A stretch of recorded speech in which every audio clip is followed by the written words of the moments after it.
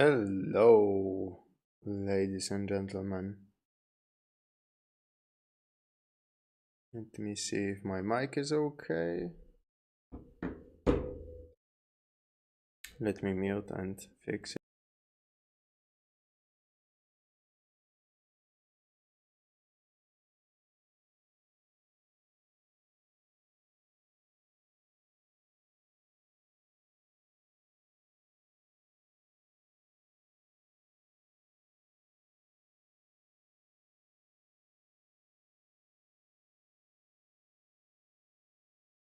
We should be good with the mic.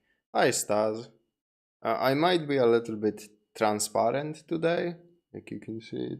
My fucking hair is disappearing. But I decided, you know what? It's better that I am a little bit transparent than this green shit.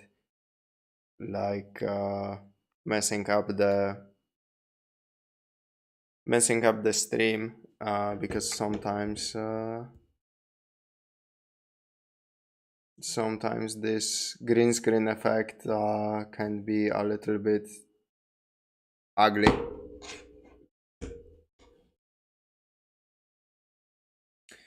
And I'm gonna go grab myself a drink. My cat is literally blocking my chair.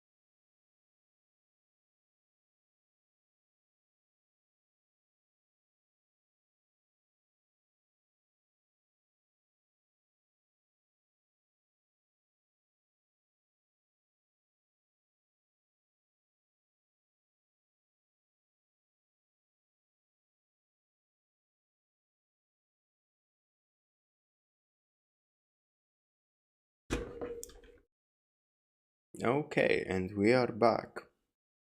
Before we jump into the reactions I have for today, and these reactions are obviously the ones some of them I was supposed to do yesterday, but the stream just got cut off completely. I still don't know if something messed up with my OBS or if it was my internet. It wasn't like really fucking clear to me at the time, so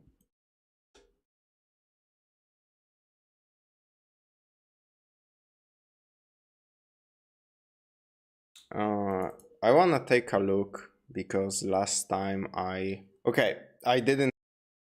Last time I decided to start recording these streams at the same time because the bitrate when I'm playing games, for example, the bitrate is god awful, and it's really hard to make those into like passable videos.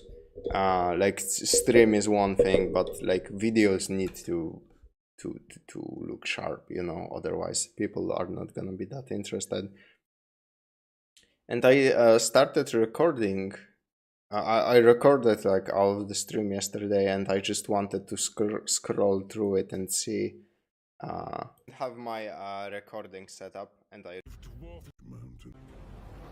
to be the vampires. Okay. Also, yeah, even are gonna to build a new church. Everything looks good. No lag or anything. That's great to see. Nice, nice, nice.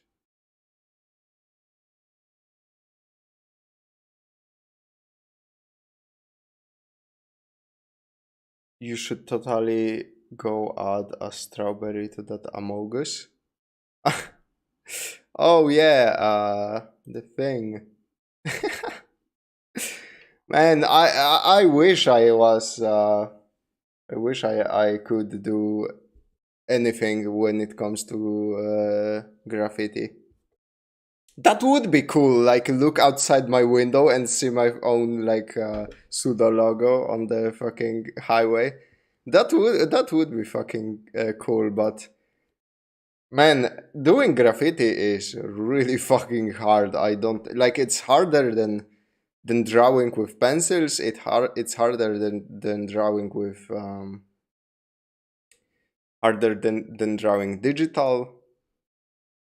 I don't know if it's harder than drawing with paint. I haven't drawn with paint since I was like in fucking elementary school, I suppose. But yeah, graffiti is some tough shit. I don't know how people do it, especially when it looks like actually good. Like this Among Us doesn't even look that great, but at least it's funny. Okay, and here's what we are doing today. So yeah, like I said yesterday, the plan was to watch the Matchless Kungfu review by SsethTzeentach, the internet's favorite Hijacker, the tragic tale of Sky King by Wendigoon, and the best anime 2023 by Gigguk. And I'm probably gonna do like all Warhammer 3 cinematic trailers because today's stream is gonna be long and like, this shouldn't take us too long, like 3 hours, 2 to 3 hours, like maximum. So yeah, I think I can like easily do all of them. Probably want to do. I watched every Final Destination to figure out Dev's design by Jeffiot. Man, some of those fucking nicknames I don't know how to spell out. I don't know if I'm just dumb or if they like Wendigoon rolls off the tongue. SsethTzeentach took me a long time to learn how do you actually fucking spell Tzeentach. And geek. Why are there two G's there, man? That's just, come on.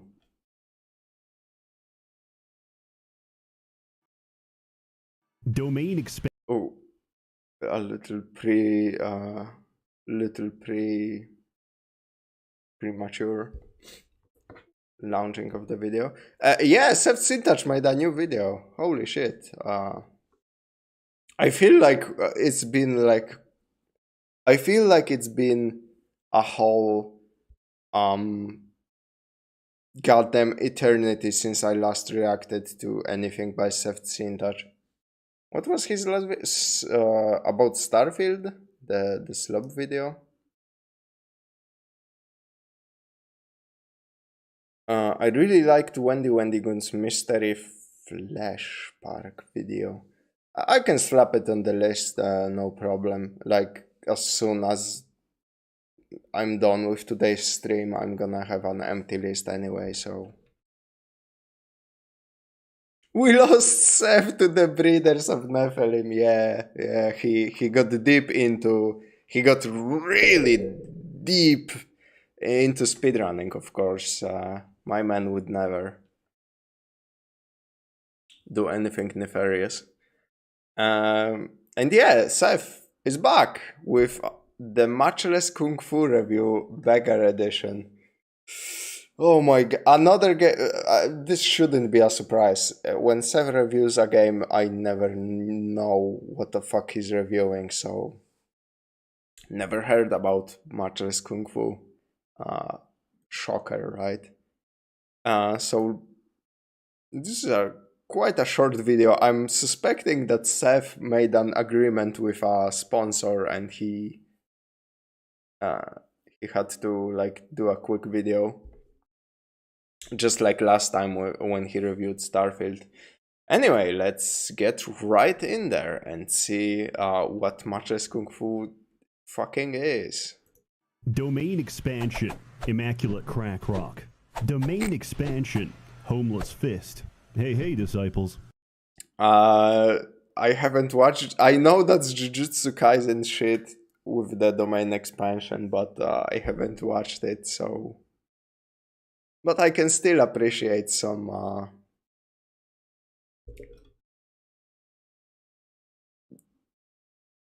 very high quality Tai Chi by seemingly a homeless guy. Seth here. Let me tell you about a game that's transfixed and captivated me for the past many Okay. days. The Matchless Kungfu is an immersive sim that shows what life would be like if every man, woman, and child was trained in the martial arts. He shown 5 seconds of gameplay and I'm already like, oh yeah, this is like SsethTzeentach bait trademark game. That is to say, life would not last very long. This game takes place in the genre of wuxia. This is Chinese sword fantasy fiction, but a little more grounded than some I've covered in the past. The game works like this. You play a world simulation where everyone has their own desires and motivation, which you expand by putting down plots of land. These are pre-made areas containing a challenge. If you finish an objective, you can place more land, and you keep going until, inevitably, a Shaolin master breaks your spine. You're not expected to win from the first or second try. The actions you took in a past life will influence the next through karma, and you're not expected to understand any. Between this and the cultivation game, I forget what the full name.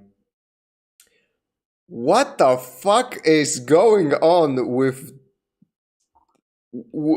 this specific kind of a feel of a game? I guess the Amazing Cultivation Simulator would also fall under wuxia, right? I mean, it's a different game, but still, like, it's a wuxia fantasy game, which is... I didn't know that could become a fucking genre on its own. World of video games is just surprising.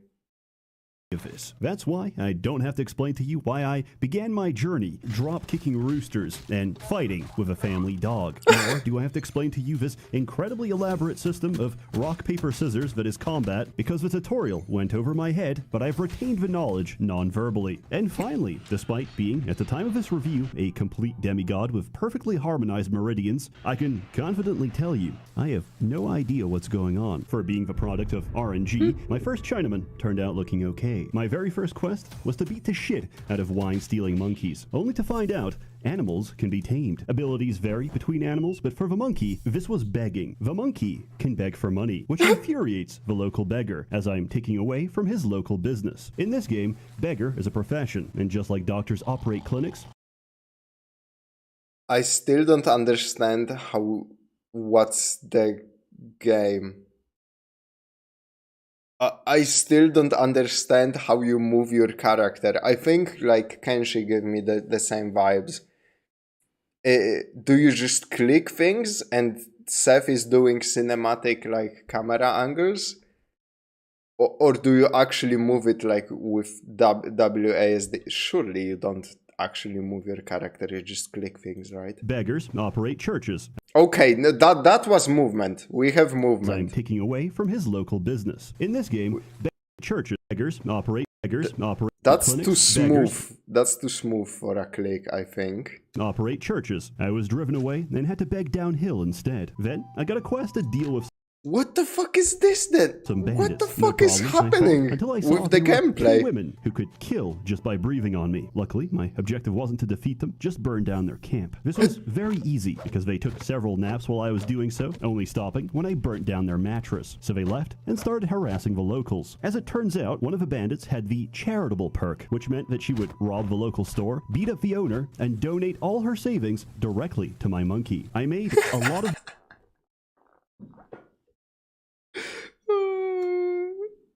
Man, where does he even find these games? money from the bandit monkey pipeline, and I found the constant brawls to be very entertaining, until it wasn't, and the store owner was dead on the floor. I realized I had to do something, or I was going to lose a lot more NPCs. I lured the 2 bandits into a non-lethal sparring competition, broke their strength, quickly rested, and jumped them again before they could recover. This bumped up my reputation, and I was offered a selection of different schools of martial arts. Naturally, I chose to join the drunken sect. Not only Drunken fist style, always the fucking coolest. a bunch of skills that are simple enough that even I can reliably combo, I also got informed that I had a secret admirer. Who, may I ask? Well, the person telling me. And just like that, I had a significant other. She sleeps on the floor. Sorry, honey. The bed is reserved for me and the monkey. As we lay together and pick lice out of each other's hair, our bond strengthens. Following cultivation tropes, you can attend auctions to bid on rare and expensive items. Every time someone makes a bid for an item or increases their bid, the other guests become more jealous. What the fuck is with those Chinese fantasy games and bidding? Why is that part of the... Is that part of the culture? Bidding on things? That's weird. Like, I can understand the wuxia. But how does fucking bidding work in itself into that? What the fuck? If you let this play out in the background in its entirety, I mean auctions in general. More specifically. Everyone who went to the auction is now seething with hatred and will try to kill every other attendee. In this game, you don't get stronger from fighting. You get stronger by connecting shapes in the right order to activate inner Kungfu. In my case, however, I got alcohol immunity. I didn't understand the value of this until I sat down for a drink and saw a small option to make a toast. I could forcibly drink someone under the table, and when they're passed out, I could kidnap their body and rob them blind, which is exactly what I did for the next hour, until everyone was running around in sub-zero temperatures in boxer shorts. Putting down enough normal plots lets you place special plots, such as towns. Soon as I entered, 2 men started bickering because one had slept with the other's wife. I intervened against infidelity, but a little too strongly, because he was now dead. I sat down at the bar to continue my drunken robbery when the same woman who committed adultery tried to seduce me. Honoring my beloved, I rejected her advances. So she threatened to kill me if I said no. And she did, because she's got 12k vigor. So I reloaded and tried to beg for forgiveness. Instead, she let me off lightly by breaking my legs. The irony of the situation is that she owned the town clinic and would help treat my crippling disability the next day. I lived a good life. I trained hard. And despite that, I am surrounded by sociopaths that could kill me on a whim. I hate this place. I'm gonna go parkour across water. Going far north in the map is how you get captured and imprisoned. This is not a bad thing. This is how you unlock your 2nd and 3rd character slots. As said before, you're not meant to win on the first try. Or rather, you're not the main character. The protagonist of this story is your ancestors. Quick briefing on power levels. Everything is about vigor, which is how much punishment you can take. No matter how good you are at finessing the combat and exploiting meridians, your starting character's vigor will cap off at around 2k. So for reference, at your absolute peak, you are half as strong as a giant toad. How do we remedy this? Genetic. Honestly, Seth's taste don't surprise me at all. He can play Space Station 13 and does so for fun. Yeah, true. No idea. Bidding at auctions are pretty common tropes. It sets a situation for the MC to flex in a situation they shouldn't have money and give others an excuse to show their place. Huh. That would be funny if it became a staple, because like some wuxia authors. Also, I paused on a fucking beautiful frame and I didn't even look at it. Goddamn. It would be funny if some wuxia authors actually liked the setting of an auction to show off like their characters, and it became a staple just because they kept abusing it.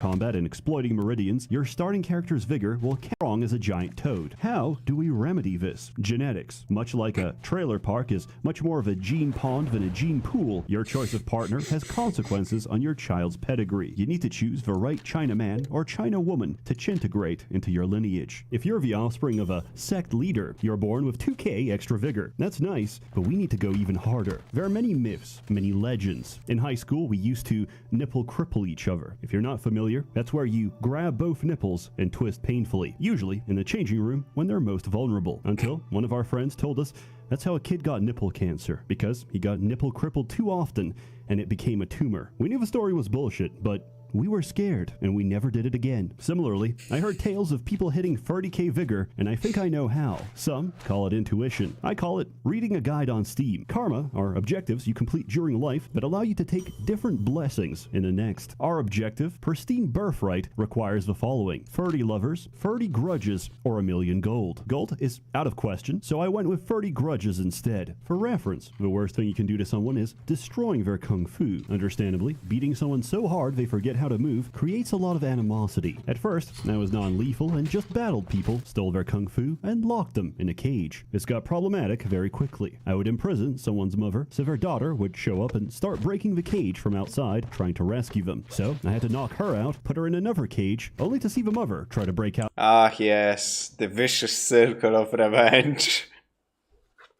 From inside to rescue her daughter. Everyone started bonding over their shared predicament, became friends, and tried to make a prison break. Eventually, it was too much, so I had to start taking heads. All I wanted was 30 enemies, but it seems now I'm going to need 30 body bags. This was a problem because I couldn't keep track of the people I killed and their relations to one another. I accidentally killed off someone's parent, only to find out their daughter had 12k vigor and was chasing me across the land. I died several times and had to reload. The only way I was going to survive was by friendship, and paying the master of my sect 1,000 gold to beat the shit out of her. As I took her head, I realized, why do I even need this karma quest when I have a small army that can finish the entire game? There are no words to describe the experience of combat when your fights are stacked 20 against 1, except incredibly fair. I thought I was invincible, but I flew too close to the sun. You see, slowly, over time, my army kept taking internal injuries, but their AI wouldn't let them go to a clinic for treatment, and I didn't pay attention. Suddenly, some of them died, which caused their friends to blame me for their death, which forced me to fight them. But then, they died, and my other companions attacked me. My failure cascade was out of control, and I died at the hands of my own men. I thought I was girl boss of this empire, but in truth, I was nothing but the boss baby. I looked back on the Jesus fucking Christ. Damn, he dropping some bars in this one.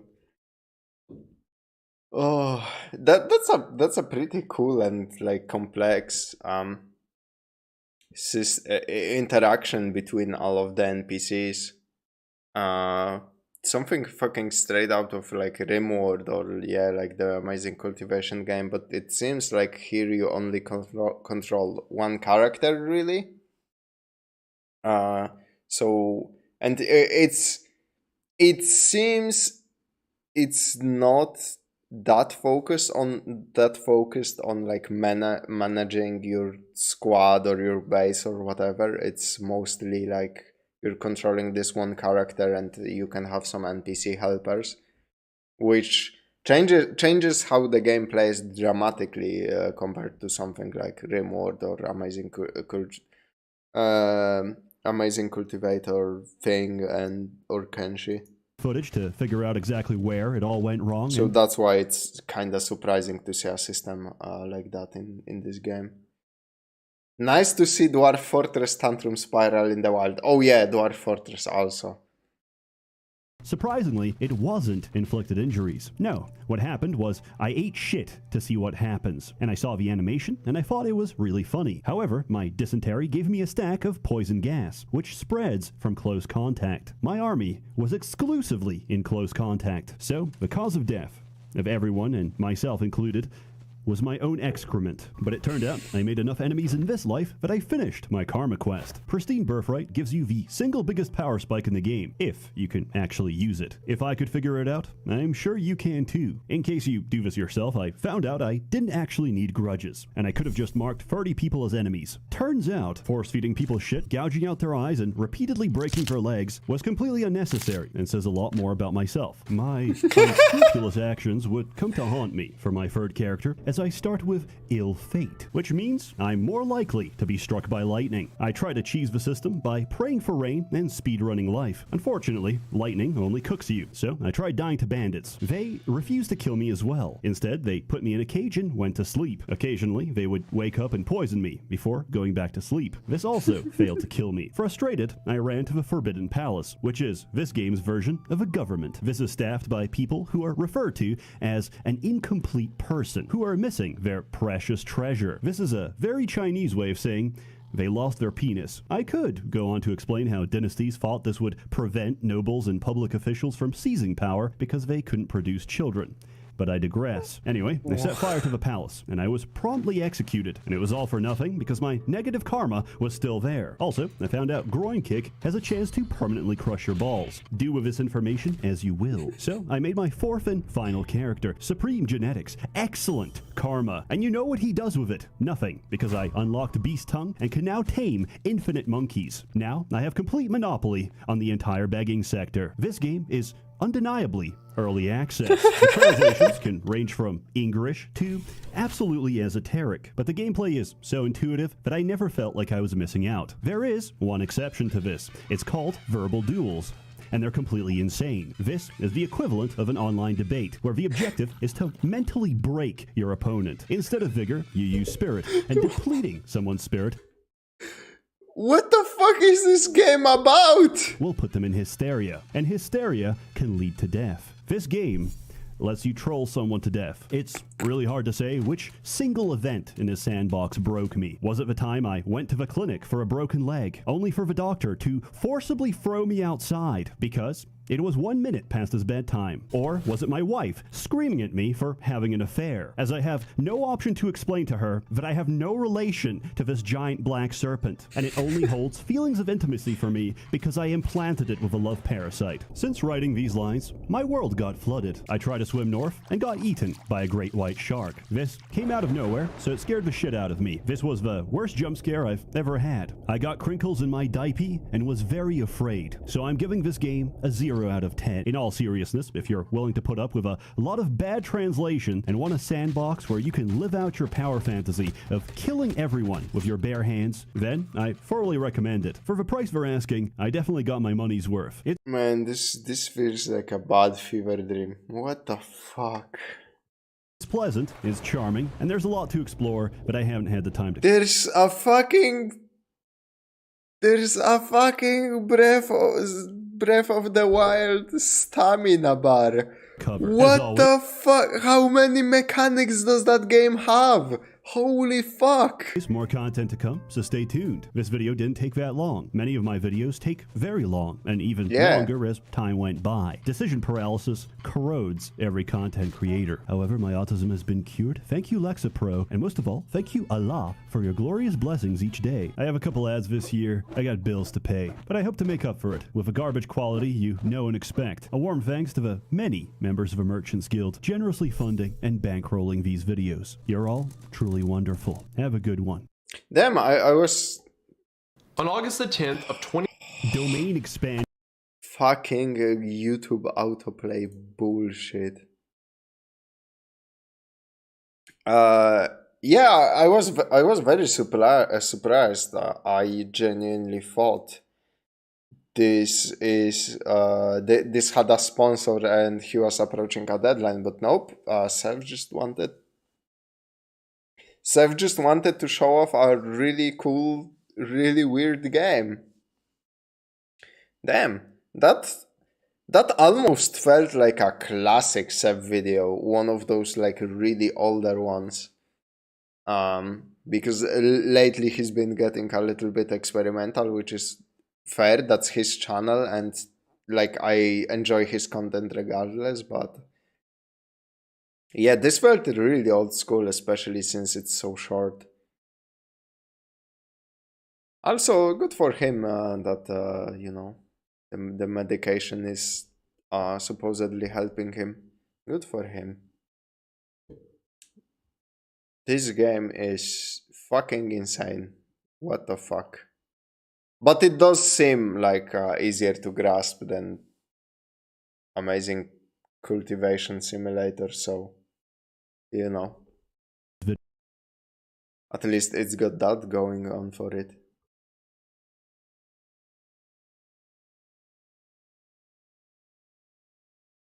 You know what? Let me take a peek at that. Let me take a peek at that Steam page. Yeah, it came out like half a year ago, pretty much. Oh man, it's really cheap also. The combat looks, I mean, he said it's basically glorified rock, paper, scissors, but it's definitely very stylish. I like that.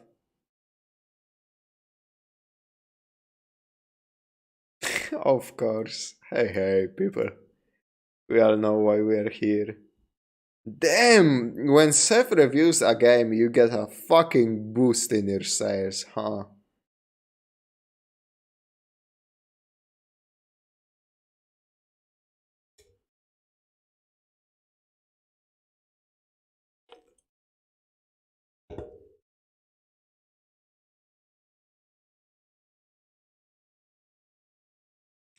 Yeah, the animations of animals in combat, like especially, have been fucking hysterical.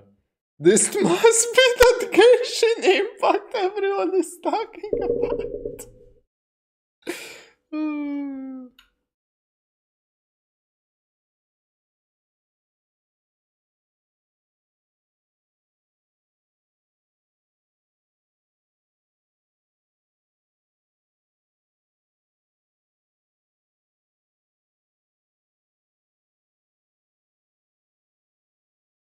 For anybody getting this game, make sure you remember you can make feedback loops with your meridians and double, triple, and quadruple. Activate all the buffs. What your unemployed friend is doing on a Friday afternoon. Nice. Oh man. Yeah, that's honestly a good one. The holy fuck fighting the dog and the rooster. Fucking hysterical, man. On August the And moving on, we have another video by Wendigoon. This time it's a little bit more first of all recent, because that the pizza bomber heist I have watched before was a little bit earlier in his channel history, and it was way longer than 45 minutes. So this video has been recommended to me a bunch. Like people said I should react to more Wendigoon. Nobody dropped any specific video other than Yoxlos today in the chat. And like, yeah, this has been recommended to me a bunch by YouTube itself, so I decided I will check this out. This seems very interesting. Like, hijackings have been some of my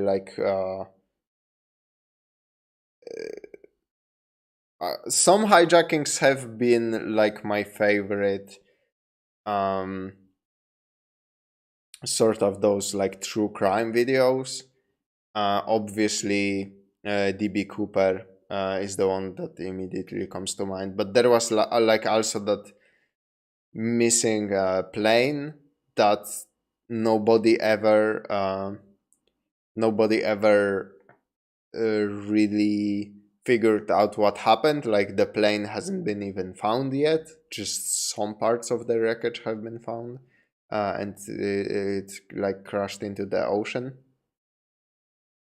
So yeah, like aviation related crime and like bizarre occurrences always like were interesting to me. So yeah, let's see. The internet's favorite hijacker, the tragic tale of Sky King. On August the 10th of 2018, just after 7:30 p.m., a man named Richard Russell stole an Alaskan Airlines passenger plane from the Seattle, Washington airport. What happened over the course of the next hour and 10 minutes would go on to change aviation and the internet forever. Hello everybody, today we're going to be talking about the legend of Sky King, one of the most remembered and beloved hijackers in American history. And perhaps most importantly, we're going to talk about how the same guy... Beloved. So I assume like his crimes were not that grave, because usually when criminals endanger lives, they don't really become beloved, except for that fucking stupid guy who sent bombs in mail.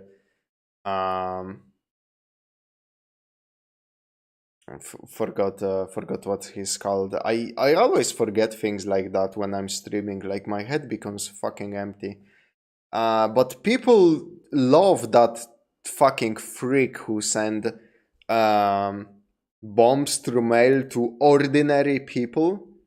I don't know why he's so beloved on the internet.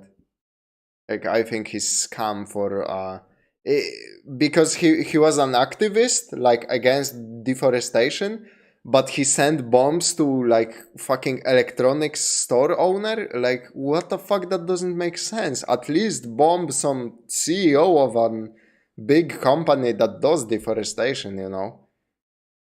Guy who caused 2 military The Unabomber, yeah.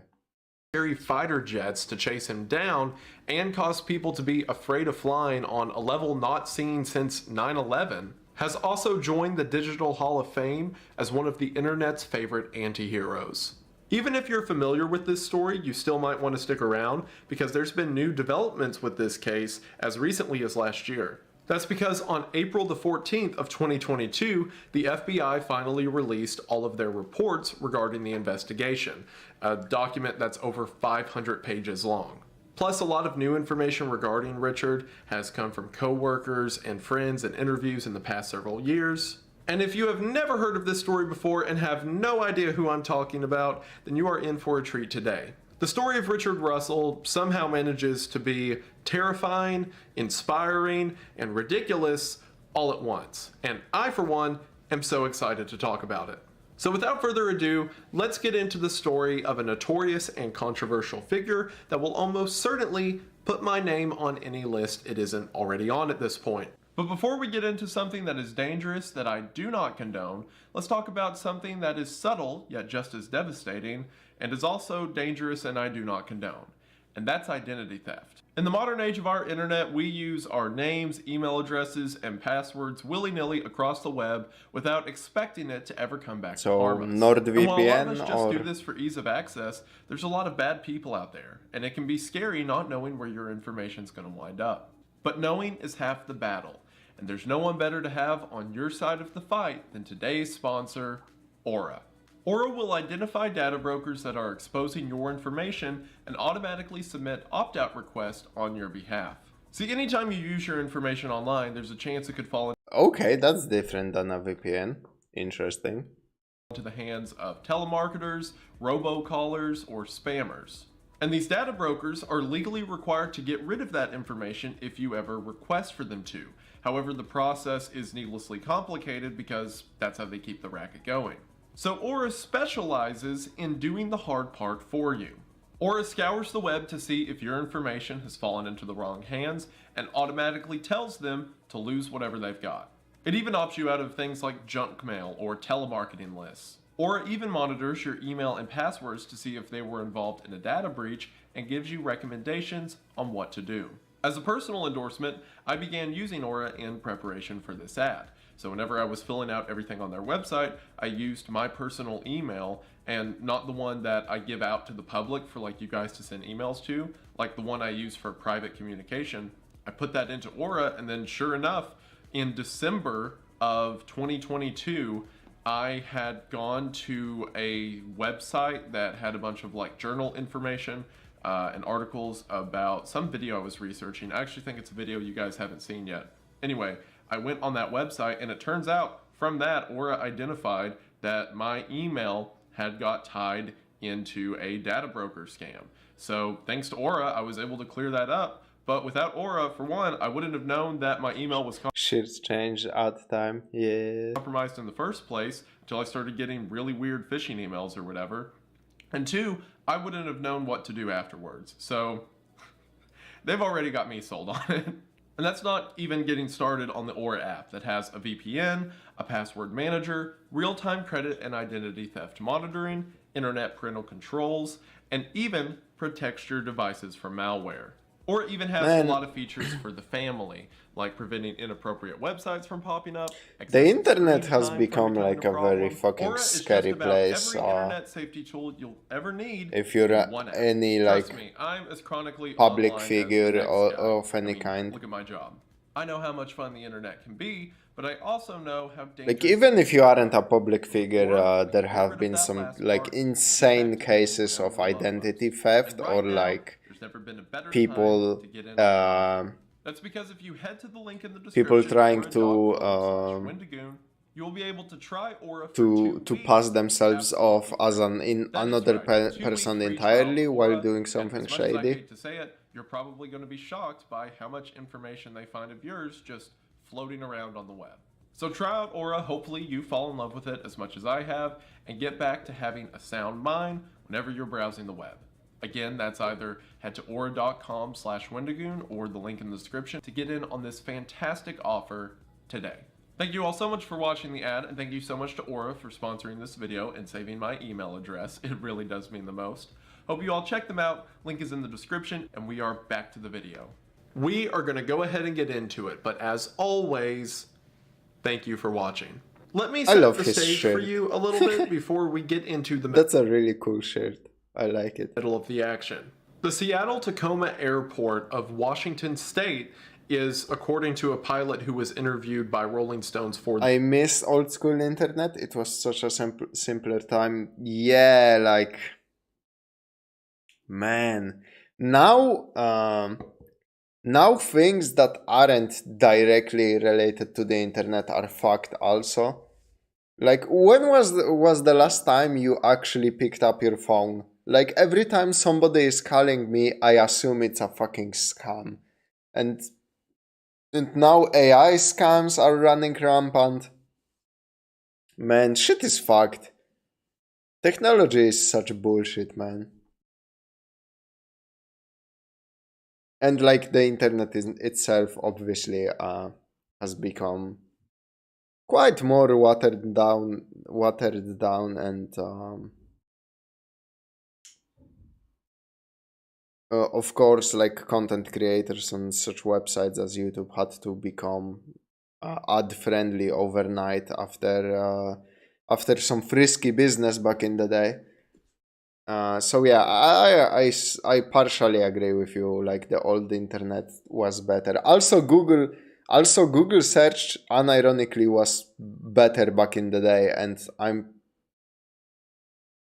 I legitimately fucking think that. I'm not sure if that's the case, but I swear to God, finding something through Google nowadays is such a chore because the search actually doesn't give you the phrases you are trying to look up. It's so bullshit. this story, the 9th busiest airport in America. Because of that, as you can imagine, there's a lot of different employees going about their daily tasks without paying a lot of mind to what the others are doing. Because of this, no one thought it suspicious when a ground ops employee named Richard Russell began moving a plane using an air tug.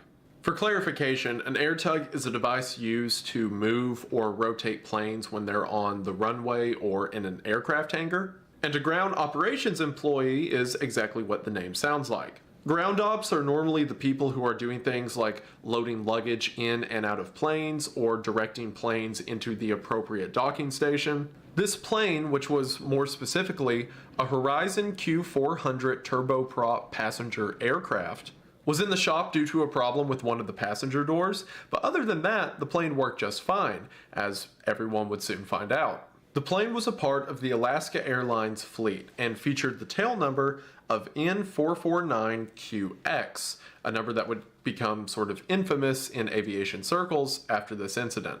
Most websites I found list the occupancy of the plane to 76 passengers. However, for some reason, the FBI's report said that it was a 90-passenger plane. So maybe this was some kind of special edition that held an additional 14 seats somewhere, or the FBI got it wrong and it's actually 76. Damn, I wonder which one of those is more likely. The FBI would never make a mistake. Either way, Surely. Pretty big plane. The plane itself was over 100 feet long and nearly impossible to operate without a co-pilot, or at least that's what everyone thought. At 7:15 p.m., Richard Russell uses the air tug to rotate the plane 180 degrees so that it faces the runway. From there, Richard removes the stopping blocks from underneath the landing gear of the plane and walks back and forth from the air tug to the cockpit, seemingly trying to start the engine. Now again, on its own, this wouldn't raise any suspicions. Other than the fact that he's alone, someone like Richard has the qualifications to turn on a plane in order to taxi it from one part of the airport to the other for maintenance or what have you. The first sign that something was amiss would occur when, after disconnecting the air tug from the plane began to roll backwards, causing Richard to run next to it, open the door, jump in, and take control of the wheel. Again, this process is meant to be a two-person job. Richard then taxis the plane not to another service station or hangar, but instead to the main Seattle airport. I really wanna know why he did this. I am waiting like with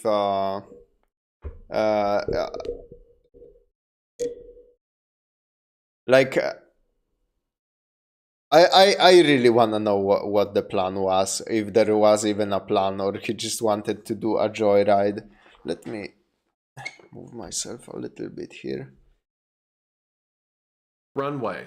As you could imagine, the airport was pretty busy, and while there's normally a guy up in the tower controlling what planes land where and what planes take off at what time, but Richard, who has no connection to air traffic control, is out there, according to one report, treating it like road traffic. In other words, he's acting like it's a stoplight intersection and letting one person pass before he goes, and then braking to let another person pass. As soon as the air control tower realizes they don't know who's flying that plane, panic ensues. One of the pilots who was cut off by Richard on the runway said that it appeared he had left the brakes on the landing gear as all of the wheels were smoking. The pilots, realizing that something's gone awry, begin to yell at air traffic control to call the military because there's been a hijacking. From the control tower to pilots and passengers, everyone had to watch helplessly as, at 7:33 p.m., Richard Russell took flight, moving from his initial contact with the plane to takeoff in 18 minutes. As you can imagine, this was immediately a huge deal. Immediately, everyone's primary concern was some kind of terrorist attack, and if not that, some kind of heist or ransom. After all, people just don't steal passenger planes for no reason. Within minutes... Exactly, and holy fuck, this seems like an elaborate... I'm waiting for a service to appear to... that searches through Google for you to cut out the bullshit. Yeah, that would be nice. Like, if he just took that plane for a joyride, holy based, because like, that's such an elaborate fucking plan to do a crime that seemingly has zero benefits for yourself. minutes, pilots at the Portland Air National Guard base began suiting up to combat, again, what they believed to be some kind of terrorist attack. Air traffic control continued to try to get in contact with whoever was in the cockpit, but whoever it was wouldn't pick up. As everyone is panicking, flights in and out of Seattle are being canceled, local population centers are being warned that an attack may be imminent, the fighter jets are about to arrive. 10 minutes into the flight, the person inside of the cockpit picks up. Right, 070. Approach welcome, final runway 16 right. Welcome. Man, I'm a ground service agent. I don't know what that is. Clear to Portland, Seattle 6 is filed at 7017. Yes, for this show, 416 right, so I'll find the run. Start it up and get it to go. A couple hours, I guess. But, yeah, I wouldn't know how to land it. I wasn't really planning on landing it. So to ask the question that you're all probably thinking, who was Richard Russell? Well, Richard Russell was born on September the 19th of 1989. He was born in Key West, Florida. However, at the age of 7, his family moved to Wasilla, Alaska, and it was here in Alaska that Richard would find a home. From a young age, his friends and family began to refer to Richard as Bebo, and young Richard Bebo Russell became a crowd favorite among his friends and family. After middle school, Richard would attend Wasilla High School, which is the same high school that Sarah Palin attended. That has no relation to the video, I just felt compelled to mention that for some reason. Richard excelled not only socially but in athletics as well. He played a lot of sports like wrestling and track and field, but where he really shined was in football. Richard played as a fullback and was hailed by many to be one of the star players of the league. So much so that when college rolled around, Richard went to North Dakota at the Valley City State University to play football. However, while a prodigy in high school, it seems that didn't transfer well into college, and after only a season of not a lot of playtime and poor performance when he did, Richard ended up leaving. He instead moved to Oregon and began attending the Southwestern Oregon Community College. Another important aspect of Richard Russell's life is that he was a devout Christian. So with a lot more free time in Oregon, because he's no longer playing football, Richard decides to take a leadership role in various ministries. He was a big leader in his local Young Life group. Young Life is an organization that primarily works with high school or college age students, and various other organizations like Campus Crusade for Christ. As a matter of fact, it was at one of these Campus Crusade meetings that Richard would meet Hannah, his future wife. It turns out the two of them had an interest in cooking, so while in Oregon, they opened their own restaurant called Hannah Marie's Artesian Breads. However, according to most interviews and people who just knew the family, it seems that Hannah was getting homesick and wanted to live closer to her family. So in 2015, the two of them sold the business and eventually began living in Sumner, Washington. Once there, Richard got his job with Horizon Air and even transferred to Washington State, where he graduated in 2017 with his bachelor's degree in social studies. It was actually during his time in college that he had to make various blog posts and videos of himself for assignments. And it's from some of these blog posts and videos that we learn more about him. For example, the fact that he's not exactly thrilled with his job. And while he thinks planes are really cool, he hates the mundane nature of his current profession. However, one of the perks of the job, at least according to him, was free travel and getting to see his family back in Alaska whenever he wanted. So why was this guy, who by all outside accounts was living a perfectly normal, happy, married lifestyle, now in the cockpit of a stolen passenger plane? Well, what would become apparent in the eventual interviews and investigation, as well as the recording between air traffic control and Richard himself, is that Richard wasn't in the best state of mind. Again, this will become apparent with some of the sections of the tape recording that you're going to hear in a bit. But hello, little boy. So I'm assuming, like, since Wendigoon mentioned he wasn't in the right state of mind, and like the guy himself said he wasn't planning on landing the plane.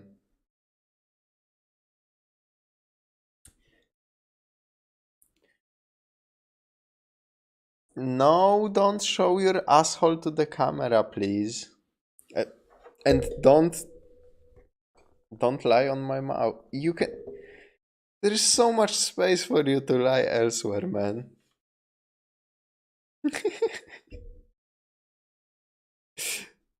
Okay, you can sit here because it looks really funny.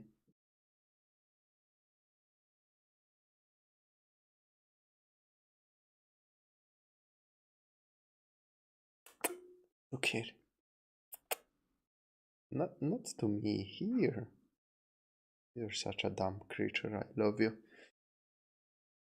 So I'm assuming, like, since like both of those things were mentioned, I'm assuming he was planning to just take a joyride with the plane and then crash it and commit suicide, which is extremely fucking sad to hear. Remember, guys and girls, if you're feeling oppressive, negative thoughts, seek professional help. Because once you commit to something like this, you can just go back to your normal life, and a specialist like can really turn your life around. From the now released FBI reports, it seems that those around Richard had some sign that something was about to go wrong right before it did. Now, according to everyone who the FBI interviewed around Richard, as well as various, journal articles and news sources, everyone said that Richard was an incredibly kind guy, if a little quiet, but once you got him talking, he wouldn't stop, and he wanted to be best friends with everyone. So his coworkers began to notice a couple weeks before August the 10th that he seemed uncharacteristically down. A lot of sections from the FBI report are redacted just because they probably mention individuals' names or addresses or phone numbers or what have you. But from the sections that we can see, we see that on August the 3rd, he mentioned to a coworker that he felt he wasn't living up to what others thought of him. And then only a couple of days later, his family held an intervention for something. Again, the specifics have been redacted.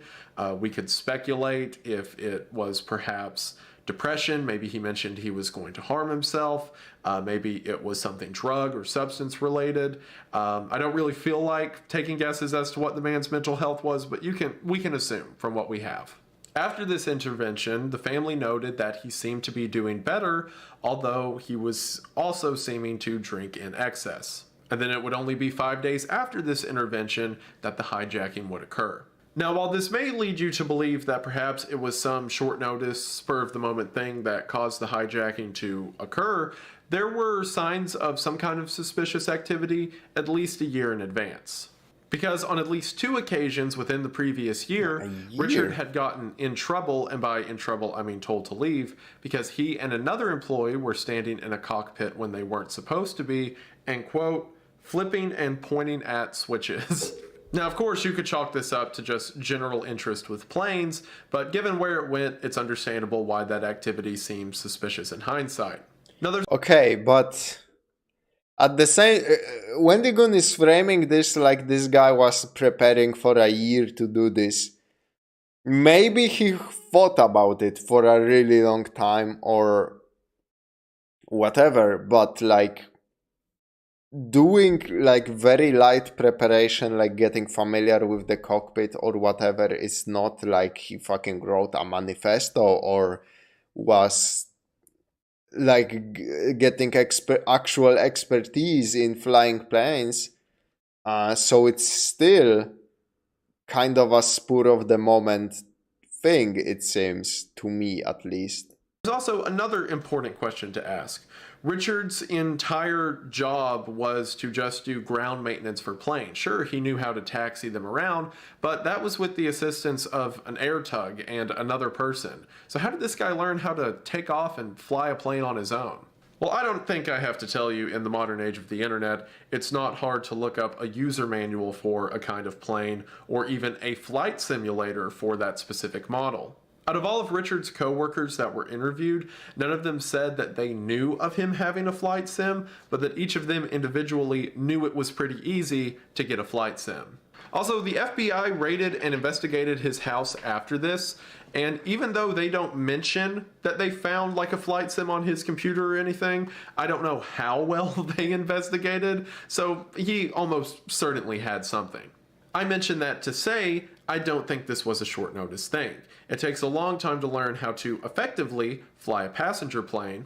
And while a lot of people point to the intervention and the mention a week prior that he felt he wasn't living up to expectations as being maybe a fight he got into or some short notice thing that led to this, I think that the events of August the 10th were coming for a very long time. One theory poised by the Rolling Stones article that I mentioned earlier through interviews of people who were friends with Richard is that due to various concussions and head trauma that Richard received while playing football, perhaps CTE was a part of the issue. Or basically the idea that, for those of you who may not know, chronic long-term head trauma can lead to things like increased aggression, instability, increased risk-taking decisions, difference between thinking about it and preparing for it. Yeah. I mean, there was some preparation, but I don't think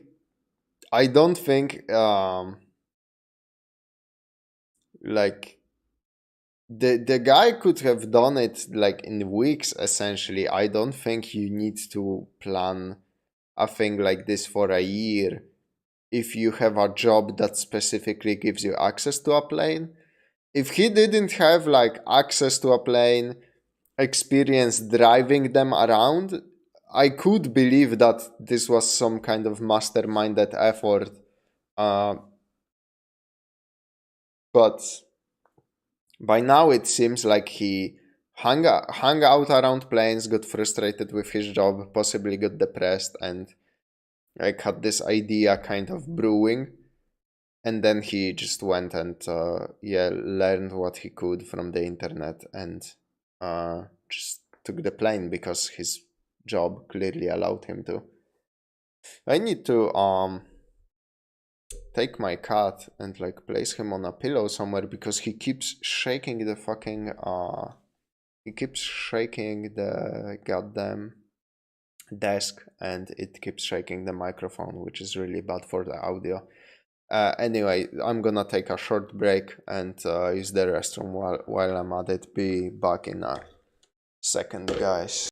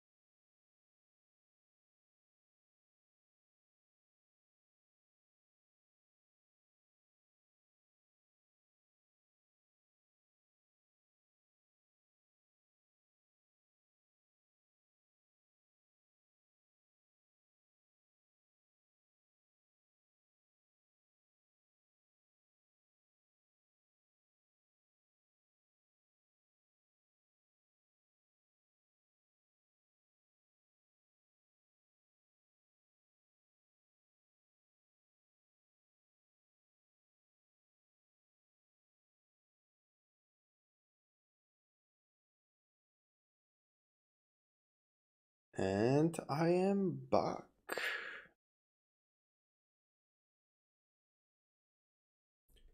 How's the... before we go back to this, I just wanna see how's the stream like holding up.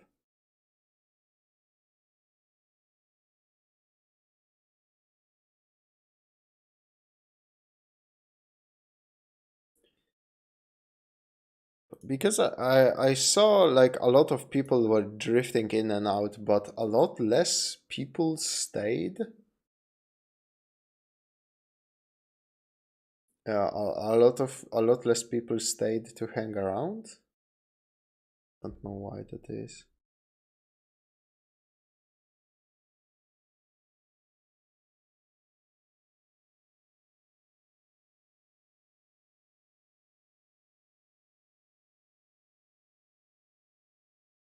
Peek at that Steam page. Yeah, it came out like half a year ago. That's because if you head to the link in the description, People trying to Wendigoon, you'll be able to try Aura doing some and get Aura today. Email it back to the thank really wash. Now things that are looks pretty fine to me. Okay. Back to the video. It is then. Etc. And while I don't think that was entirely what was at play here, I would certainly be willing to believe that it was a factor. One more thing I want to mention from this Rolling Stones article, which the article itself is great. Tim Dickinson did a fantastic job at compiling it. However, there's this one part that's really funny, and I understand that internet culture is very weird and hard to understand from the outside looking in, but that being said, I have to read this paragraph. So this is during a point in the article where it's discussing potential warning signs or clues people may have been able to see if Richard left any hints as to what he's about to do. And it closes with, Russell also kept a Pinterest profile where he went by the handle bbro and collected memes, including several from the satirical site despair.com. In July of 2018, days before his unauthorized departure, Russell pinned an image to a board called Dank Memes.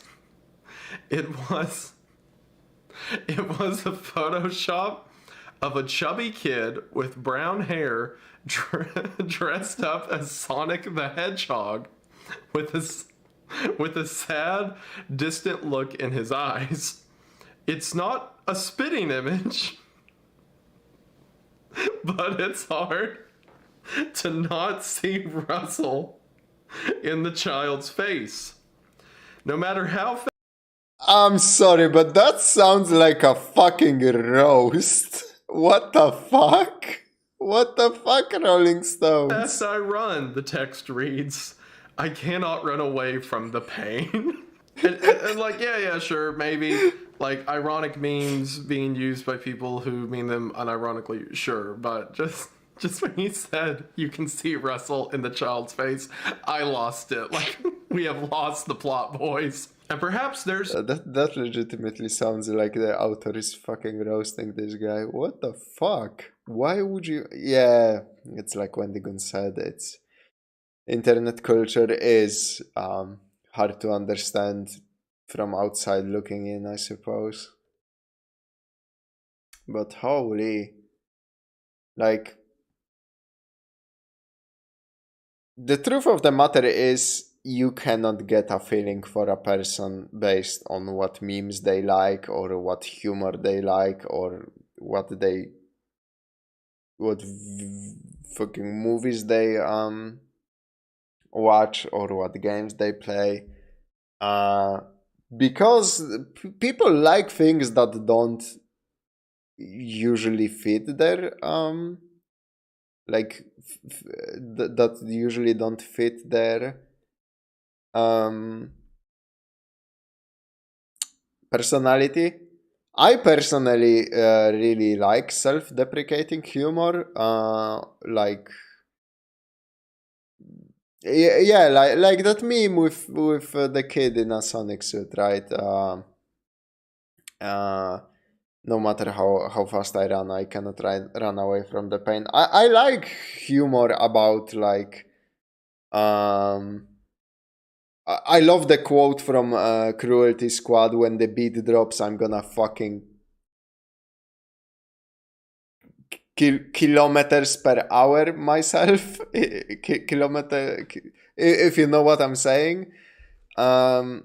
I like that kind of humor, and I have never like did self-harm or was never. I never was like very like chronically depressed, or even like just depressed for long periods of time. Obviously, everybody. There are ups and downs in life, you know, always. But I like that style of humor, even though it completely doesn't fit my personality. No better sign of Richard's state of mind or his character. I think you should look for more. I think you should look for more concrete fucking signs or proof when trying to, you know, assume something like that about a person. Than the events of the flight itself. As soon as contact is established with Richard, it's apparent that he's just up here to have fun. Alrighty, yeah, I just kind of want to do a couple maneuvers, see what it can do before I put her down, you know? It's apparent that he has no real plans as to what he's going to do up here, and disturbingly, he doesn't even have any plans to land. The first thing he does is begin banking the plane around Mount Rainier. As he comes out of this, he immediately starts throwing up. It's around this time that it sounds like Richard is losing some of the gumption he had initially. Like early on, you could hear like the adrenaline and the excitement in his voice, but now there seems to be a lot more regret. I'm sorry, say that again? Sorry, my mic came off. I threw up a little bit. You know, hold on. Shoot. Man, I'm sorry about this. I hope this doesn't ruin your day. Air traffic control begins to try to find places for him to land, eventually suggesting a military base, but Richard says he doesn't want to do that because he'll get beat up. That's McCord Field. Oh man, those guys would rough me up if I tried landing there. I think I might mess something up there too. I wouldn't want to do that. Hopefully, they probably got anti-aircraft. No, they don't have any of that stuff. We're just trying to find a place for you to land safely. At around 8:15 p.m., the jets from the Oregon National Guard show up. It took them about 7 minutes to get from their base to Richard's plane. So that meant there was about half an hour between Richard taking off and the jets being mobilized. We'll talk about that near the end. It's also around this time that Richard begins to realize the gravity of what he's done, making the comment that he thinks he'll get jail for life for doing this. This is probably like jail time for life, huh? I mean, I would hope it is for a guy like me. At one point, air traffic control gets a hold of a pilot who can direct Richard on how to successfully land the plane. 22, cross runway 16 left, contact. Just flying the plane around, you seem comfortable with that? Oh, hell yeah, it's a blast, man. I played video games before, so I know what I'm doing a little bit. See, not only was Richard an inexperienced pilot behind the wheel, he was an inexperienced pilot behind the wheel of a notoriously hard-to-land plane. This model of plane's designation was a Dash 8 among airports, however pilots would refer to it as a Crash 8 due to the plane's quick aptitude for rising or falling. Everyone around Richard knows this and begins to try to direct him towards something that will have the least likely amount of surrounding casualties. For example, at one point, Richard flies over a rather small airstrip and asks about landing there, but the pilot keeps trying to tell him to go back to the military base because, for one, the military base airstrip is much bigger, and two, there's less people near the runway. Eventually, they just start asking him if he's willing to put the plane down in the water for the same reason. But as discussed, it seems that Richard doesn't plan on landing. There's one point after Richard asks the pilot to help him pressurize the cabin. It's the only time over the whole call that we hear Richard get anything close to violent. Okay, thank you. Of 16 left, American 7 Alaska 691. Damn it, Andrew! People's lives are at stake here. Now, Rich, don't say stuff like that. Nah, I didn't told you. I don't want to hear no one. I just want you to whisper sweet nothings into my ear. And So maybe he was just panicking in fear for his life or in fear for the life of others that he didn't take into account when he got in the plane. That sucks, man. That situation sucks all around. Damn. But I digress. Or maybe the depressurization was getting to him and he was in a comparatively unsteady state of mind while behind the wheel of a passenger plane. Eventually, Richard asked the pilot he's speaking to if he thinks he can get a job after this. Not concentrate so much on flying the airplane. Hey, you think if I land this successfully, Lasco will give me a job as a pilot? You know, I think they would give you a job doing anything if you could pull this off. Yeah, right. Nah, I'm a white guy. Before remarking that he wants to go see the orca. Context for that, there was a local story at the time of a mother orca whose baby died off the coast of like the Oregon, Washington area, and scientists had been tracking her because she was like carrying her dead baby, and it was like a real sad story in the news at the time. So that's what Richard's referring to when he says he wants to take the plane to go see that orca. There's also one part during the call when not really asked specifically anything like, oh, why did you do this? Or why did you steal the plane? He just says this. Okay, you know how fast you're going? to hold behind Jet. That's 2021. Minimum wage. We'll chalk it up to that. Maybe that'll grease the gears a little bit with the higher up. Maybe, yeah. While, of course, there's a certain level of sarcasm there, it also points to him just overall not really enjoying his position in life. Yeah, like that ties into that thing he said before, like not being... people around him said he's not really satisfied with his job. The two most heartbreaking moments to me of the entire flight logs are, for one, when he starts to take into account his family and the people in his life who will miss him when he's gone. I got a lot of people that care about me, and it's going to disappoint them to hear that I did this. I would like to apologize to each and every one of them. Just a broken guy. Got a few screws loose, I guess. Never really knew it till now. And another, when he kind of mentions that he didn't get the clarity coming up here that he hoped he would. Just kind of lightheaded, dizzy. Man, and you know, the sights went by so fast, too. I was thinking, like, I'm going to have this moment of serenity, you know, I'll be able to take in all the sights. There's a lot of pretty stuff, but I think they're prettier in a different context.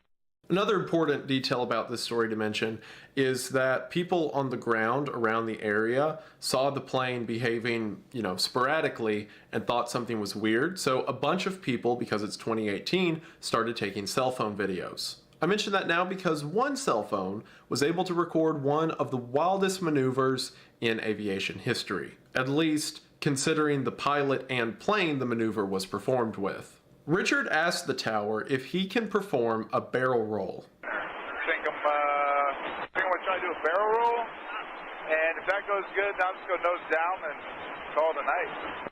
I mean, he's more wondering out loud. It's not like he's going to listen to what they have to say at this point anyway. So, while being followed by 2 jets and Lord knows how many people on the ground, Richard does this.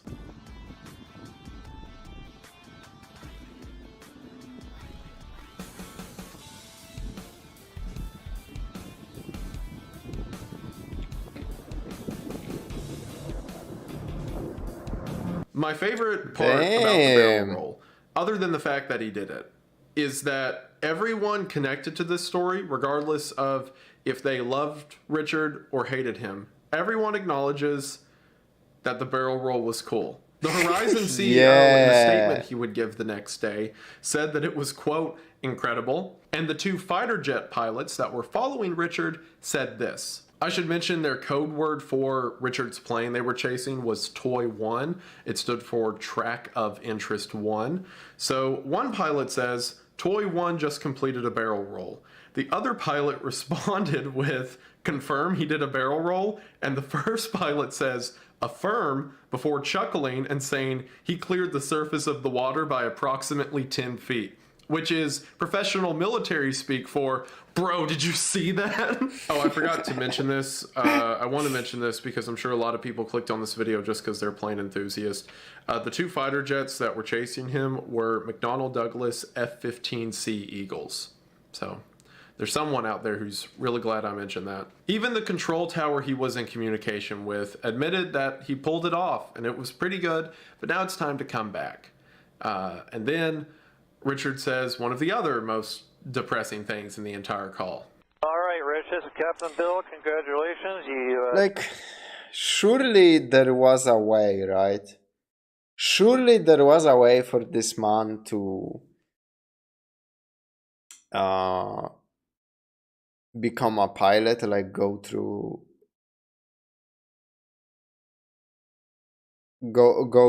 appropriate school. Get appropriate certification. If he was like that, if he was that passionate about flying and really wanted to do it, surely there was a way for him to realize that. Like, that's the barrel roll is cool and stuff, and I'm glad he didn't hurt anybody from what it seems, but like, this is the fucking worst outcome to this story that could have been, which is pretty fucking depressing to think about. All right. Damn it, I don't know, man. I don't want to. I was kind of hoping that was going to be it, you know? Eventually, the plane finds its way over the southern point of an island called Ketron Island, again in Washington. While speaking to the control tower about being low on gas, Russell remarks that he believes one of the engines is going out. In a move that investigators would later find to be intentional, the nose of the plane began to barrel down. 6 seconds after this maneuver, the plane crashed into the woods of Ketron Island, Washington. The plane made an explosive impact with the ground, and the fire that ensued covered an area of about 2 acres before firefighters arrived on a ferry and were able to stop the flames. Ketron Island itself had a low population, only about 17 people. And while if Richard continued forward for just a couple seconds longer, he probably would have hit an occupied cabin on the island, despite that, no one in the crash was injured beside Richard himself. And as you can imagine, Richard Russell did not survive the crash. His death was... Still, he could have like killed people, and that also sucks. So yeah, like definitely there could have been an ending to this story where he becomes a pirate and realizes, you know, his dream of flying planes and not does this. To be caused by several traumatic injuries and to be, of course, self-inflicted. Now, we'll talk about Richard in a second, but I want to mention a few more interesting facts and developments that came because of this case. For one, this was kind of a PR nightmare, especially for Alaska Airlines and Horizon, because while this could pretty much have happened to any airline, it was specifically theirs, so they got the heat for it. This got really controversial with airport security because only a month earlier, in July of 2018, the TSA had delivered a report to their head administrator citing the potential of inside threats. Basically, as I'm sure we're all aware, airport security is pretty tight since 9/11. Or at least it's pretty tight for passengers on planes.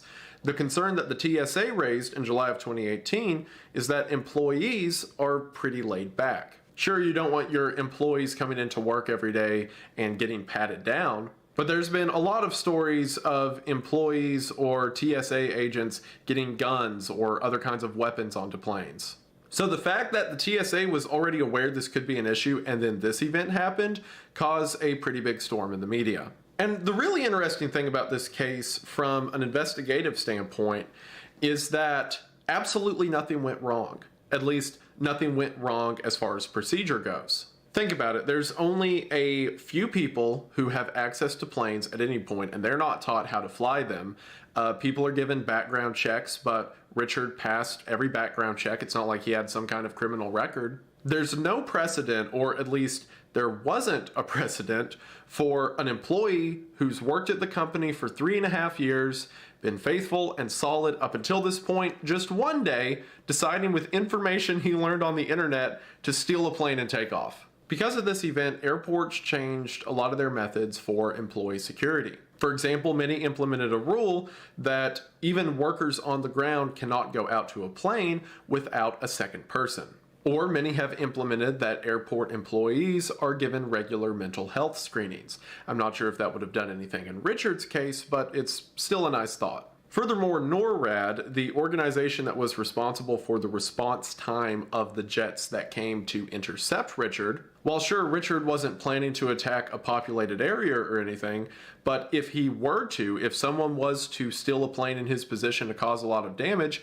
he would have already crashed it by the time the jet showed up. So NORAD changed their response time protocols. You no longer have to go to the top brass to get clearance. If the guy at the location feels that they need a jet response, then he can order it and then answer for it later. During his flight, he went as far east as Graham, Washington, and as far west as Anderson Island, Washington, in a flight that lasted for a total of 1 hour and 10 minutes. And at the end of the day, the only definitive physical damage that Richard caused was 17 incoming flights were diverted to nearby airports, 75 were delayed, 5 were canceled.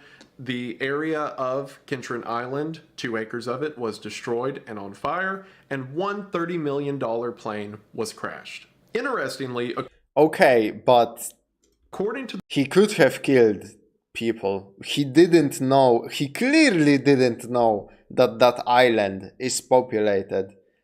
And he almost like crashed into a fucking cabin anyway, so he clearly like could have killed people. Like, this was still not a victimless crime by any means. Obviously, the worst thing is he lost his life, and I think like that's obviously fucking terrible. Because there may have been something that could have been done before like this tragic day, but still, like yeah, this is far from like being a victimless crime. So I would hold off on any praises for.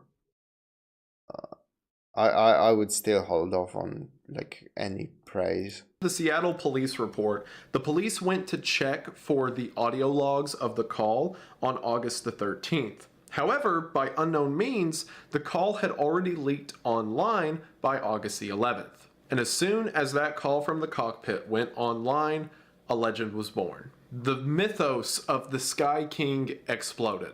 People began to praise him as a hero of the clouds, as the everyday man who decided to stick it to his bosses, and with his final moments, do something worth remembering. Some ascribed this almost Robin Hood persona to him. And most of the tributes for Richard, everything from Facebook groups to subreddits, describes him as this misunderstood hero of the common man. I mean, even the name Sky King implies a level of reverence. And what do I think of the Sky King? Do I think he lives up to the legend? Do I think that the stories and the myths around him are all true? No, but also yes. The idea that Richard was this troubled individual who set off for the clouds, and then everything just kind of made sense up there.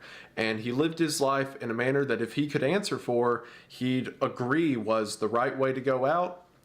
I don't think that's true. I think about that one section of the call, to me probably the most depressing part, when he's talking about the view and he's describing how he thought it would look one way, but it really doesn't from up here. Another detail that came out in reports is that apparently right before the crash, he sent a text message to his wife, and the specific message has never been made public, but according to the family, the general gist of it was that he's sorry and she deserved better. From friends and family who have spoken of Richard, it seems they kind of resent the moniker of Sky King, because with his final act, he caused a lot of damage. Absolutely, he was in an unstable state of mind. I understand that. But it seems like, from all accounts we have, that he had a family who truly loved and cared for him and wanted to see him get better. Only a few days before this event, they staged an intervention and wanted to see him come out of it as a better man. And to theorize otherwise, or theorize some malicious intent on their behalf, is unfair to the family. And yes, I don't believe he intended to hurt anyone with his hijacking. However, stealing a plane that you think you can fly and then flying it over heavily populated areas only to put it down in an island that you're pretty sure doesn't have anyone on it is insanely reckless. Yeah, it's still putting people's lives in danger because fucking obviously. So, like I said, there was a cabin on that island right above where he crashed the plane. Not to mention, he started a forest fire that took up 2 acres, and it seems like every year there's some colossal fire out west that results in the deaths of a lot of people. He could have very well caused one of those. And yes, even though those things didn't happen, if nothing else, he left Hannah as a widow. But, with that being said, I get it. One of the most interesting things about Sky King to me is anytime I see like a true crime case, so to speak, like you hear about someone murdering someone else or, you know, something to that effect, everyone wants to know the motive, right? They're always like, oh, why? Oh, did the person they kill like try to do something to them? Did they have this relationship? You know, people theorize, whatever. But I remember when Sky King happened. I remember within a couple days of Richard stealing the plane, of seeing like the memes and the stories online, I didn't see a single person ask why he did it. There was just this kind of, this solemn understanding almost of, I get it. Someone who is unhappy with their life and suffering. Yeah, I mean, that's an entirely like different conversation, but that's the sad state of like society today. Like, holy fuck, like how many people right now you personally know that are unhappy with their jobs, or people who thought their jobs are gonna turn out much differently, and now that they locked their career in place and retraining for something else would take fucking years, like it turns out, oh, it's not this thing I thought it's gonna be. Like, a lot of people can relate to that. From. And it's sad, of course. It's a sad state of affairs. Lord knows what kind of mental illness. There's almost, I hate to admit it because, like I mentioned earlier, it was an act that endangered a lot of people and hurt a lot of people emotionally.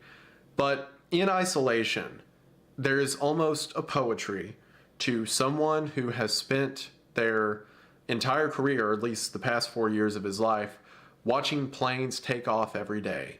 And then one day, he just wants to be in one. It's no secret that, by and large, the fellows aren't doing great as of lately.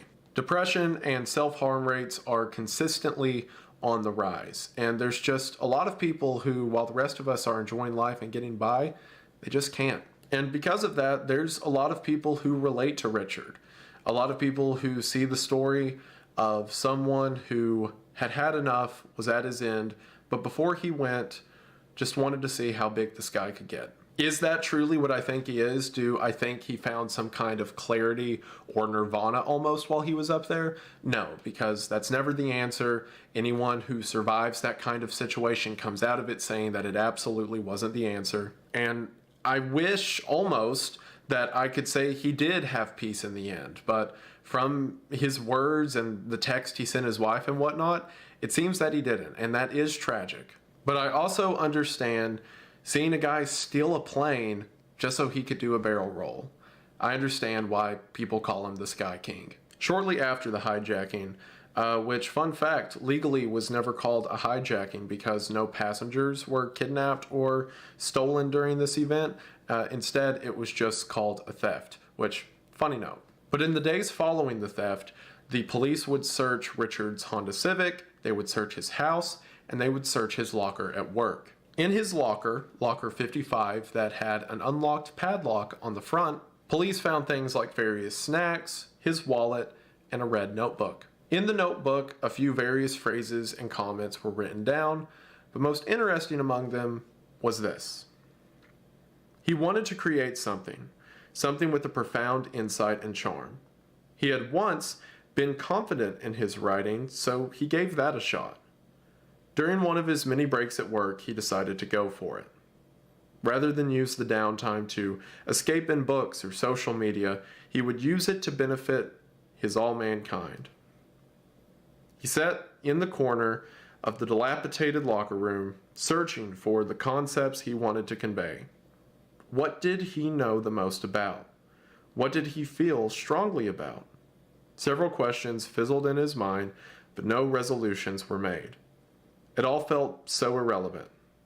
He was a cure.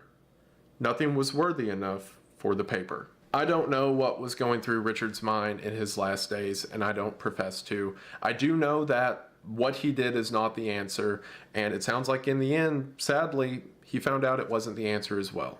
But I also understand looking to his story and finding some inspiration. Not necessarily in what he did, but the spirit behind why he did it. Of course, I don't condone his actions in any means. I think I've adequately said why they were dangerous. And I could condemn it, but for someone in Richard's state of mind, that's not going to do a lot. I can simply just say, I get it. And something that I think I can agree with, as well as Richard's family and anyone else who loves or hates his actions, I think we can all say, I hope he's at peace.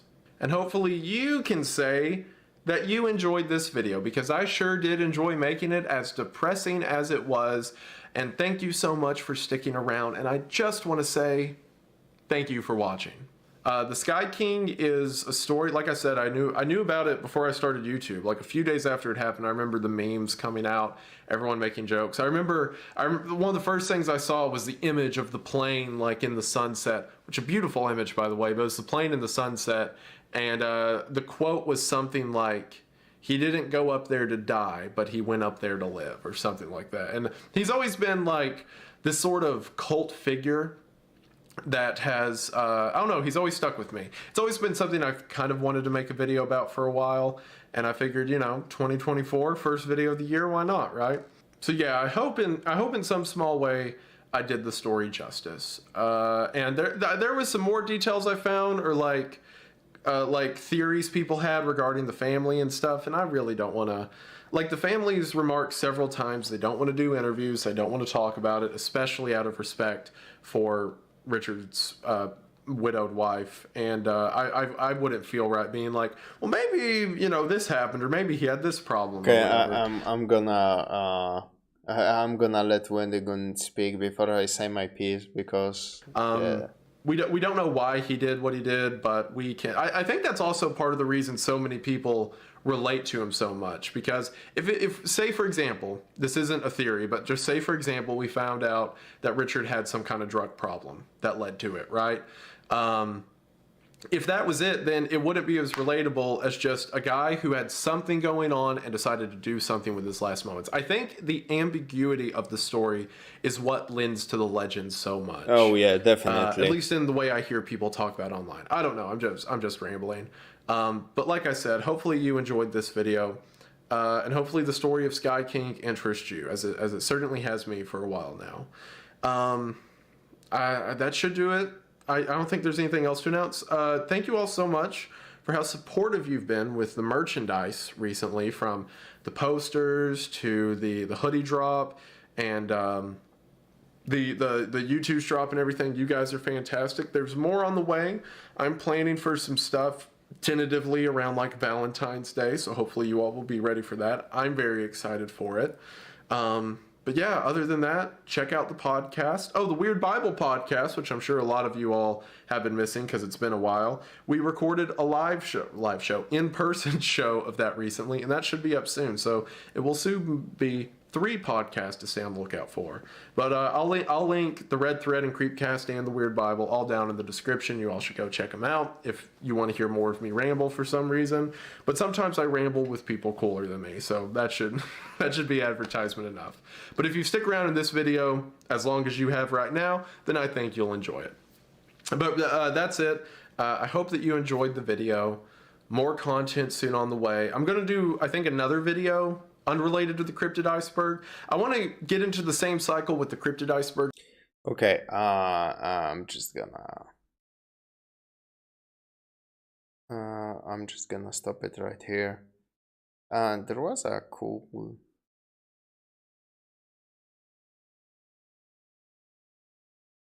that image. I really like that badge somebody made. Facebook group. Anyway, oh shit! Why did the quality drop so much? Anyway, yeah, I think here's like my final thought on all of this. It's never too late to change your life around. Like, people have this weird idea that at some age your life just stops. That's not fucking true. And even if that's true, that age is so impossibly much more later than you think. There is always like time to move, change your surroundings, change your job, change your like hobbies and your attitude.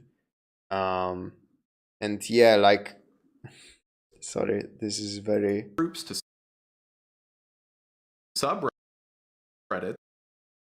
That was just a very unflattering frame for Wendigoon. Just wanted to change it because he's a very beautiful, handsome man, and I didn't wanna do him dirty like that. So like there's always time to do all of those things, and I think this person would have been happier if he was still like with us, and he, instead of doing this incredibly reckless theft, I think he would have been happier to try to become a real pilot, since he seemed to like really enjoy you know, being around aircrafts and in aircraft, and he romanticized like flying and stuff. I think this person would have been like more happy trying to go for another job,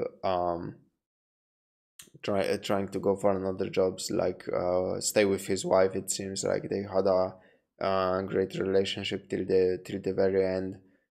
And like, I know it's not there's financial issues with that, there's time issues with that, there, like, where you live, it can be an issue. There are a lot of issues with trying to change your life around when you already got some kind of a career locked in.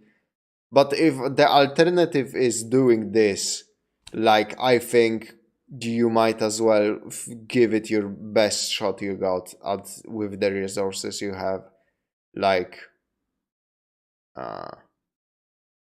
it shouldn't come to like this. Great video by Wendigoon. Obviously, as always, really enjoyed it. His videos just are kind of fucking depressing. Maybe he has some like unexplained mysteries that are less like just somebody found something. But yeah, this is just depressing. The bomb collar heist had some fun elements in it, in that the villains of it got their just dessert, but it was also depressing because the pizza delivery guy seemed to go out in such a fucking brutal fashion. So anyway, that's Wendigoon for you. And next up we have Gigguk's Best of Anime 2023, which is a little bit more lighthearted, I think you would agree. So yeah, we'll continue with that and then go through Warhammer cinematic trailers. I will just go grab a snack real quick, if you don't mind, guys.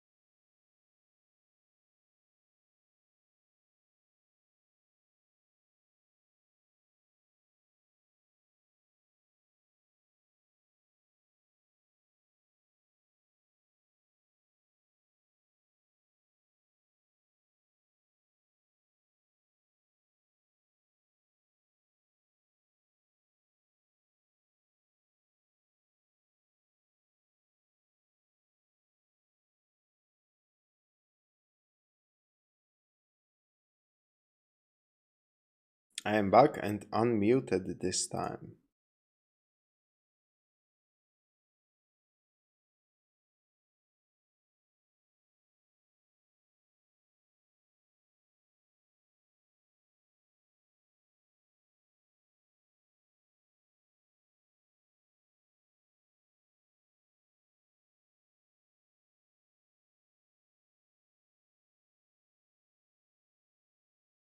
Let me just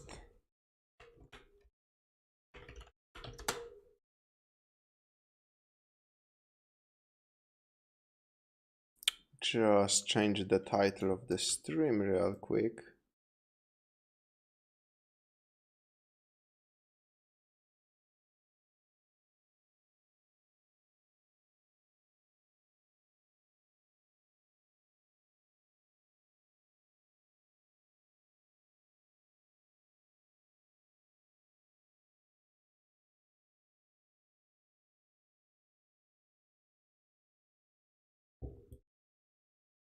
Whoa.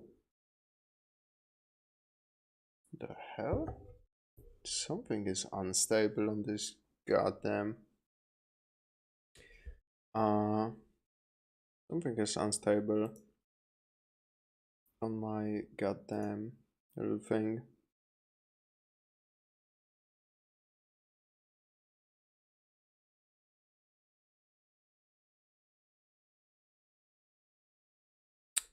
That's also called a table or a a desk in some cultures, you know.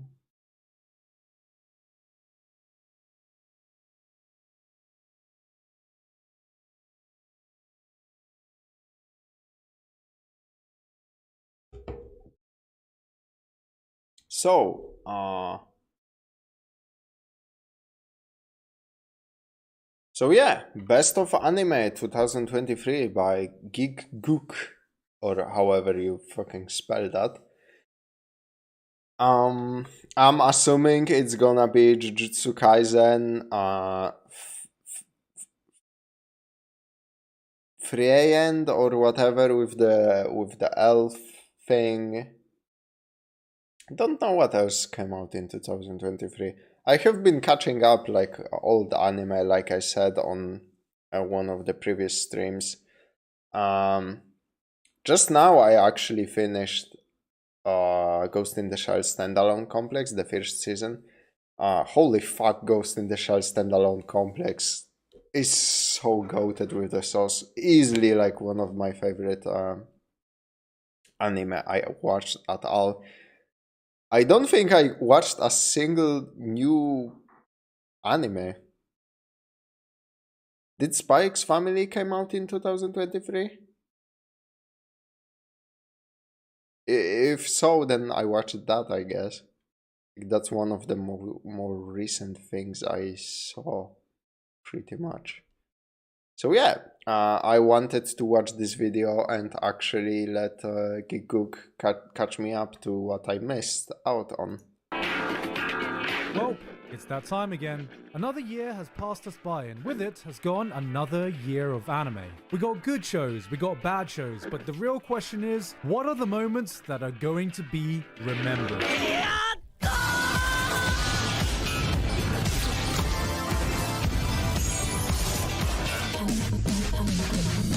2023 was a year dominated by absolute heavyweight shows just completely taking over. Anime seemed inescapable whether you were a fan or not. Successful live-action adaptations. Oh yeah, I guess I watched. I watched live-action One Piece. It was really cool, actually. I didn't expect it. Legendary series coming to an end. Memes. So many memes. I fucking... Man.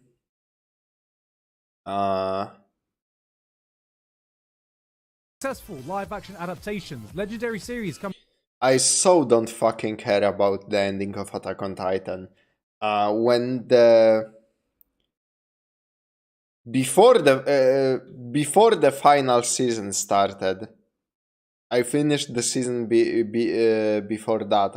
I don't remember what it was. And then I just read the manga with my girlfriend, and this fucking final season coming out like indefinitely fucked me up so much. I haven't seen like the last 2 or 3 parts of the final season.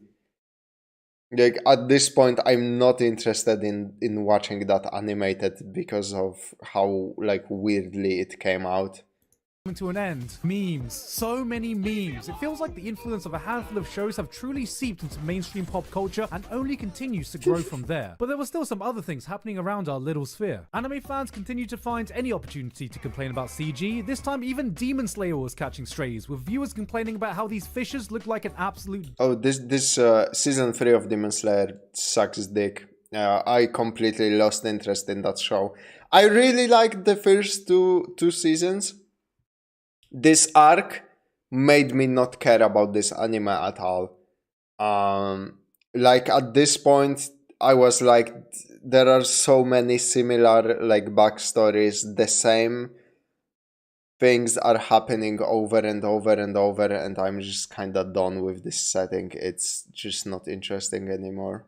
Joke. How dare any animation studio consider this acceptable? I don't give a fuck about the quality of the animation. I care about the quality of the writing, and the quality of writing in Demon Slayer seems atrocious. It didn't seem that at first, but now like I see the same tropes and the same backstory elements popping up, and I'm like, yeah, I'm off the train, bro. You can keep going. The hype train can keep going. I'm off completely. They cried. Meanwhile, in Isekai land...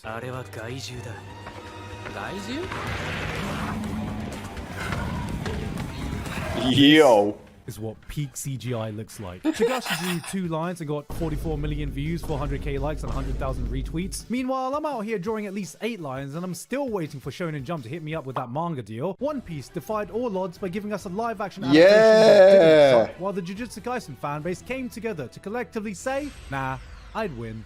Yeah, that's pretty much all I know about Jujutsu Kaisen. Still wanna give it a shot. Which is what I think they say when they enter a contest of who can more effectively spoil their fucking series. But they would probably win against this random dude from Mashal. And Rhodes Emus! I mean, look at him. He lasted like 2 seconds. Who the hell would play a character like that? Probably some dumbass hack. For real though, it's been 10 years now since I've been doing these yearly anime recaps. I have gone through a bloody decade of anime, and a lot has changed during that time. I can only imagine the wild things that were happening in 2013 back then. Hayao Miyazaki finishes his latest feature film, The Wind Rises, just before announcing his retirement from filmmaking at the ripe young age of about 197 years old. So that was a fucking lie. There are a lot of shows that didn't make my list this year. Not because they weren't good, but because I didn't have much to say about them other than it was good. Hell's Paradise was fun. So was Mashal. So was Undead Unluck. One day I'm sure the West will appreciate Uma Musume as much as Asia does. Today is not that day. Mushoku Tensei continued my favorite isekai story of all time by having its main character go, I cannot get it up. People have been trashing Rudy left, right, and center, but I think he's proved he's a real gentleman by showing that he never, ever raises his sword at a girl. What the fuck is that?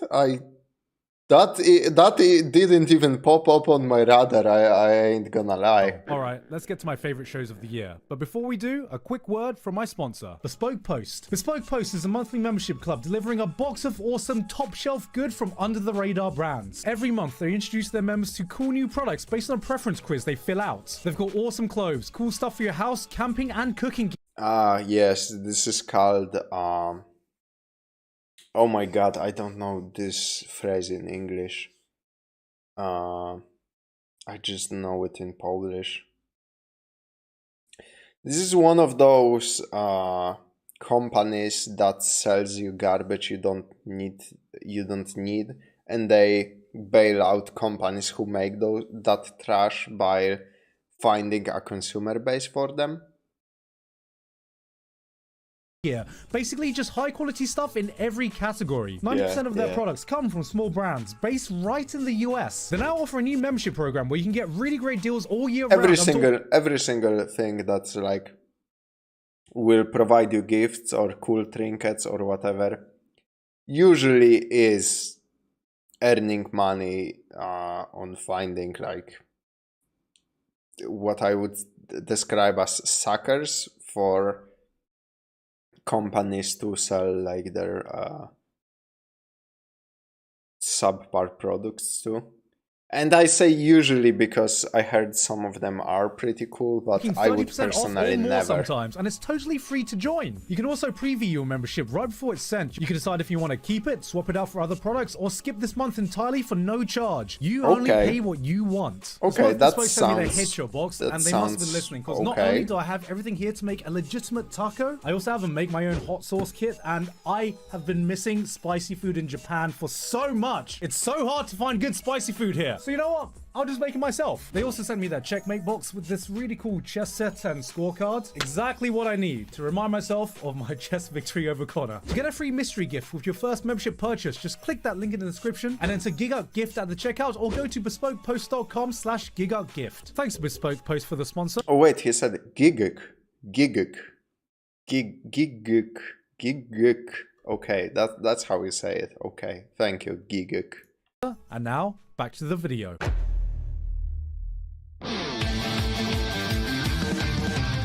The zombie genre is probably one of the most saturated and overdone genres you can find. Okay, I think I heard Super Eyepatch Wolf talk about Zombie 100. I am surprised, like, so many people actually talking about this anime, precisely because it is a fucking zombie thing.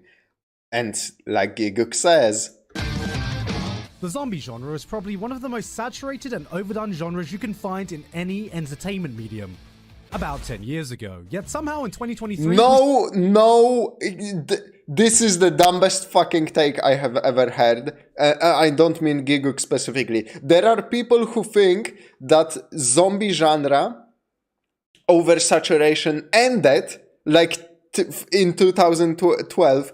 There are still fucking at least a couple of zombie games coming every year. There are still so many zombie movies. There are still so much zombie media.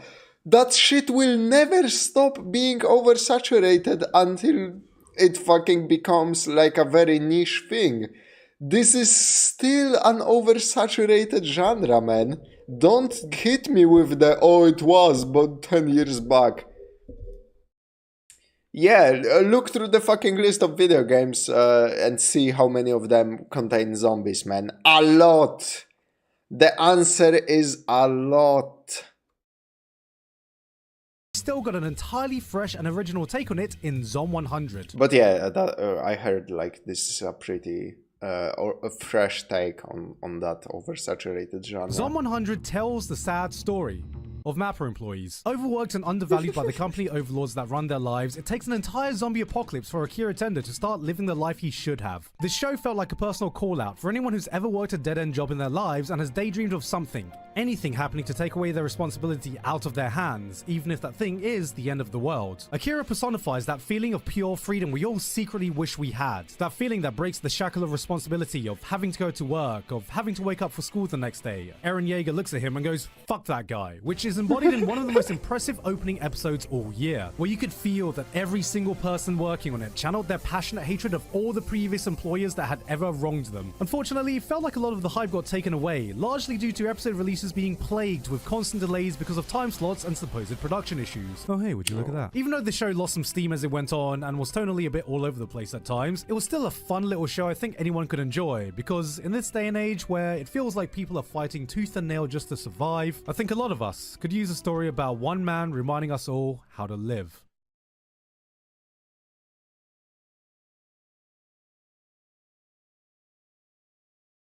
The most respected genre in anime, but this year we saw the 100 Girlfriend. I guess he had to mute a portion of that audio or something in his script went wrong. The fuck is this? The most respected genre in anime, but this year we saw the 100 Girlfriends Who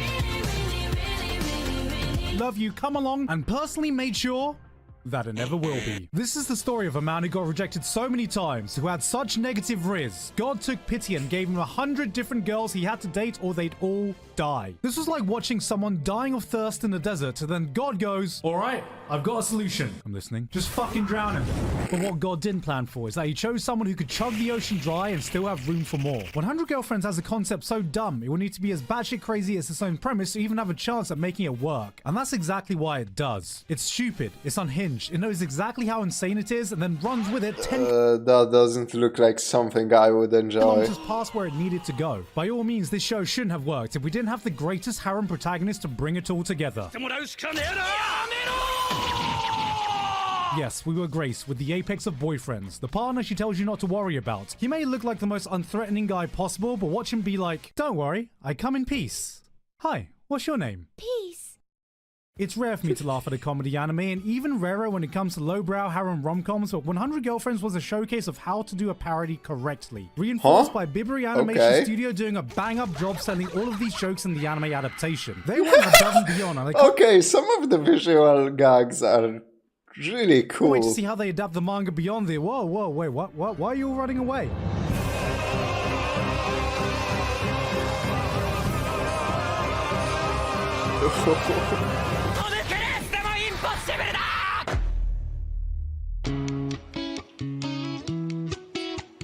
Oh yeah, I really wanted to watch Trigun. The original one.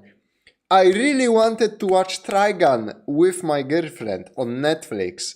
Trigun is there, the original. And you know what happens? We wanted to... Our Netflix has Assassination Classroom and Trigun from things that we wanted to watch. Because I told her I heard Trigun is kinda like Cowboy Bebop. And we fucking love Cowboy Bebop in this household. But then we go to the fucking anime, right? And the only options are French subtitles and French audio. Belgium is a unique country. It's not that unique. It happens in other countries too. But Belgium has two languages, right? There's the northern part of Belgium speaks Dutch, and the southern part of Belgium speaks French. And of course, that is because France is right next to us, and above us is what do you call it? Netherlands. So a lot of cool, like artsy old-time anime has a bunch of fucking French dubs and French subtitles, because the French apparently fucking love their classic anime. The only thing I can respect about the French, they got really good tastes in anime. And the Dutch don't give a fuck. And I am stuck on the Dutch side, and if there are no Dutch subtitles or Dutch audio or English or Polish, and even my Dutch is really fucking bad.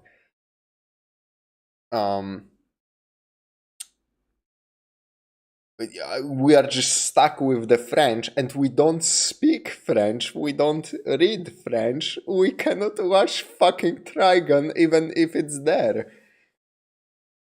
And they don't provide English subtitles for some fucking reason.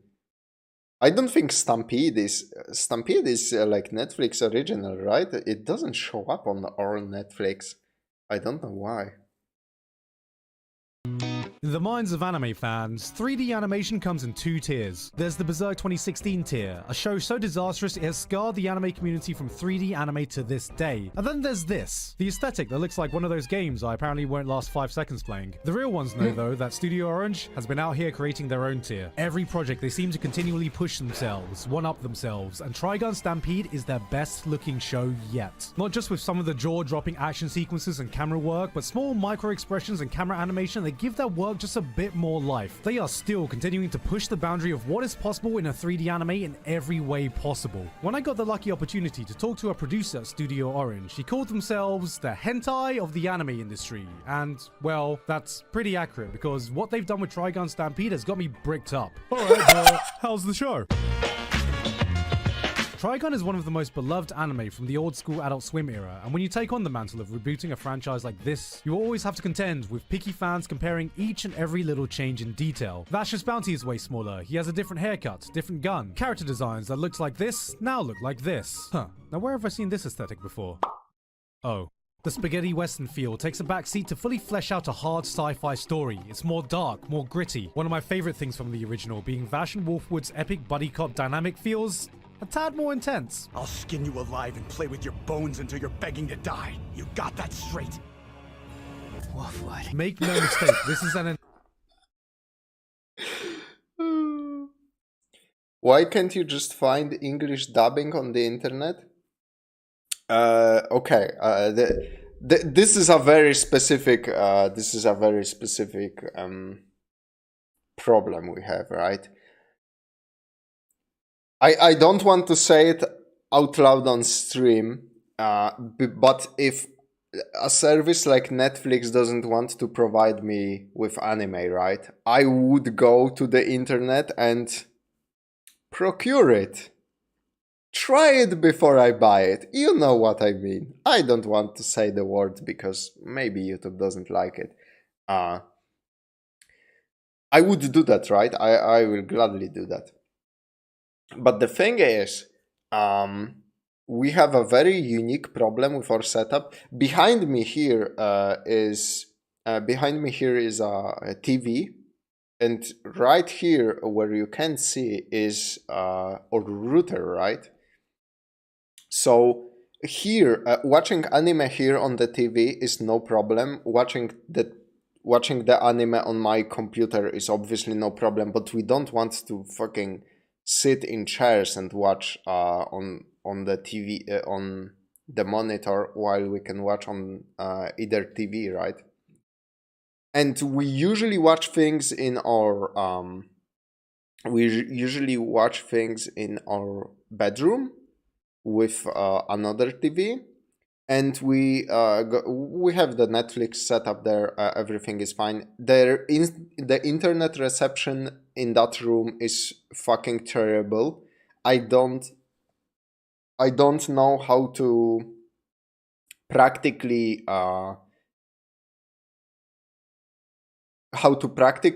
fix that issue. And the reception there is atrocious. Like, I usually like to wake up and check what's going on my YouTube, right? Read your guys' comments, see how, like, the previous day stats, how they look. I can't do that. It won't connect me to the internet. I am literally one room in that fucking direction, and for some reason I get no internet reception at all. Like, pages just won't load. And the same thing happens to the TV, or rather the laptop, because we hook up a laptop to the TV and we put on a show on a website, right, or YouTube or whatever, and it just lags so much, it's impossible to watch. And Netflix, for some reason, doesn't have that problem. Netflix, for some reason, takes that tiniest bit of bandwidth and just gives you a fully HD fucking show, which is amazing, good on them. But the Netflix selection, sadly, is obviously a problem. We would have to like hook up a fucking VPN or something, and I don't know how to do that. So yeah, this is just our very like personal problem with the thing. But yeah, sometimes we'll just download shows and watch it offline. And I just got really excited about Trigun because I wanted to watch it for so long, and it was on Netflix, and it just doesn't have any dub other than the fucking French. I mean, it does, but the Netflix won't provide it to me in Belgium. I don't know if it's like distribution rights or whatever. entirely new Trigun, but one thing I can always respect is when a reboot tries to do something different that the original didn't already do, and by the end of the season, it becomes abundantly clear what all these changes were leading up to, and goddamn did it leave me wanting more. In a time where I feel like we're getting starved of good, hard science fiction anime, this has to be one of the most unique and interesting sci-fi worlds we've seen in years, and I honestly think the way things are set up, it has the chance to do even more than the original did if it gets future seasons. When people remember Trigun, they say, oh yeah, Trigun. I freaking loved Trigun. But if you ask them before that what they recommended we go back and watch, Cowboy Bebop, Full Metal Alchemist, Trigun has always been on that second or third echelon of recommendations behind the classics. And I fully believe that with what Studio Orange have set up with this season, it has the potential to go up to this tier.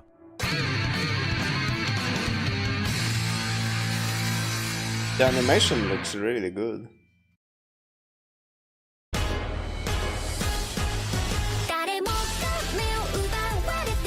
There were few anime last year that exploded onto the scene as fast as Oshinoko. Wasn't this like... Didn't this have like a really fucking questionable plot point? Did. Our hearts were torn to shred in a tragic 90-minute opening episode. A new meta was formed as anime companies saw the feature-length opening premiere and said, wait, you can do that? It's free real estate. The opening song became the very first Japanese song to top the global Billboard 100 charts. The people of my anime list came together and went, fuck you, Full Metal Alchemist, this is the greatest anime ever made. Then, everyone remembered there was an entire rest of the show you needed to watch. Describing the plot of Oshinoko is like, alright, so there's a doctor who's a huge fan of this one idol, then and it turns out that idol he likes shows up at the hospital, but then this one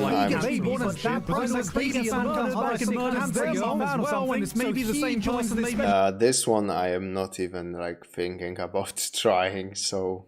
But then because he's really traumatic. So, it's an idol anime? No. Sometimes Oshinoko is a victim of its own insane premise. Like, I don't even know if I fully understand this main character. A grown-ass, idol-obsessed man who gets reincarnated as the son of the girl he idolized and grows up being obsessed with his now mum and any other girl who even remotely reminds him of her. Like, if I call him a motherfucker, is he more likely to say fuck you or yes please? Here's a feed of Sigmund Freud's grave right now. But behind all that, the show shines as this interesting, no bullshit, Instagram filters off look at the Japanese entertainment industry, showing you what really happens behind those closed doors when the cameras are turned off. I hate the media!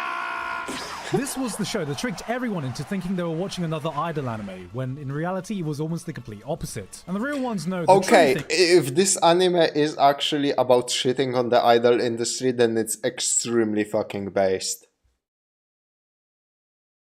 Oh, my mouse stopped working. Goddamn.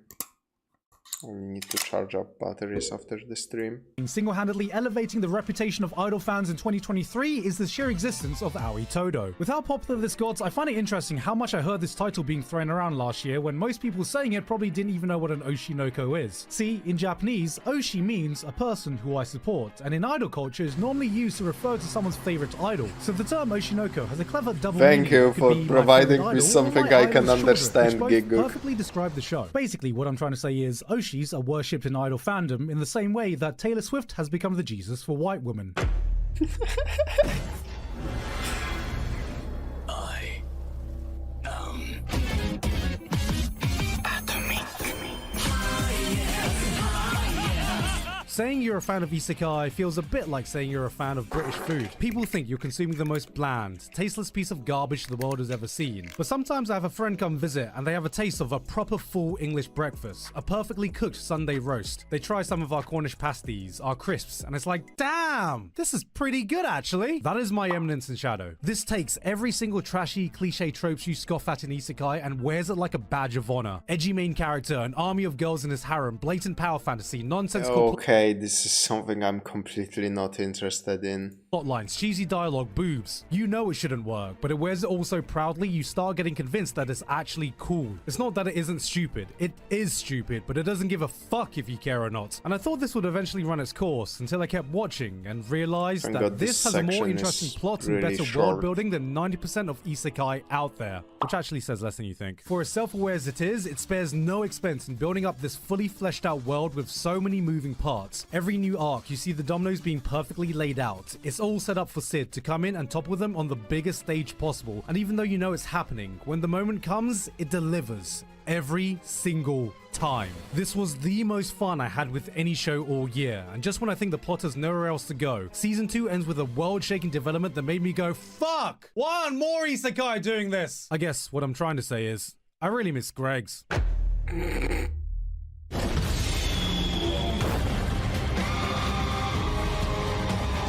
One man's freedom is another man's genocide. Eren Yeager, probably. Attack on Titan ended this year. I mean, I already read like the whole manga, so. The internet had opinions.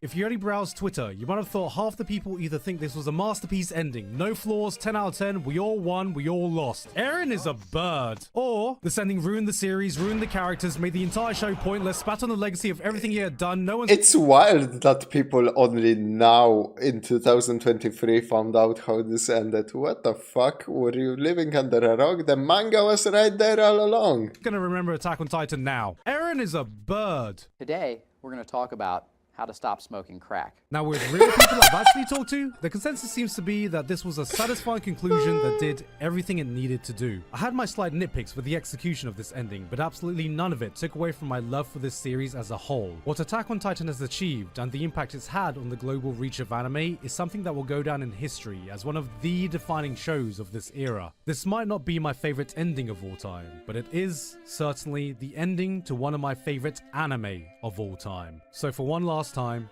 thank you, Attack on Titan. Only those around now will know that feeling of after years of waiting through final seasons of final parts of final episodes, 2023 was that time we could definitively say that this was the final bit of Attack on Titan we'll ever get to sell. God damn it.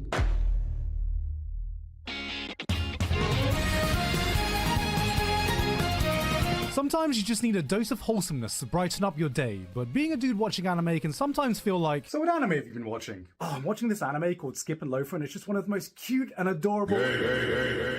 Yo, you catch the latest episode of Jujutsu Kaisen at all? There was nothing in 2023 that made me come out of every episode feeling as good as Skip and Loafer did. This shit was a weekly injection of sunshine into my veins. I mean, just look at this opening alone. The cool art colors, style. the vibes, the catchy song, this goddamn dance. It's enough to make any grown-ass man internally scream, "Ah! This is so cute!"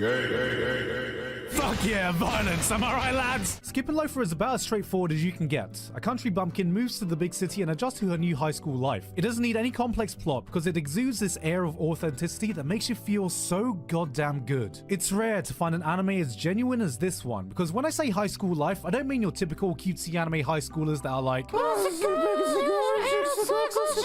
these are teenagers, real teenagers, just enjoying their lives to the fullest. No melodrama, no overly anime bullshit. This is youth and adolescence at its most pure without feeling like it's been put through some moe anime filter, and there's just something so endearing about that. But Gigguk, I'm an adult, why would I be interested in teenagers? Look, as a certified man, wait, that line sounded really wrong. Look, as a certified man baby pretending to be a grown-up, let me tell you, adulting sucks. We have jobs, we have responsibilities, we have goddamn taxes. Sometimes you yearn for a time when life was simpler and more straightforward, and maybe that time is romanticized. Maybe you're looking back at that time through rose-tinted glasses. But whether you are or you aren't, you'll never know, because we'll never be able to get that time back again. Ever. And it's those little moments, those simple times you cherish and reminisce about, that this show encapsulates perfectly. Like, there's this one scene where our main girl comes home for the first time during her summer break. She stayed up way too late catching up with her friends and slept in, but it's alright. Her mum's taken the day off and she has the whole summer ahead of her. So on this boiling hot day, her mum slices her up a watermelon and the episode slows down to a crawl as we see her just taking a moment to enjoy this watermelon while the sounds of summer ring on in the background, and she just stops and just appreciates. That's cool.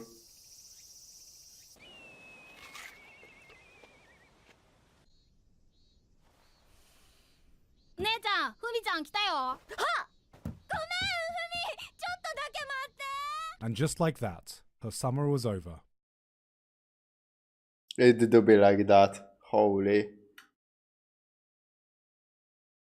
The fuck is this? Wait. When anime wants you to know one of its characters is crazy, it goes... When anime is trying to hint at something important, it's like... It do be like...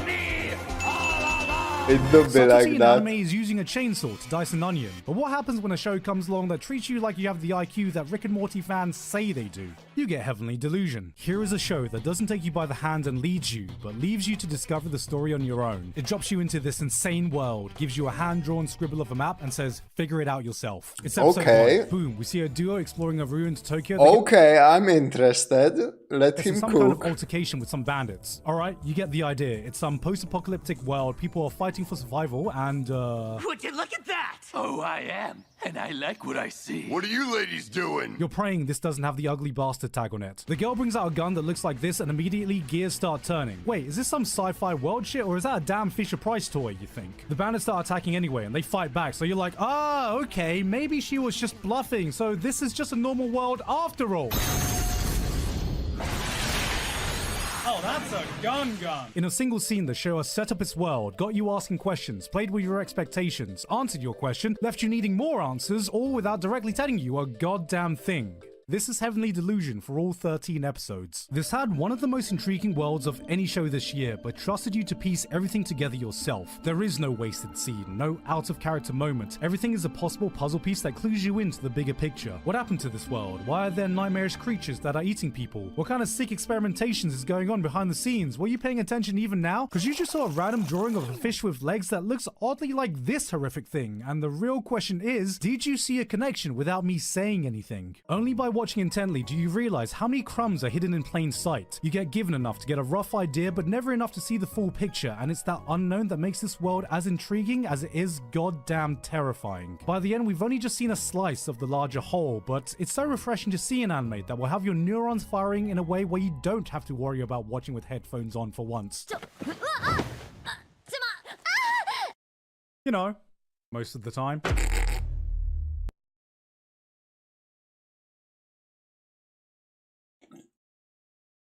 Man, Gigguk got really fucking rocked by those openings, huh? And I don't want to watch these Chinese cartoons, but in 2023, anime went, alright, but what if we had Chinese cartoons? Japan. Hijacker Diaries is an anime that takes place in ancient China, not China, in a palace setting that immediately reminded me of these badly dubbed Chinese soap operas I sometimes walk into my mum watching as a kid. At the beginning, I didn't fully realize what the big hook of this show was. Was it the House MD style medical detective stories? Was it the historical drama surrounding the palace politics? Yes. But on top of that, it has, simply put, the best female character we could find all year. And sometimes... Thankfully, because of SsethTzeentach's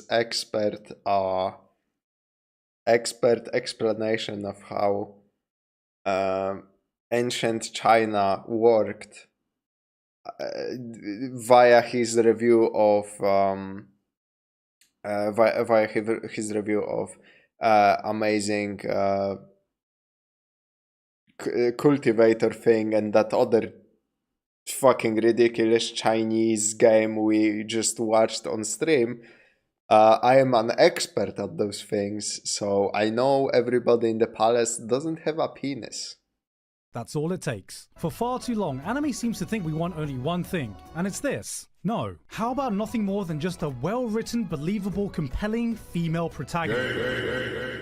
And this. Mao Mao is a character that deserves to be in the running for one of the best protagonists we saw in 2023, and was such a breath of fresh air to see. Her presence was overpowering without conforming to what a lot of shows seem to think a good female character is. It's not that she's not like other girls, or premium waifu bait, or a strong female character trademark. She's just... a girl. A well-written, believable one that doesn't forget that she's a person first before being just another girl. She doesn't have to be unfeminine to find the overly flirtatious attitude of some pretty boy unappealing. She cannot be your typical waifu bait and still absolutely slay when she needs to. She's not strong because she can beat up 100 guys, but because she's headstrong in her own values and beliefs. Here is a clever realist who acknowledges her place in the palace hierarchy but isn't afraid to throw hands when shit needs to get done. God damn, my girl just factory reset that bitch. Seeing Mao Mao passionately solve these medical mysteries while asserting her fucking dominance all over the palace politics made this such a compelling watch. And hopefully more shows will be able to take note of great characters like this.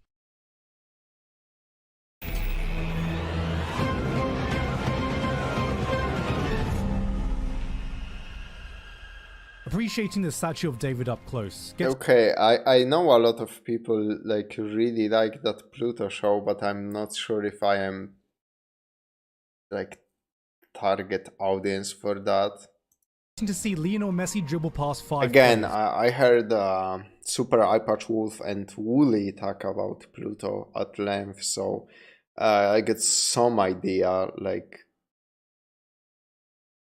how it Watching plays Jack out. Nicholson command every scene he's in. It doesn't matter what the subject matter is, it's always enthralling to see an absolute master of their craft at work. And that's the exact feeling I get whenever I get to see anything written by Naoki Urasawa. And Pluto was absolutely no exception. I once created a robot that was perfect. The greatest robot the world has ever seen. There are only a few mangaka that can boast such a legendary status as Urasawa himself. When you have a track record of titles like Monster, an absolute masterpiece with arguably the greatest villain anime has seen. I watched some of Monster. I am not a fan of Monster so far.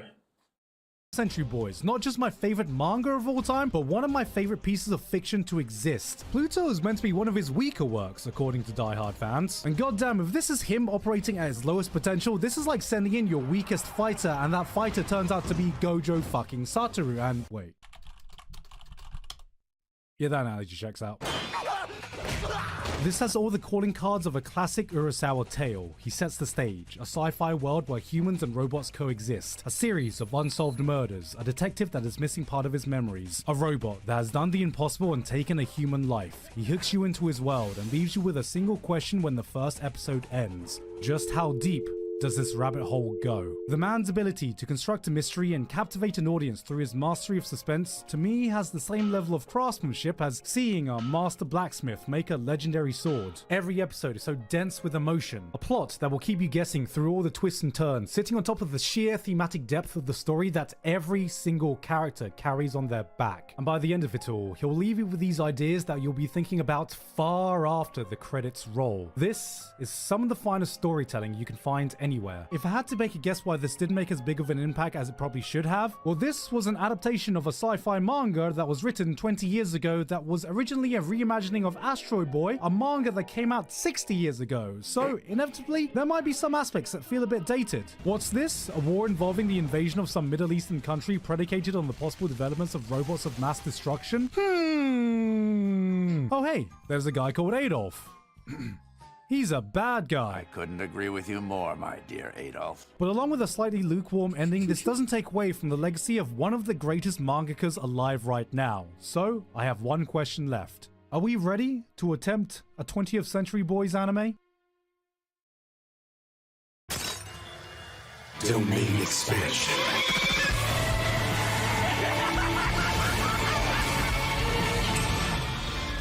I don't know if I should skip. I'm considering skipping this only because I will for sure at least try Jujutsu Kaisen, and I don't know how blind in I wanna go. Watch an action anime, you normally go through a season where you might see a ton of great action, but you know it all builds up to this one, or at most 2 episodes where the production values skyrocket and you're treated to this insanely animated fight that will drop your jaw to the floor. These are the scenes that everyone remembers and defines the top fights of the year. Jujutsu Kaisen went, how about we do that? For every single episode. I don't think impressive I've ever quite experienced if the collective adrenaline-filled ride Jujutsu Kaisen Season 2 has given me. You put on an episode and be watching some of the sickest shit that's ever been put on screen, and you think to yourself, there's no way they could ever top this. And it's at that moment the show will look you dead in the eye and go, I'll fucking do it again. And then it does. Again and again and again and again and again and again. So many amazing moments, so many sick-ass scenes. Midway through the season, the hype got to me, and I excitedly tweeted out, it should be goddamn illegal for an anime to go this hard. That was the same day all this came out. One of the biggest talking points has been Mappa's treatment of their animators during the season, and I think it's a testament to the blood, sweat, and tears poured into this that we got a product this fantastic despite the hellish working conditions they were going through. Demon Slayer, Mob Psycho, this may not have gotten the opportunity to be as polished as shows like that, but it is unmatched when it comes to its raw stylistic flair. Every single fight has a unique identity not constrained to one genre of action. We got gritty hand-to-hand combat, citywide disaster level brawls, insanely unique powers, idol dance beatdowns, there was a mecha fight, a fucking fucking mecha fight in a Yo. shonen anime. The amount of hype, the amount of fucking sheer disrespect. We got fucking rabbits throwing hands. This was one of the greatest showcases I've ever seen of, for lack of a better term, fucking cool shit. This felt I did consider skipping it, but it always fucks with the like experience of people watching the reaction, and they might get frustrated. So I don't really wanna skip sections, even if I'm considering it. Pure celebration. I will just tank it. Fight scenes and choreography. We were in the audience. They got to marvel at a symphony of some of the coolest set pieces you can find in the medium. The Shibuya arc may not have been peak storytelling or the peak of all shonen arcs, but right now this is the peak of action spectacle.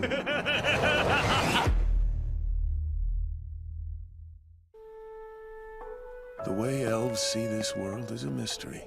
I thank you, Freyren. It's solely because of you. Yeah, this one people just fucking keep talking about and memeing. I wonder what he got in fucking at the top then. God damn.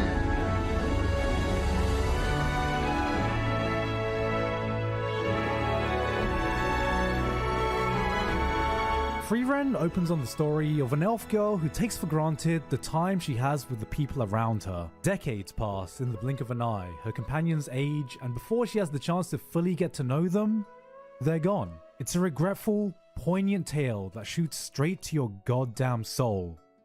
And then the opening's like... The show took a different approach to fantasy adventure while encapsulating everything that the genre is about. There might not be any demon lord to defeat or world to save, but instead we have a journey about appreciating the smaller things in your life. The beautiful things you might have missed if you forgot to look for them. I showed this to a mate and he was like, Freyren? You mean Side Quest, the anime? And I bloody ate him. Because of how fucking accurate that is. Yet it's through those detours you take along the road to your destination that Freyren absolutely shines. It's the type of show that grips you without ever needing to hit you with any flashy, high-intensity action scenes to keep your attention, and then hits you with these flashy, high-intensity action scenes.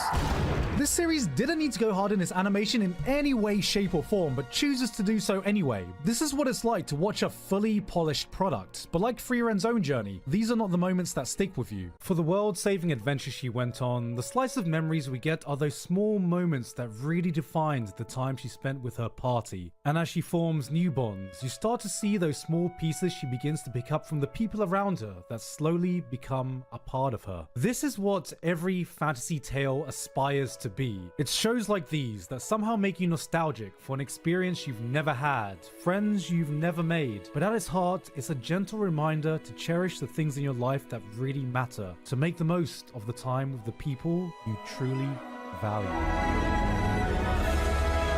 Sounds cool. The music is phenomenal. The music is fucking phenomenal. If that music is from the show, then holy fuck. Also, I'm assuming a lot of spoilers just hit me throughout that section, so fuck. Oh yeah, Vinland Saga Season 2 happened. Yeah, I watched that one, at least. I will be reborn, and I will atone for all lived. That's all we've ever wanted. Something in this world that can give us a reason to keep going. Okay, this sounds weird in English. I watched this, obviously, subbed, not dubbed.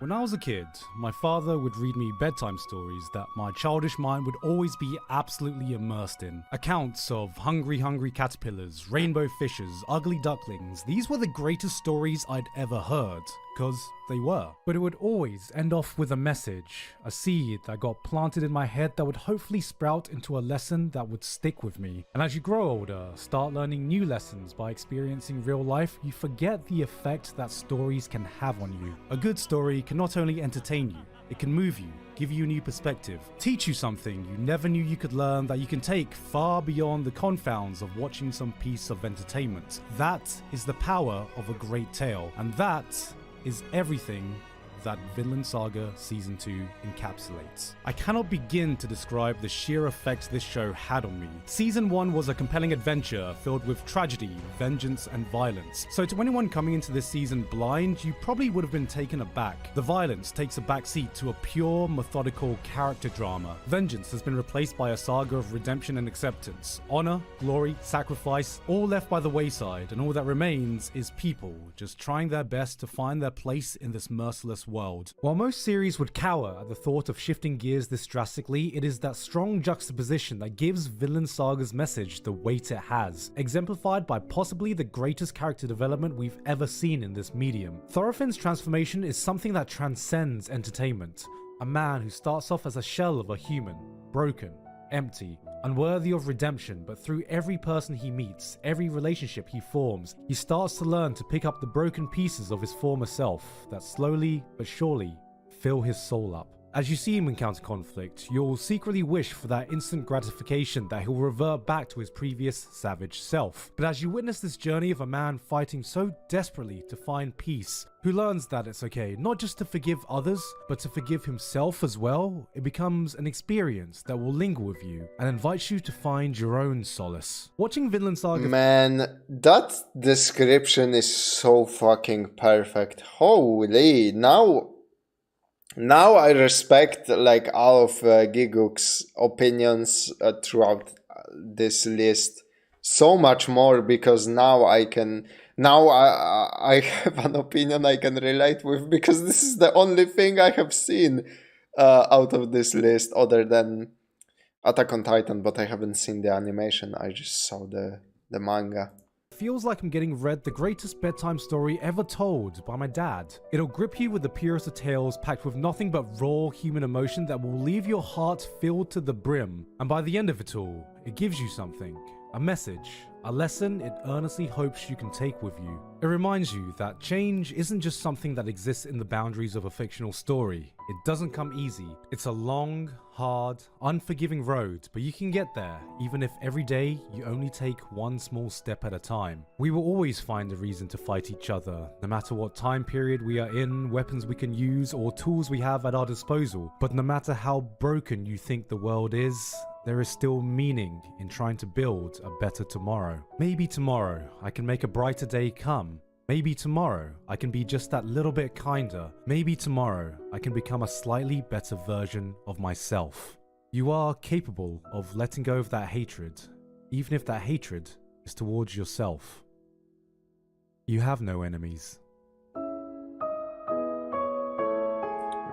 Beautifully summed up.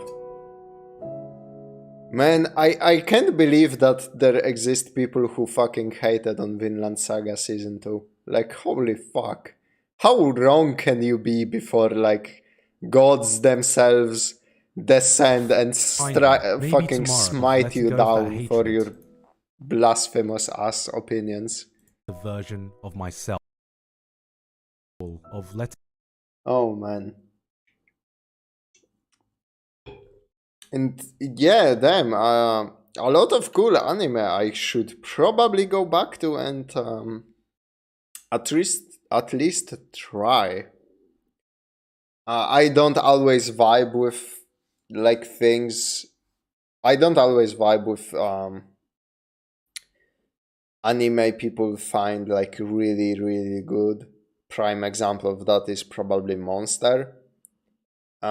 Even fucking Cowboy Bebop lost me for a moment, like in the middle of the season, but I definitely got back on the train and rode it all the way.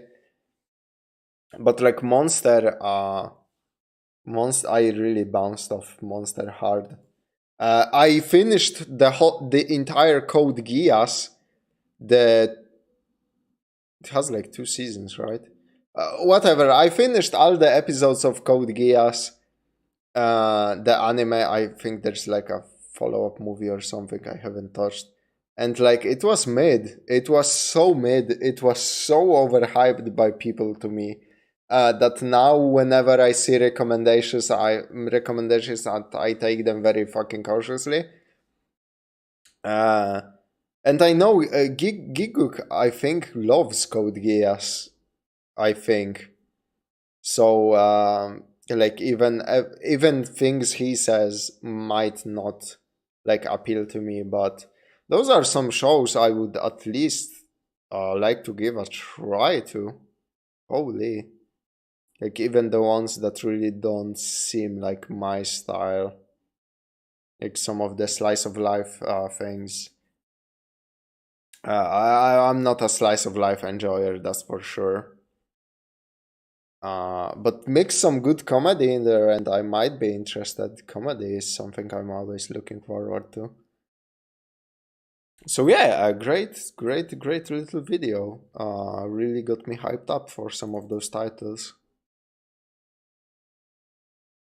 You know what? Fuck it. I would just subscribe to Gigguk.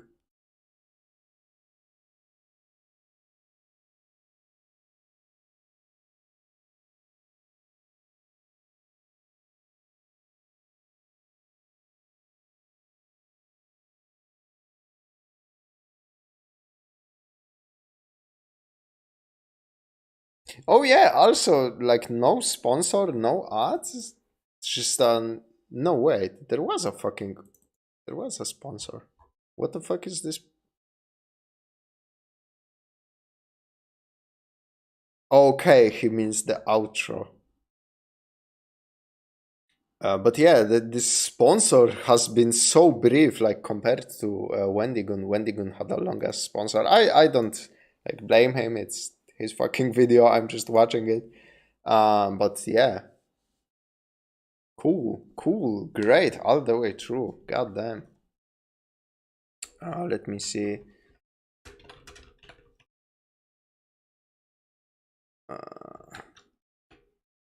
Let me look up all the trailers for Warhammer 3.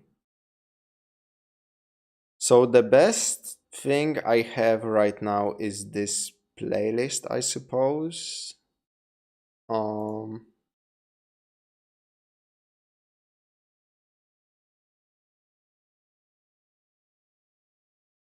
Nah, I'm gonna do it differently actually. I'm gonna go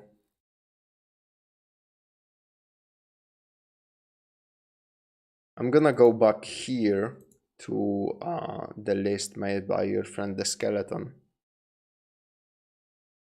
And he made an updated version of this trailer, I believe. And I will watch like everything.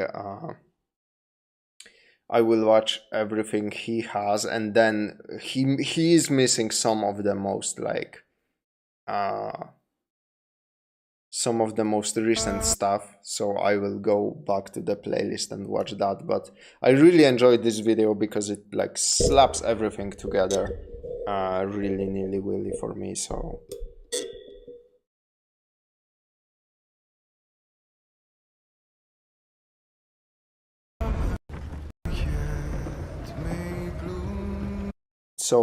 let me just go for a tiny break, and we'll be right back with Total War Warhammer 3 all in-game and cinematic trailers and intros.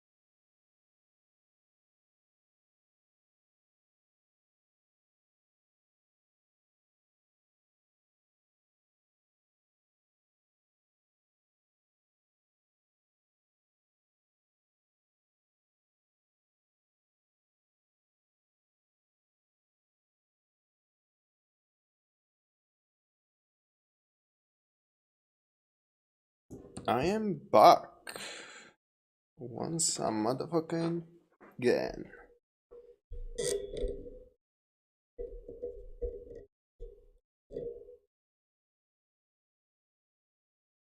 I wanted to finally download Total War, but decided to go through Rogue Trader for now because Total War weighs 60 gigabytes. Damn, that is a lot. I'm assuming Total War Warhammer 3, right? Or did you mean like some other part of the game?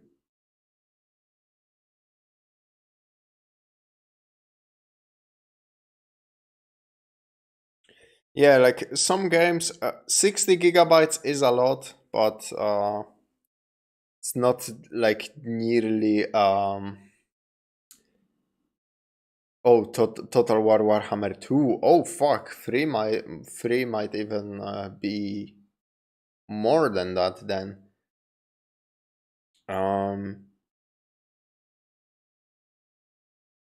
That is quite a lot actually. God damn.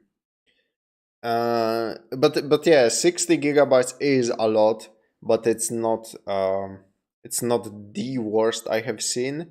But that's only because some games are fucking out of control in terms of how much fucking space they require you for the installation. It's getting ridiculous. Developers are just not fucking optimizing games anymore.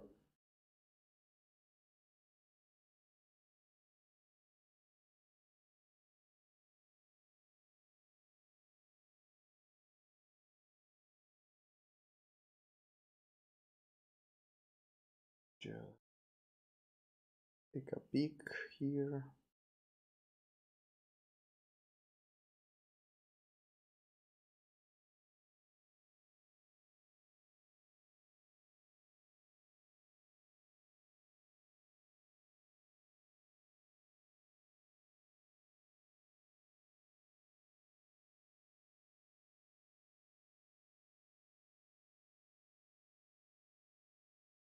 Baldur's Gate 3 is scaring me. More than 100 gigabytes. Jesus fucking Christ.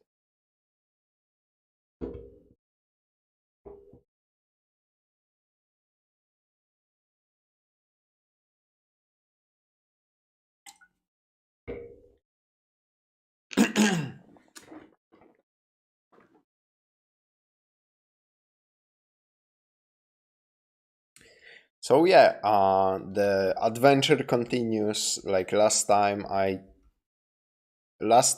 took a look at all Total War Warhammer 1 and 2 trailers and like cinematic trailers and some intros. And this time it's gonna be all Warhammer 3 because it has like the most lengthy and the most amount of trailers out of all the games. Death is like the winter chill. No door can keep it from us. And summer yet may bloom again, though ice be all upon us. My child, there is so much to tell you, that I have run out of time. The sacrifice I made was not enough. The dark gods still. Sup, what's your favorite Polish grocery store? XCOM 2 70 plus gigabyte and games small like around 40 hours if you grind. Yeah, and XCOM 2 is not like XCOM 2 is not a new game by any like stretch of the imagination. My favorite Polish grocery store is probably Żabka because they have like they have overpriced shit, but a lot of a lot of new flavors of energy drinks to try, and that's why I always went there. Also, their hot dogs got me through the fucking college, so... Feed on our transgressions. Corruption. Lovely image. Obsession. Deceit. Rage. You must face these demons.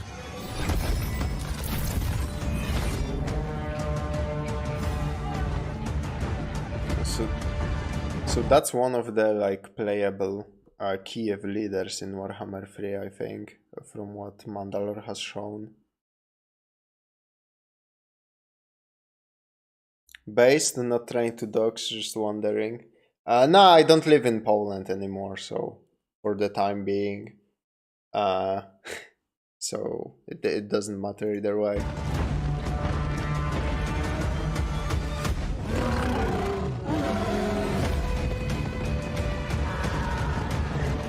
Yeah, the winged hussars! It's cool that you can have, like, basically winged hussars on fucking polar bears in Warhammer 3. It's so funny.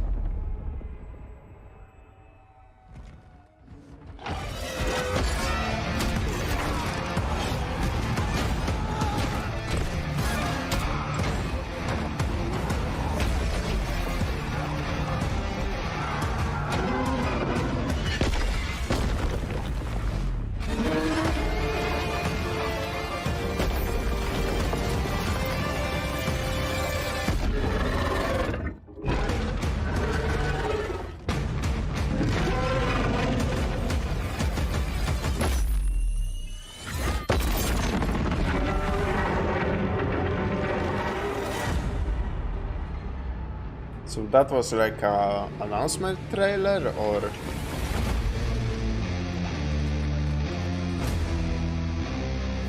Ooh, that guitar riff at the end. Oh my god, chills, man. Holy fuck.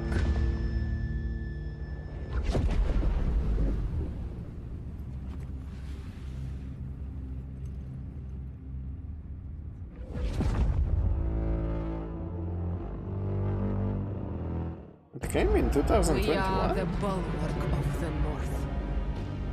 Behold the... So I'm assuming this is gonna be a faction trailer for Kiev. I just wanna say, in regards to that last trailer, again, reinforcing that idea that being a fucking human in this universe just sucks complete balls, man. Unyielding motherland. Through the teachings of the Great Orthodoxy, this world's end is kept at the bay. Our mothers and fathers, brothers and sisters. Kiev is so funny for like mixing all of the like Eastern European nations basically into one in one way or another. It's such a weird mixture, but I suppose it kinda works. Stand united against the I like their aesthetic anyway. with the strength of Urson, the mighty bear god, and the power of winter itself. There, them, go!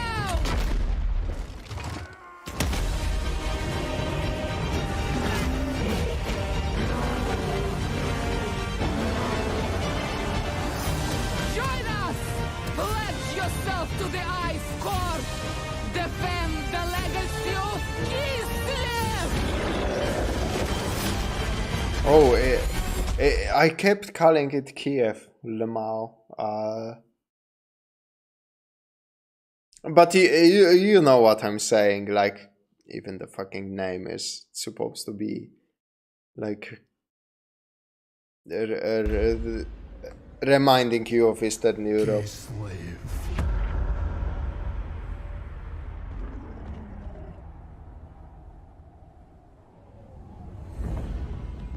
The motherland has turned her back on us. Cool fucking armor. Holy. Wasted land. Brothers and sisters betrayed. Was the meek cling to power? Is it just?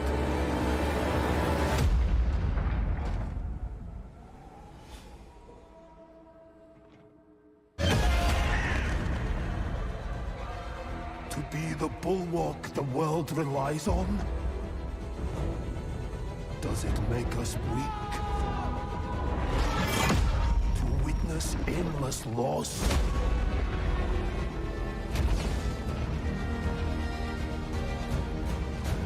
Do we falter?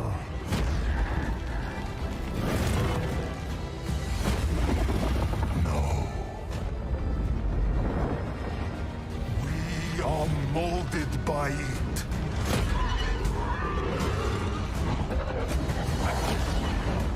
Forged hot against an anvil of ice. Rage consumes us.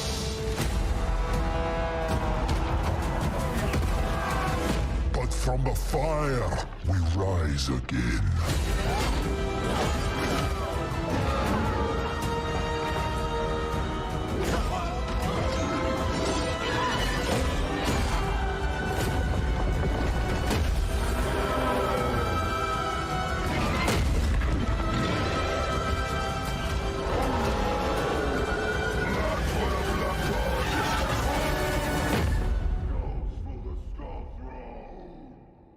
Oh, damn. That's some great audio mixing in there. Love corn guys because of the armor, I assume. I think a lot of the demons are quite unique. Yeah, the corn demons, they're like really buff with that armor. That there is that one like model with a helmet that essentially covers the entire face, and there are small holes in it. I fucking love that design so much.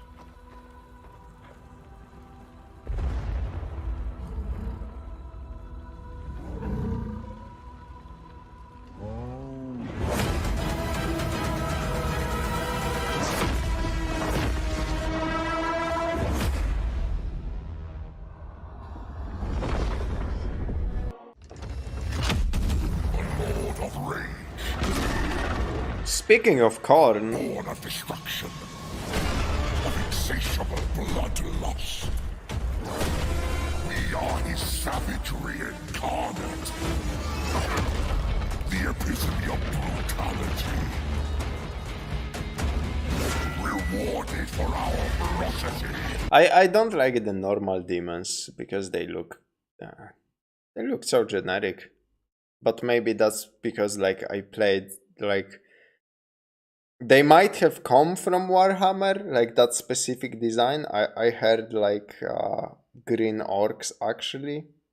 I heard green orcs like come from either Warhammer or 40k.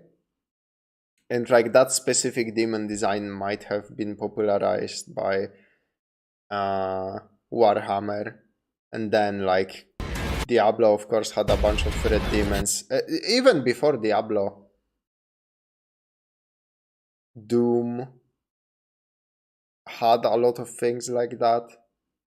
But by now, like, every time you see demons in fucking games or fiction, it's like those red guys. Join our relentless hunt.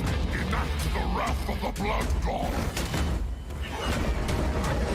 But like the armored units look fucking amazing. Blood for the blood god. Skulls for the skull throne.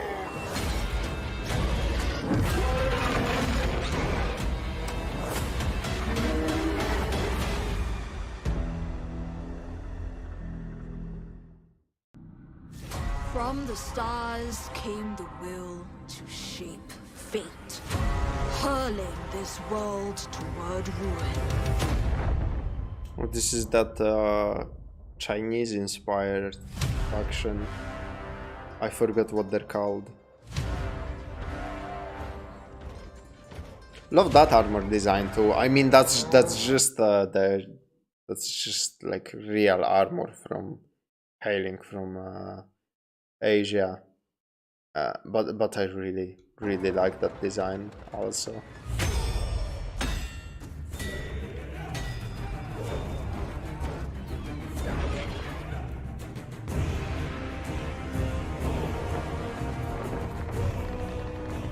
This burden is mine to bear.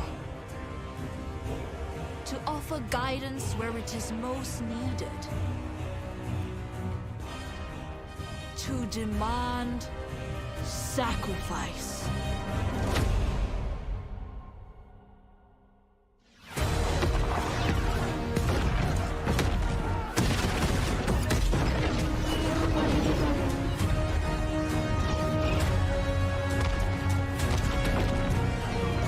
Those fucking lantern balloons are so ridiculous. That's so goofy.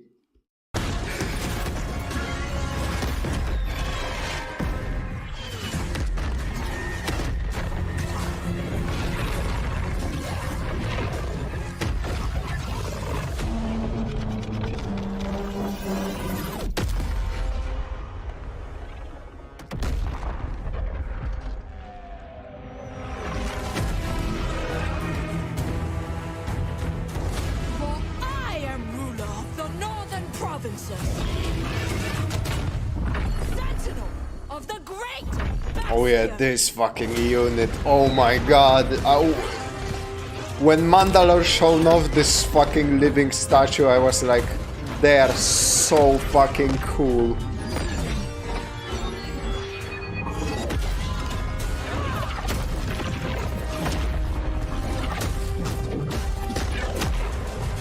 Oh, she a fucking airfall metal bender, what the hell? I also love the two-headed bird. I think that's like one of the heroes of SsethTzeentach faction.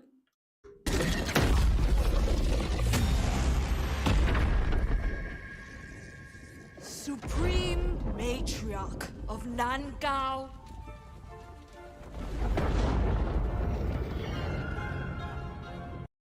Yesterday, the rogue trader finally found a two-handed sword, went around slashing heretics with a happy face. Heard a lot of people were waiting for that rogue trader 40k game. I don't know much about it, but I heard it's pretty good. Master of the storm winds. Daughter of the dragon emperor. This trailer is so fucking dark, man. Also, the music was a little so far. Endures without harmony.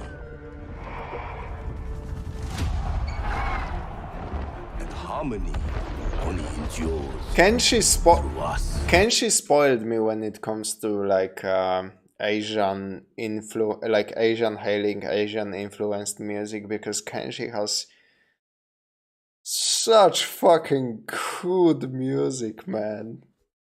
And like whenever I hear stuff like this, like at the beginning of this trailer, I'm like, that sounds a little generic. But let's give it a are unmoving like the mountain. We will not benefit of the doubt. It might get better as the trailer goes.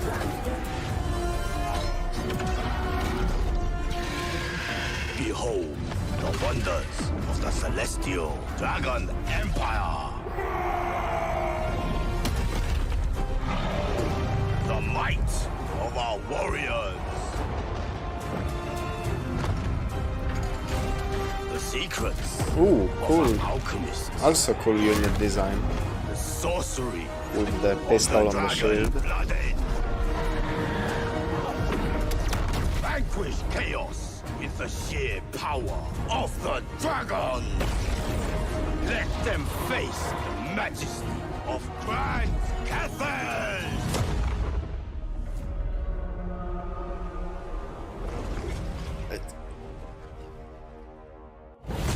Oh, give me a second. I need to look up.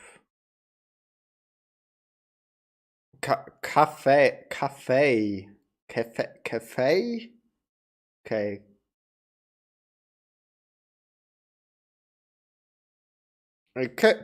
Cafe seems to have like some really cool fucking units in their army also. It is foreseen. Change was inevitable. There we go. That's my favorite beard guy. Masters of manipulation, orchestrators of grand complexity.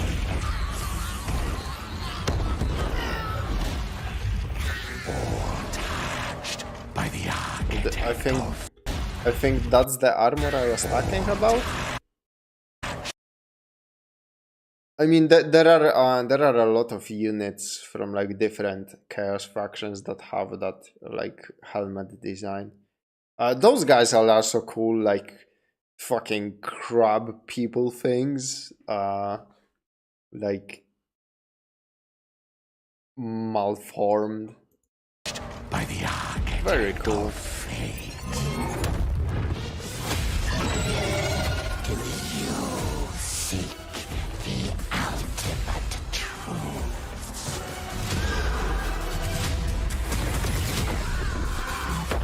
Will you reveal the unfathomable?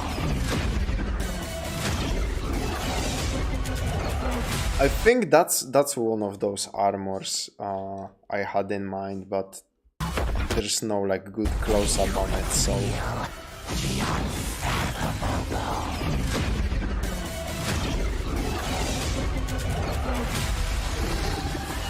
Manipulate fate.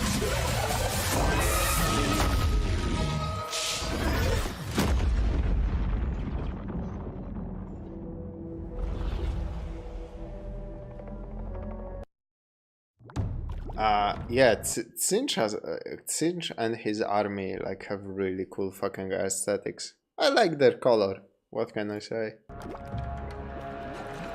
voice in our ears but the more we race the sound of its call. We'll thunder and feast on any beast. Doesn't matter, we'll snack on them all.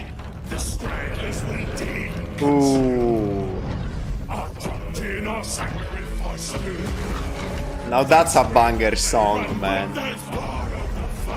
As the ogres are coming to get ya. There's jumping on this. Tearing, chewing,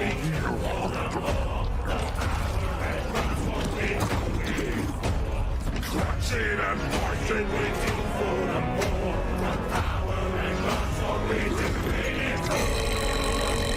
Look at them happy boys just living in the moment. Oh yeah, this game has a lot of cinematics. Savages. But we don't care what they's calling us. No one can stop us from looting, hating, warring. Theirs is ours for the taking. Oh, that's a cool animation. To be a tyrant, ripping them limb from limb. Eat it till you can't eat no more. The great Moor's angry. They have some cool unit designs too. Devour the Ogre Kingdom! Like, obviously they are all kind of just the same ogre, but like the different the different units, like the guy that had blades for his hands, or those guys that fought with kind of like a fucking pirate with a saber and a pistol. Cool.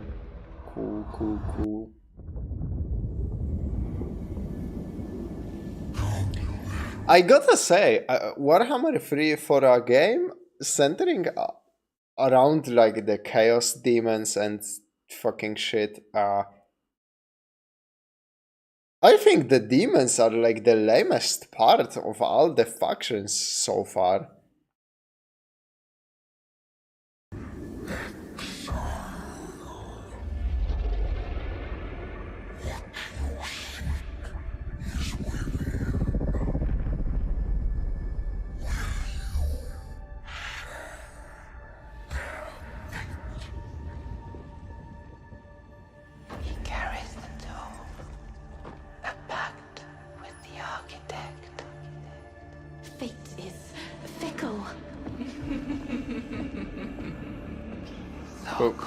Going back to elves? He wants more. We all wanted more. Oh no, that's gonna be maybe the Slanesh army.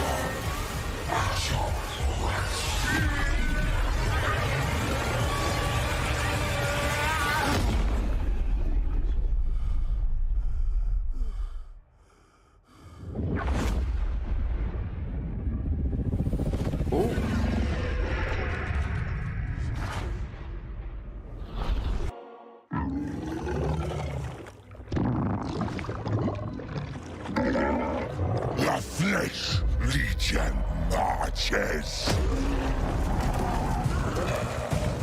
A pestilent parade. Gaze upon the dominion of life and decay. A fertile universe pregnant with flames. The time for virulent rebirth is upon you. Rejoice in proliferation.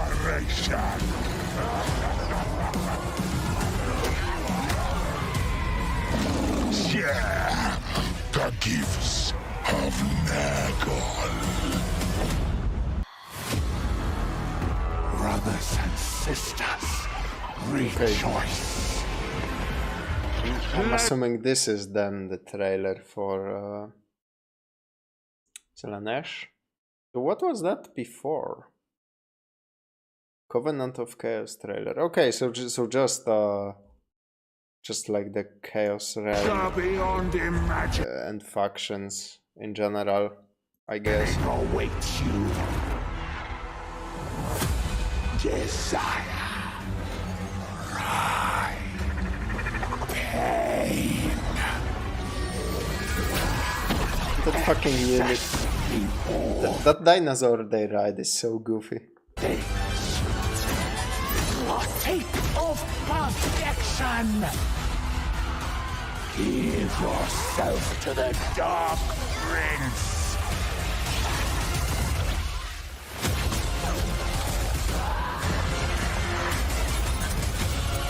Feast on the delights of this world.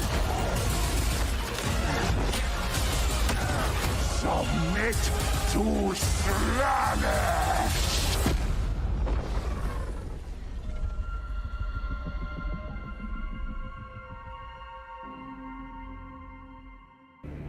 I was mortal once. A prince then. A prince now.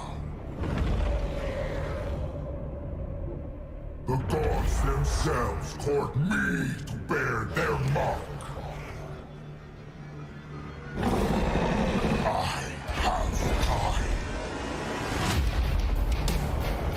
to revel in this coming slaughter.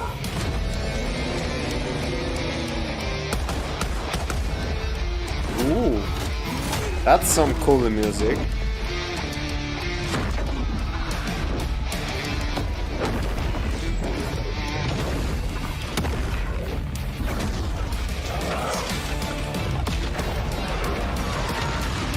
That's a one cool ass fucking unit. Or hero, or whoever he was.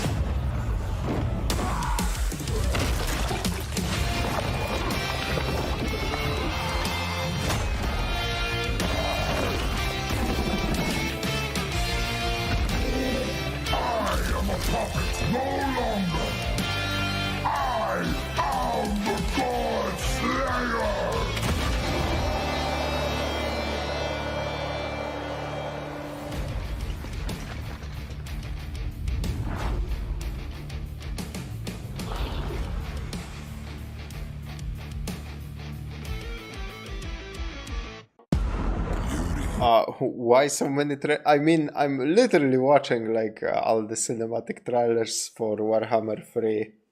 That's why there are so many trailers. Unless you are asking like about why they did so many trailers like at all. I don't know, an hour of trailers seems like excessive for one game.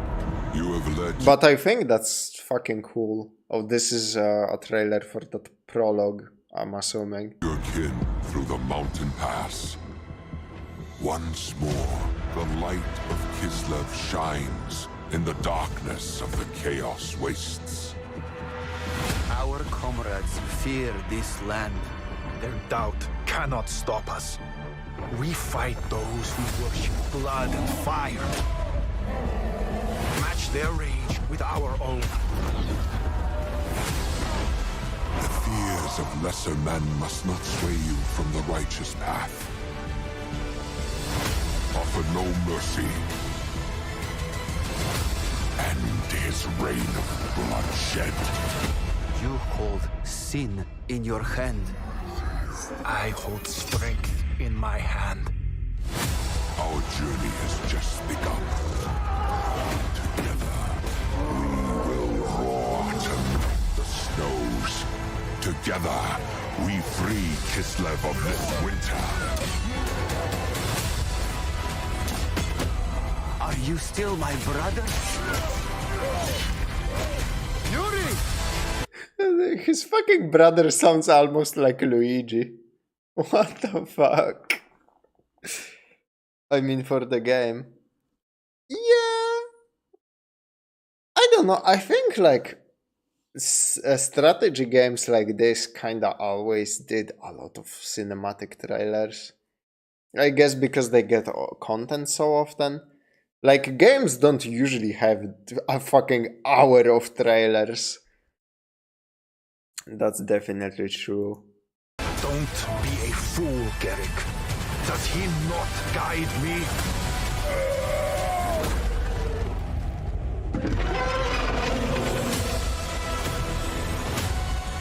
Find me, son of Kislev.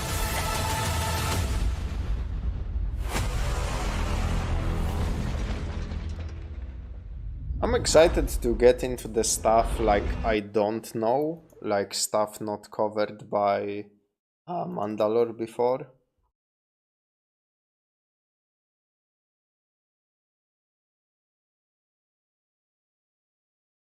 And I think like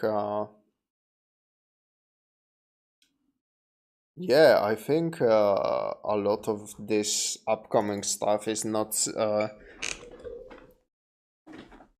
a lot of this upcoming stuff is something not mentioned by him, so it's gonna be like completely new to me.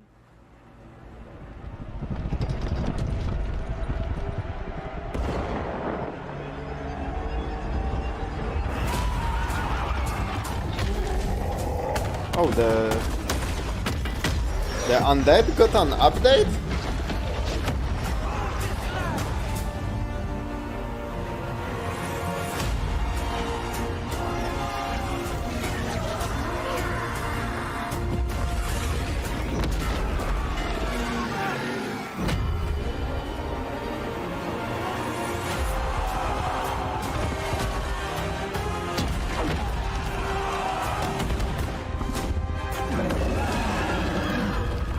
Or is this like that they brought stuff from previous games over to free? The so-called big map? Summon the Elector Counts!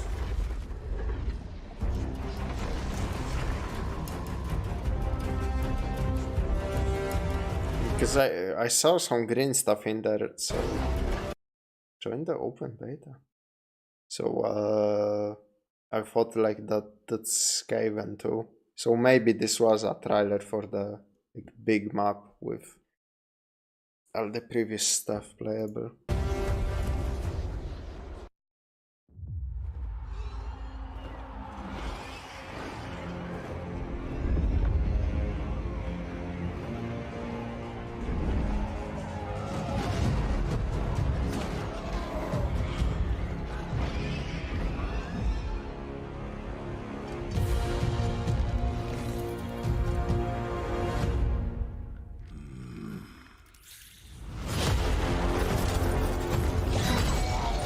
Okay.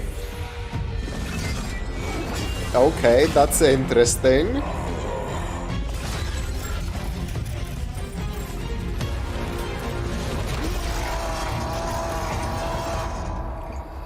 That's very interesting. My honest fucking reaction.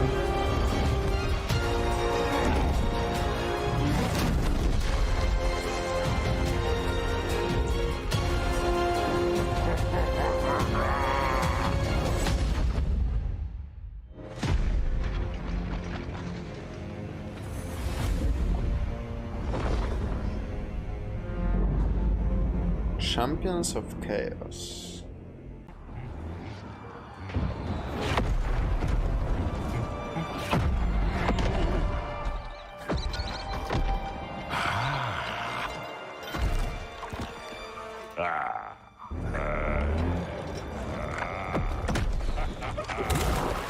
Who is this little goofy fella?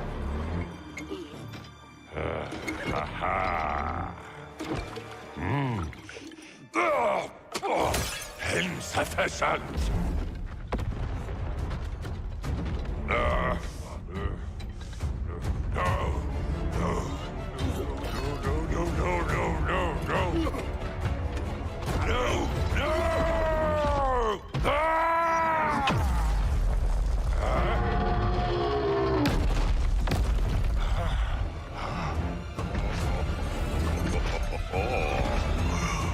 Of course.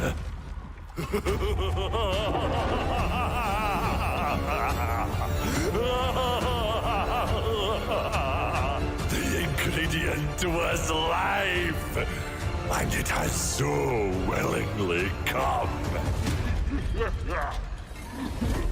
That's cool. So they so I'm assuming this was a series of updates that added like new playable characters for the Chaos factions.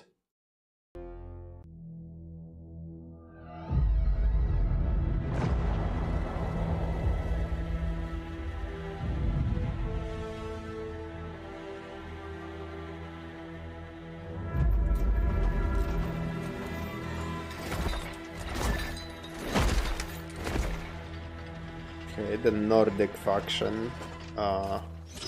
Forgot what they're called too. Norska, I think. Don't care. Holy fuck, he's cool. Oh my god, he's cool. Oh fuck, that's so cool though.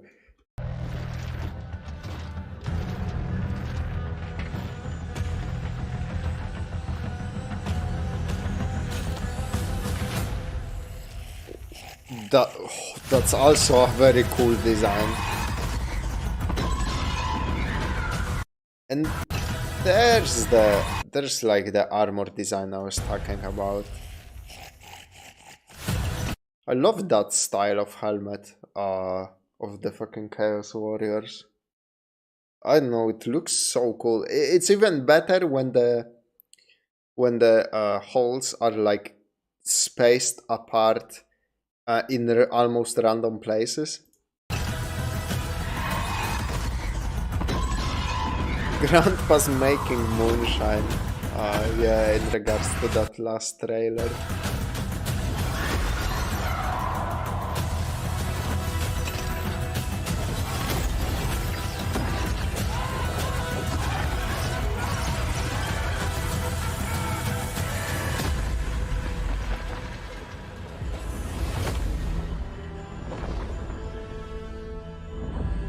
So whose army does he represent? Tzeentach's? Or Slanesh's? Has to be Tzeentach, right? The blue would suggest so.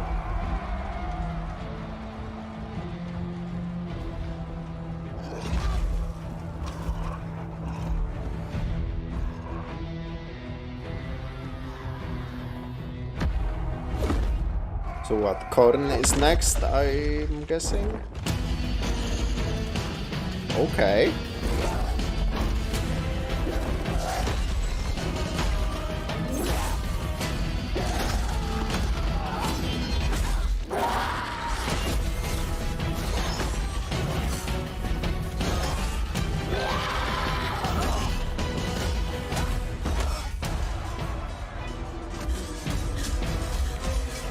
Man, those are some cool designs. Also like, guys, hear me out, okay?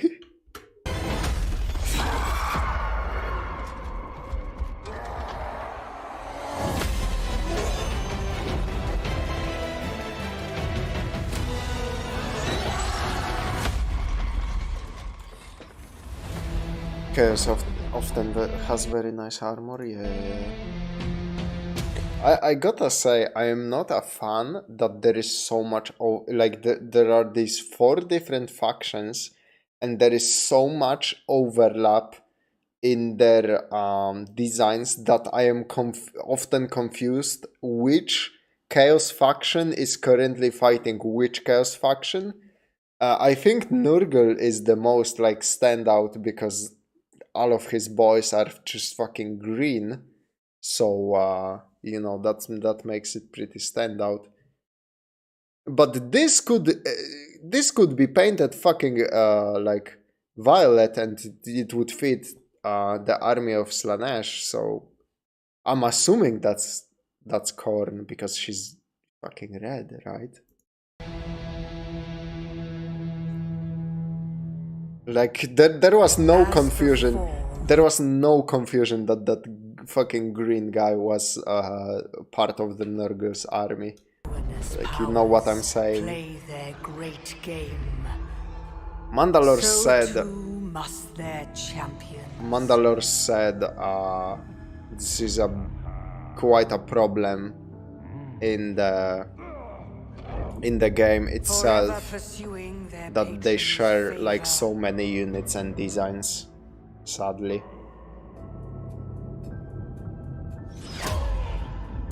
To be favored is to be blessed.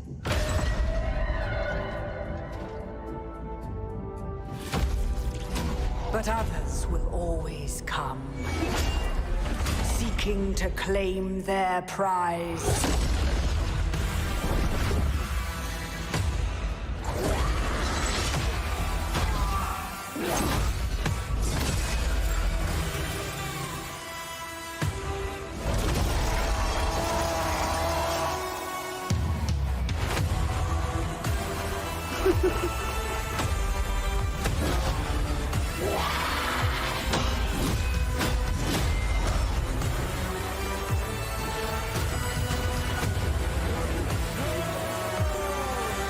Okay, this is some kind of a compilation of all of those trailers that we already saw, I guess. From such opportunity.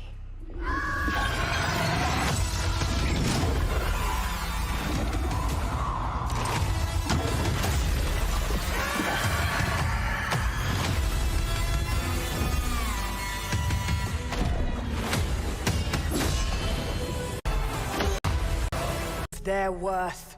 Like, now the time has come to reap what has been sown. The true test awaits.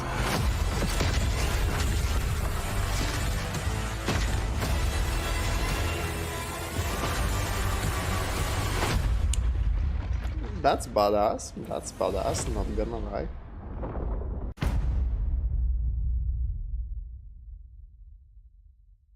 It is time, my lord, to engrave your legend into the world.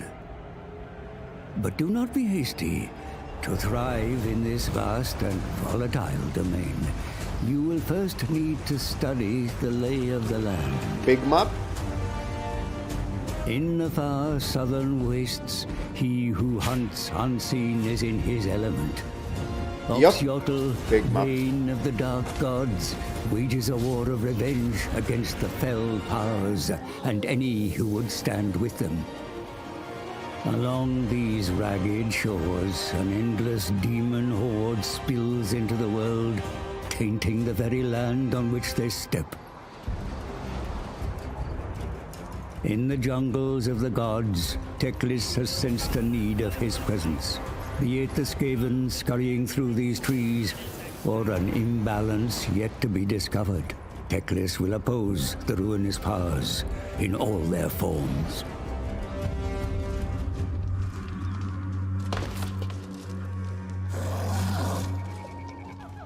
Khalida, High Queen of the Court of Lybaris Tomb Kings, has reclaimed her ancient homeland. But her reign is fraught with challenge. The Silver Host vampire counts also lay claim to these lands, and from their cold hands, Khalida must pry the crater of the walking dead. Well, why the fuck would the undead want to stake claims for a desert? For a desert, don't they kinda hate that climate? To the lush east, Krugarth Plaguefather scours the Dragon Isles for new ingredients to fortify his plagues. Amongst the tropical palms and sandy shores, he discovers an enemy.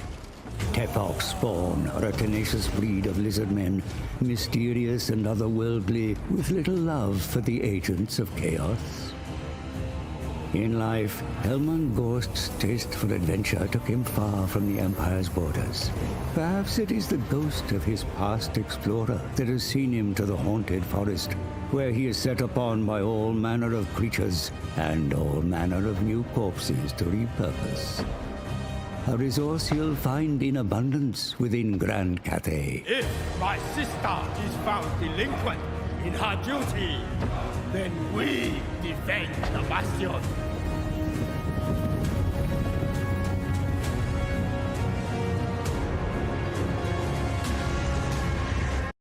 Well, they're dead, so what's a little sunshine for them? Maybe true, maybe true. The Dragon Emperor's territories are vast, varied, and fractured. Amongst the stoic Cathaeans, whose architectural prowess is beyond compare, skulk creatures of foul intent. The vampiric curse siphons life from the land, which is trampled beneath the heavy boot of orc warbands, and, burrowing deep into the heart of this once great nation, a subtle infection of Skaven.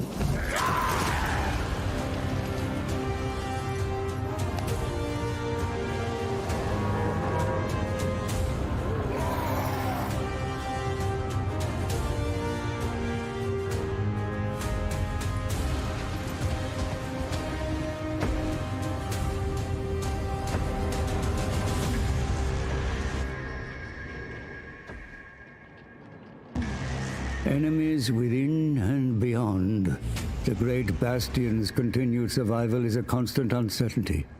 One Miao Ying must contend with if she means to bring harmony to her homeland.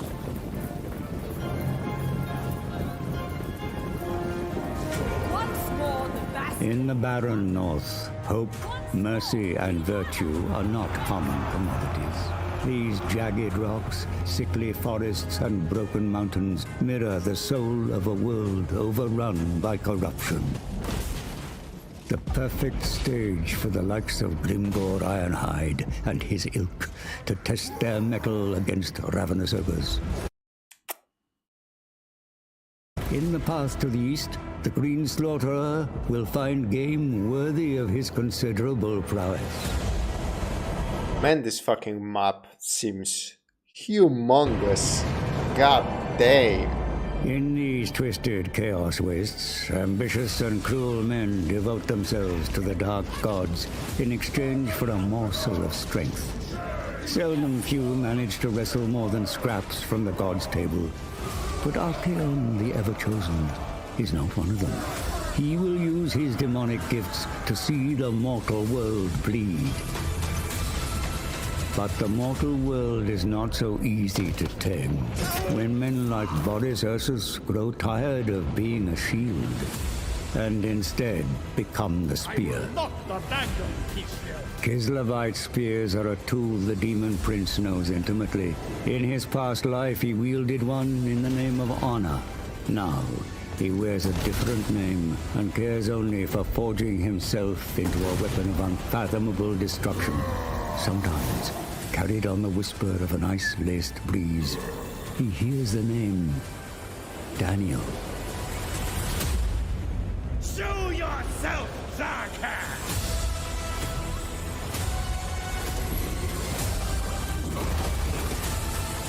A harsh and frozen world breeds violent and savage survivors. Slave traders, brutes, and self-made kings war over slivers of habitable soil in the Norscan mountains. But beyond lies the bulwark of Kislev, a tempting prize for the agents of chaos, and the most direct route into the wider territories of man. Here, opposing ideologies will need to either unite or overcome one another to face a greater evil. The great orthodoxy protects you. I protect you. Take not one step backward.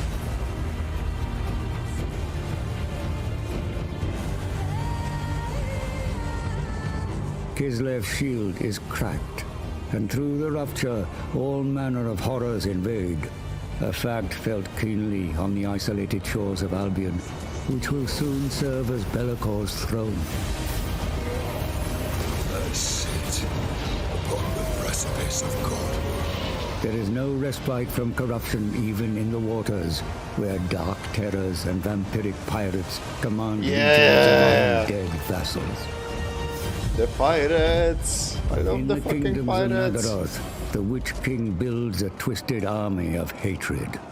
There is no price Malekith would not pay to claim the Isles of Ulthuan and subjugate those who denied him his birthright.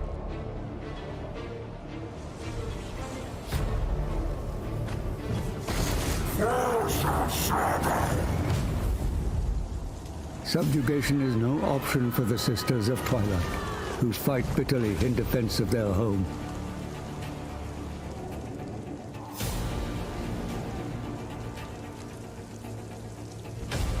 But the decadence of the Dark Elves has summoned Slaaneshi invaders, and it is Lord Mazdamundi, the Slan mage priest, who must hold fast at the borders of Lostria.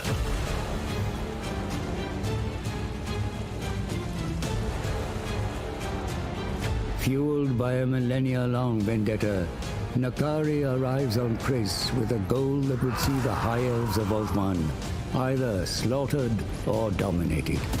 What's at the fucking center of that donut the elves care about so much?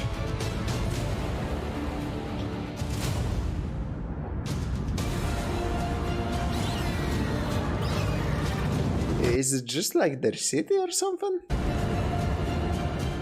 The descendants of Arnerian, beware. Slaaneshi Wrath has returned.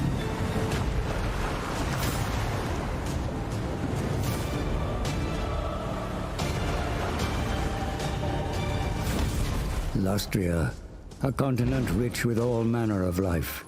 Here, civilizations as old as the world offer insight into a past rife with hardship, where brave lizard men warriors laid down their lives in accordance to the great plan. A war still waging to this day.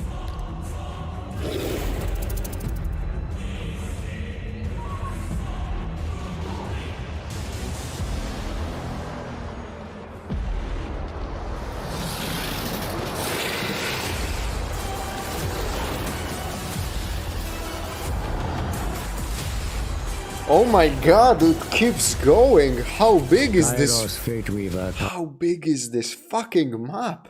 How long does a run of this game take? Comes to Dawn's Landing and the bottom of the world to liberate it of its high elf occupants. The Changer of Ways will have reasons for this journey, but to know them would be to court insanity.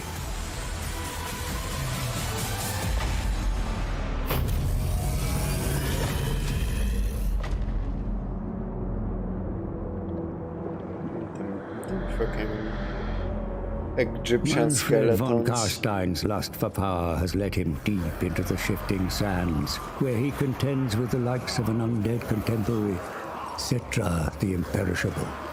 Each with imperial dreams, each with ambitions too broad to coexist. The hard rock and barren landscape of this pitiful mortal realm is a poor substitute for the glory of Khorne's eternal battlefield. And although Skarbrand the Exiled is as far from his lord's skull throne as he could possibly be, he finds some solace in the blood of an unending parade of orcs.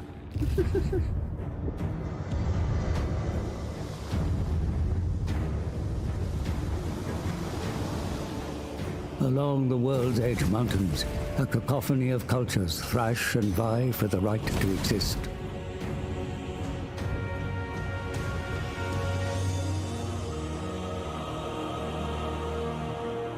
But it is the Dawi with the most at stake, and so Thorgrim Grudgebearer remains close to the ancient seat of his power. A wise king indeed. Fellow Dawi, I see orc scope. They foul our mountains with their vile taint.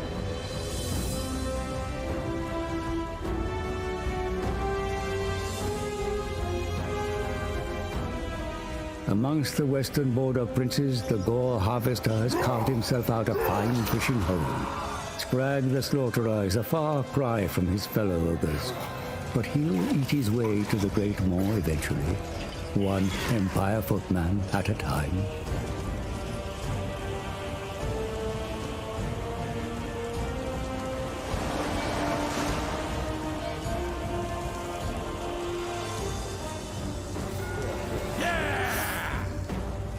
And here, cradled within protective mountain ranges, lie the lands of man. Besieged by roaming beastmen,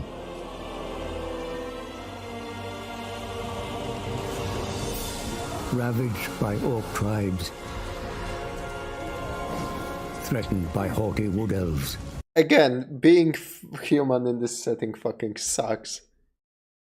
By the way, was there a trailer for the orcs? I think if I try to run this game, my PC will die. There was a trailer for the orcs, but that was on yesterday's stream, because orc trailers were in Warhammer 1 and Warhammer 2. And plagued by infighting that would tear... And of course mentioned here on the big map, because this is literally every single like hero and race and everything that was added to all 3 Warhammers. I'm pretty sure. They must unite beneath a single banner or risk extinction. The world is indeed vast, the players constantly shifting, and there are further dangers here than meet the eye. It will take more than military might to conquer the unending threats, more than spirit and diplomacy to survive. It will take the forging of an immortal empire. Damn. That was a fucking cool ass trailer. Long also. Let me guess. Blood for the Blood God. Blood for the Blood God trailer. Actually, no. Maybe they didn't. Like, those timestamps are so off.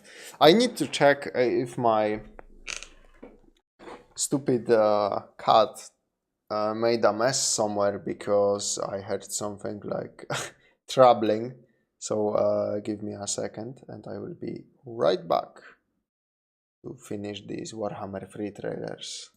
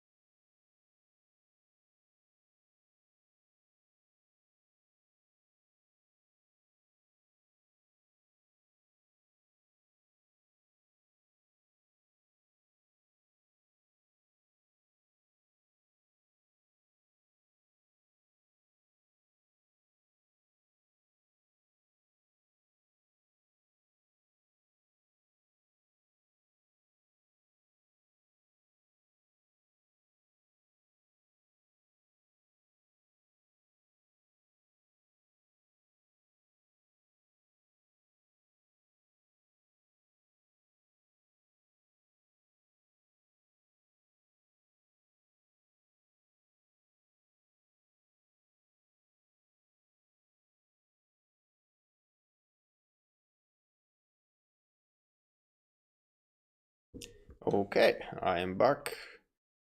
Let's finish up these Warhammer trailers and then I'm probably gonna turn in for the day. And from what I've seen, I need to do some things around the channel.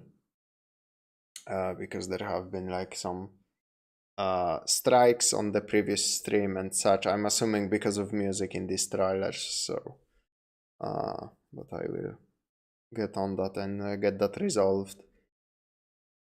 And for now, yeah, let's continue with Warhammer 3 all cinematic trailers.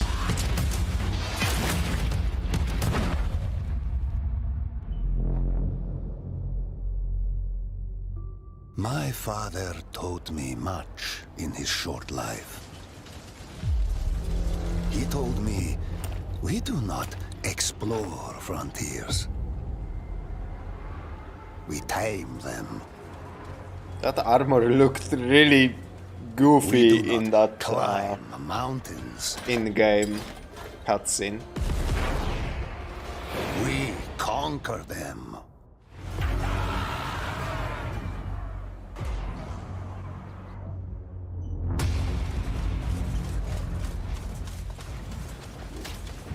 We do not despair, Chaos. We are Kislev.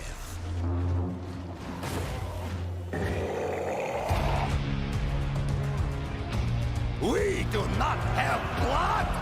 We have eyes. And ice cannot be spilled. Interesting.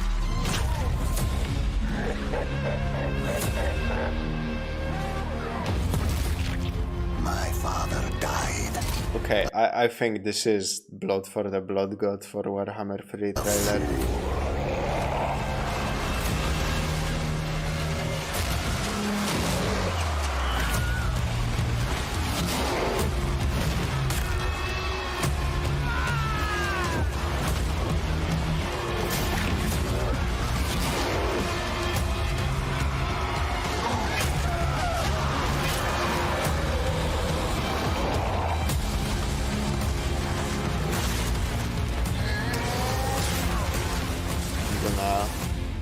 Yep, blood for the Blood God. Blood for the Blood God, skulls for the Skull Throne.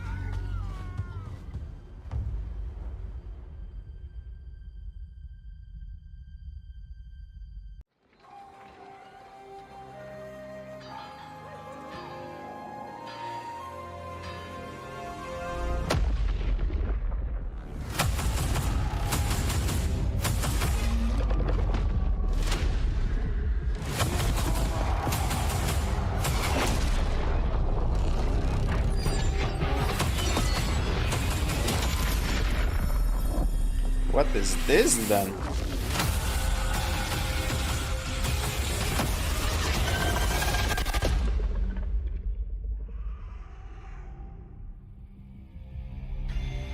What the fuck?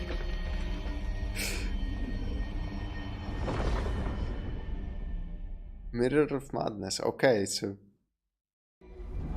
okay.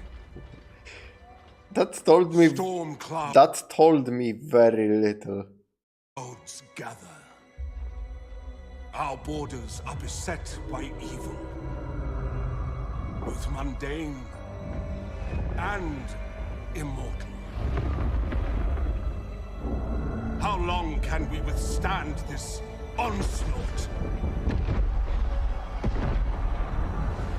We must form an alliance. We either die alone or survive together. I concur. This threat is beyond any of us. With the Azur's guidance... This is just another Elgate's game. Base the dwarf. I see many leaders here, but you even speak for your people. High King, this is not the time for short-sightedness. Short? There'll be no alliance with elves while I'm High King. Only a reckoning.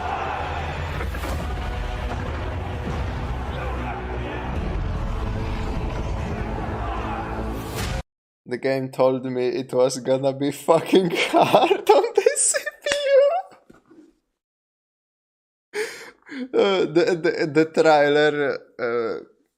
The trailer should have been called I'm not gonna sugarcoat it. Your fucking new setup is gonna be toast.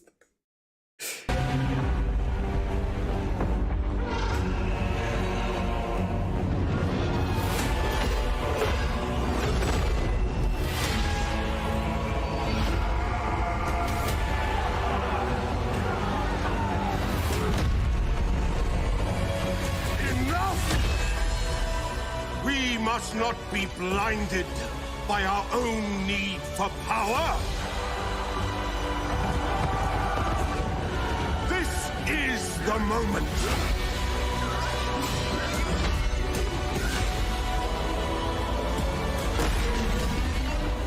Your choices will decide the fate of this world. And all that inhabit it. Make the right one.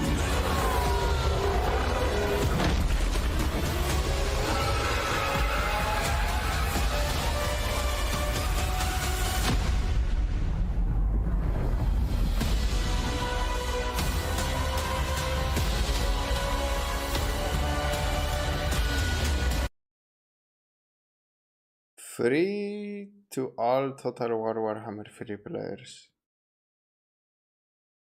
Huh? Huh? This is a separate game? I'm confused.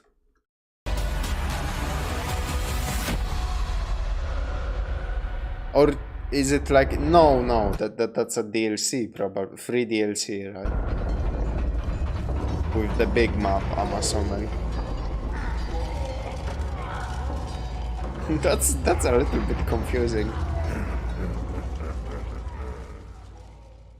Yeah, very cool trailer. Actually, this one was by far my favorite because we got like actual interactions between the different races and especially the leaders. That was really cool. The flame.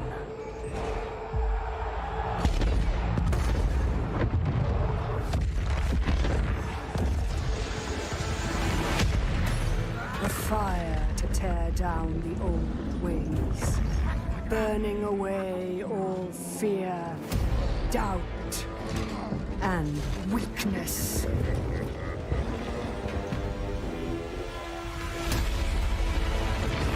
Nothing remains but power and ambition. This roaring fire will always demand more. Oh, that's more the new. More sacrifice. That's the new faction, I think. The Chaos Dwarves. I seen in the description. The fiercest heat to forge the hardest steel. Destiny, rising from within the crucible.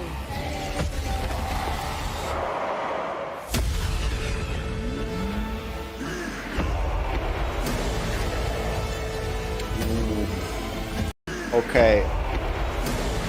That design goes hard though. God damn. To seize the world with this fire is to see it burn first. And like the leader has a fucking exoskeleton, like steampunk exoskeleton. That goes hard.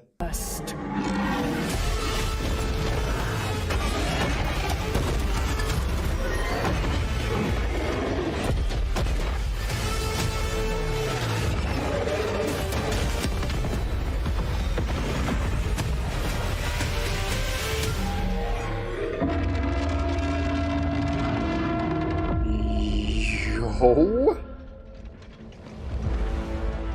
Okay. Okay. They are cooking. 4 of the Chaos Dwarfs.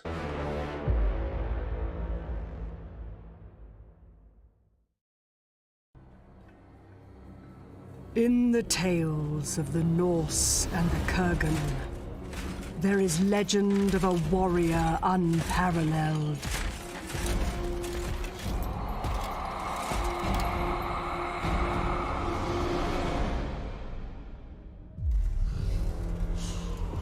A champion forged in the heart of fear, who reached into the grave and found only hate.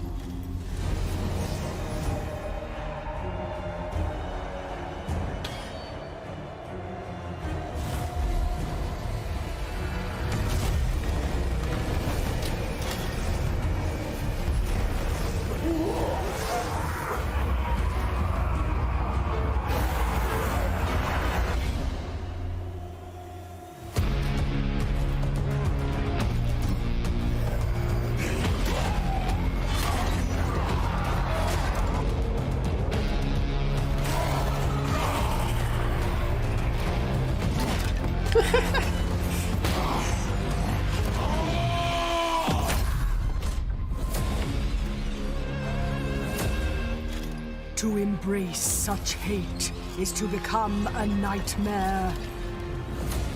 Damn. It is to wield dread as lesser men wield armies. It is to become fear itself. It is to become the Hammer Storm.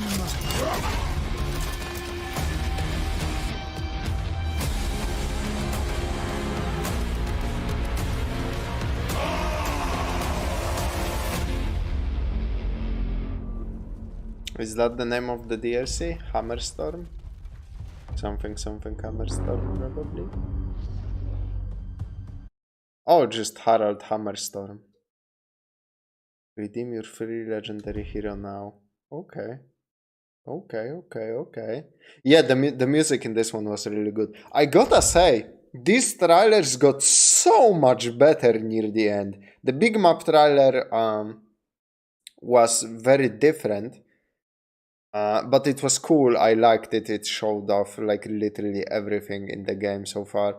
But this couple of like last trailers, the big map cinematic, the Chaos Dwarfs, this, like, there is something there that was missing before. There is like more narration, a little bit more world building instead of just they are showing you somebody and oh, he's a cool guy. Now they are a little bit like saying something, explaining things. Like I don't know who that is because I'm a fucking Warhammer noob, but now I get what he's about because of the narration, and that counts for something. And the music got so much better, oh my god.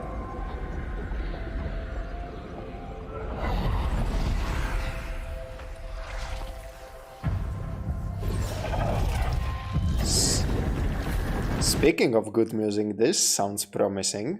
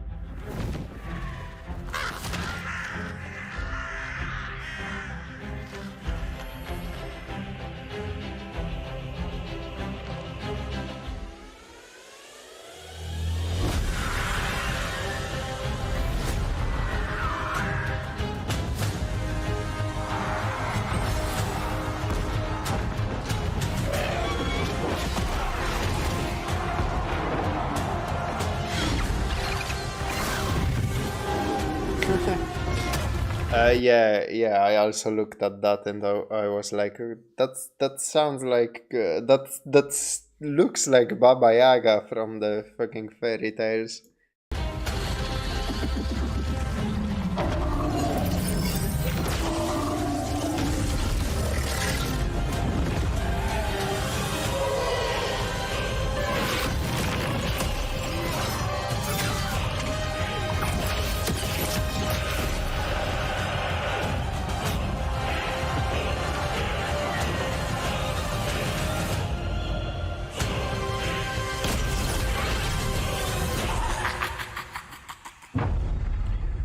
Okay, so I'm assuming like this whole trailer was that guy doing like troll fucking schemes, you know, on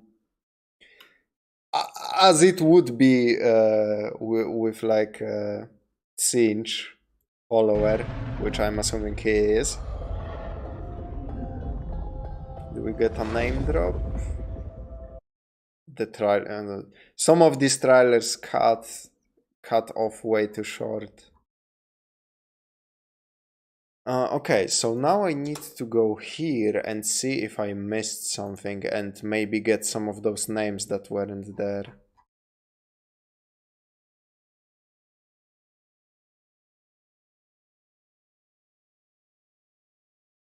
Oh, maybe that was that Shadows of Change?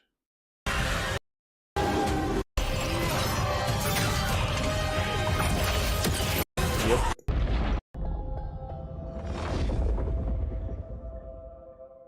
Okay, so that's Shadows of Change. Oh, you get three new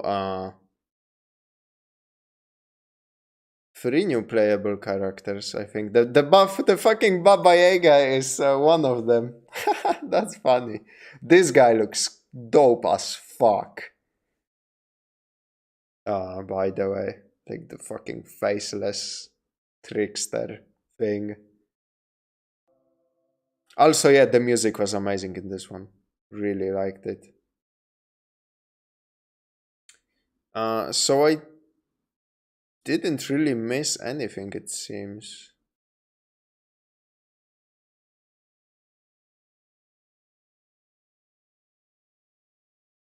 Front line that can be used to distract. Oh, there are some like gameplay. Oh my god, that's long. There are some gameplay spotlights, but I'm not into that.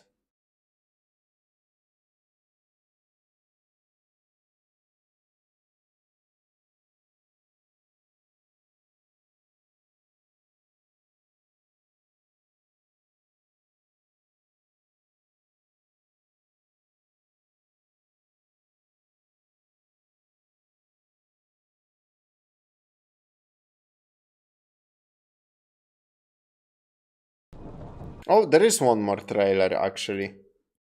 Okay. So this is Shadows of Change launch trailer. That was announcement trailer, I believe.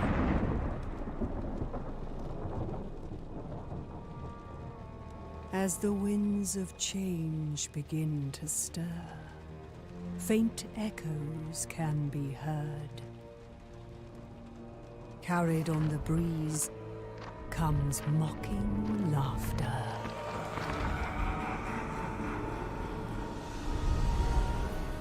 With a flair for mayhem and an eye for trouble, the changeling leaves a trail of chaos in his wake. Each prank to be savored. This guy seems like he's up my alley. I love the fact that he can like impersonate seemingly other heroes. I don't know how that works in gameplay, but sounds really fucking cool. As he weaves his tapestry of despair, watching as the mighty fall by their own hand. The trickster's schemes spare no fate. Let the games begin. Okay, that's just simple, sweet, and short and sweet trailer. Really like the music again was very like mysterious, really cool, really set that fit the tone, and I love that transition where he was like going through the different like heroes of the game. Yeah, and that's everything so far. It's been like 5 months now. I wonder what they are up to. I know that like some people said that there's some controversy, and I'm gonna look into that actually on stream for a second. But like, yeah, those were some solid ass trailers, I gotta say. At the beginning, like the first half of the Warhammer 3 trailers was not as engaging as some of my favorite trailers from 2 especially. But like the tail end of that was some really fucking cool stuff. Like the music got so much better over time. Crazy. So like to anybody watching on YouTube later when I make this into a standalone episode, thank you very much for watching and joining me on this adventure. If I got anything wrong, feel free to be mad at me. I won't care that much because I'm a noob to this like whole thing. So I think I can get some things wrong, and that's okay. I haven't played Warhammer at all yet, but I do plan on buying like the trilogy so I can play around with like the different factions in Warhammer 3, and then I will think about like other DLC. I know like some people said there's a big controversy with DLCs, but the base game seems very cheap. Like the whole trilogy is $20. That seems insanely cheap for how much content there is. So so I will worry about buying other DLCs later. And yeah, thank you very much for watching and enjoying and supporting these videos. And on the stream, I would just I will be ending the stream soon. I kind of wanna take a look at the Steam. I wanna look at the Steam page, see if some of the reviews can point me in a direction where things went wrong.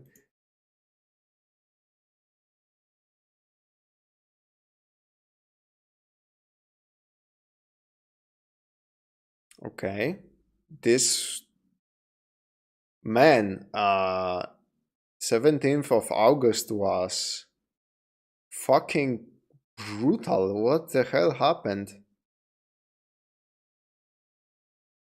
Jesus Christ.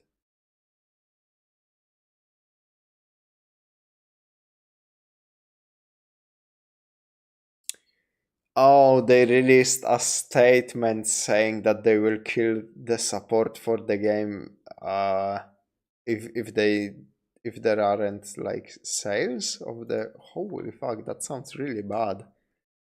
I hope it's not the same story as Stellaris. Not familiar with that one, Chief. As soon as CA, what's that? Creative Assembly, I think, is the creator. Creative Assembly, yep. Okay, as soon as Creative Assembly decided that threatening to end support of the game if we don't adhere to new pricing was the best plan of attack after the backlash of the monstrous DLC pricing hike, the company has shown its true colors and the fanbase won't have any more of it. Go back to the Rome 2 launch, you will see the same clone writing the same post back then too. Rob Bartholomew should be fired, but he won't be. This is what happens when you have leverage in a company and can say and do whatever you want. The community has shown you we don't like your words of despair. Too bad the damage is done. Perhaps Games Workshop will go elsewhere. It's a shame, especially when I have thousands of hours on this trilogy. Do not buy this title. Modern game company try to not alienate their fan base and ruin their legacy for a quick buck challenge. Completely impossible. I regret buying this game. Spent over $70 to get told that they are not making enough money. Holy fuck, that's... the game is empty without DLCs. Oh, okay. No, I think if you get like the whole trilogy, which is $20, I think there is plenty of content there, especially since I get like Warhammer 1 and 2 anyway, and I can always go to 2 if I don't like something here. But like, oh my fucking god! They weren't kidding, man. 25 euros for a DLC that includes 3 new goddamn fucking champions. What? That's 25 euros? That seems excessive, man. Mostly negative reviews. Holy shit. Do not buy this DLC unless on a deep sale. Overpriced. Shadows of Cringe. About $5 solid worth of DLC content right here. 8 new units for $25? What? Holy fuck, man. That seems insane. So like, I think the game is fine. The game is fine if you just buy the trilogy, but yeah, this is insane pricing, man. God damn.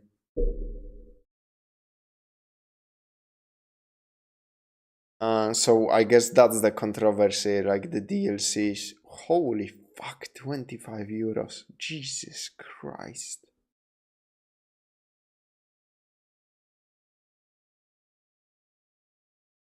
That's Warhammer 2.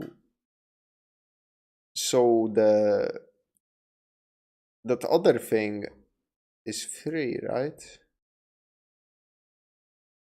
Oh yeah, all the DLCs are in here because like you still get to use them in Warhammer 3 if you buy them, I suppose.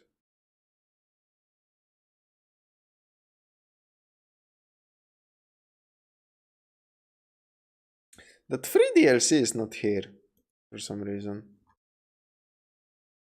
Immortal Empires.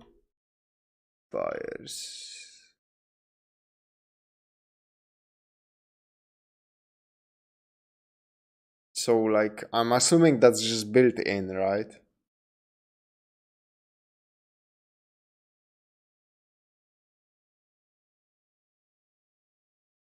Damn, those are a lot of patch notes. Holy shit. Weird. Usually when you have even like a free DLC, usually it shows up here and it just says free. Like, you know, fucking Payday 2, for example. If you go to Payday 2,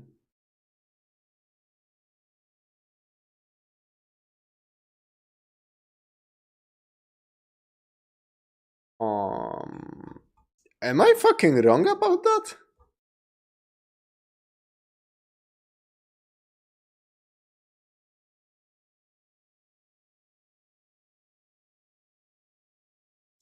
No, there we go. Free. Weird that they don't add that there. It's just, you know, it's just good publicity if people go into like the DLC page and see, oh, this is free. This is free. You get that feeling that you know, this game has a lot of free content, I suppose. Man, 25 fucking euros for that deal. That's crazy. That's insanity. Also, yeah, my watch later is basically completed. I will start gathering new material, I suppose. Tomorrow, I will be doing a stream tomorrow again from 10 a.m. I will set up a reminder right after finishing this stream. I will be playing Warhammer 40k Mechanicus. Mechanicus, if I can show it here. Mechanicus won that. Mechanicus won the voting for the next game. So yeah, Sons of the Forest, shockingly nobody fucking wants to see that. I don't blame you guys. I just sort of randomly started playing the Forest because I wanted a good game to play around with streaming games, right? So I will go through Warhammer 40k Mechanicus, and I might get on. I thought you weren't gonna stream for a week. No. Let me show you.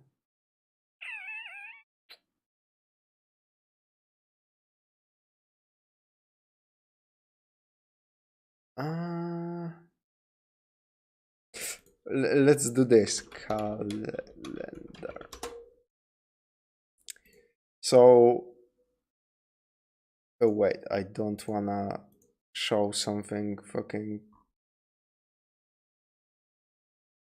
or whatever. I'm just gonna do it on my thingy. No. I'm not gonna stream for a week from 12th of this month, 12th of February, up until the 19th of February. So 12th of February, my friend comes, flies to us, and exactly a week later, Monday on 19th, he leaves. And I wanna do some streams for you guys before he comes, so there is like enough content on the channel to in that time like entertain you. So for the next couple of days, I'm still gonna do streams. I think tomorrow and the day after tomorrow, I'm gonna do a stream. I'm maybe do something small on the weekend, just as a before I take a break. And as soon as my friend leaves, I'm gonna do a stream the next day. So 20th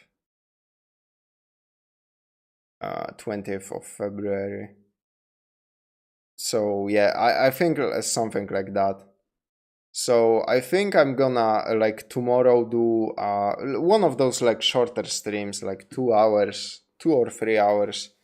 And I'm gonna play Mechanicus. Mechanicus is like 20, I checked how long to beat, it's like 20 couple hours. When I beat Mechanicus, I think I'm gonna do Darksiders next, because there's clearly some interest in it, and I'm personally very interested in that series.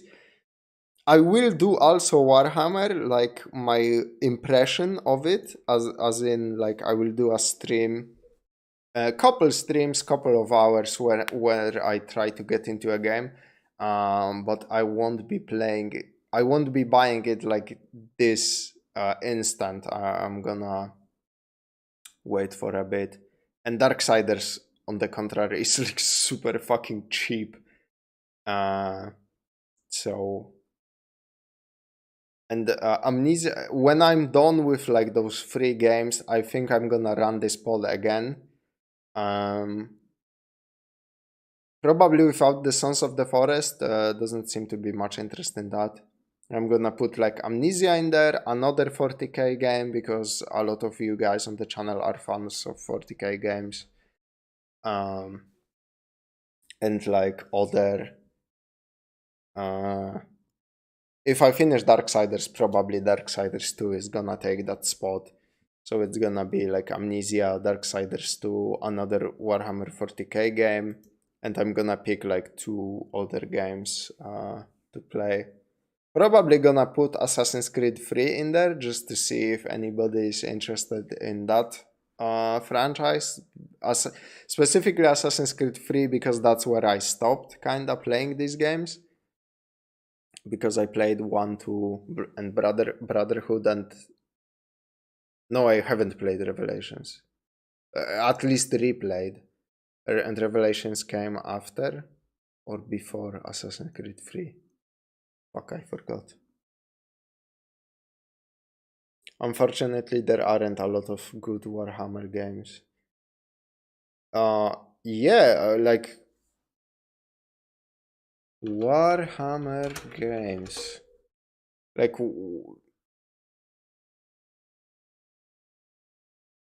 I haven't fucking heard about it. Okay, there is Vermintide, obviously.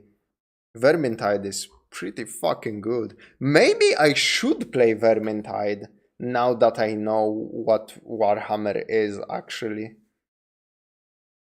Because I played Vermintide, but that went over my head like all of the 40k. Okay, I think 40k has. I think 40k has more games in all, and like better and more good games. Darktide, I heard is like hit or miss. But I like that style of game. Rogue Trader, you said, is pretty good so far. I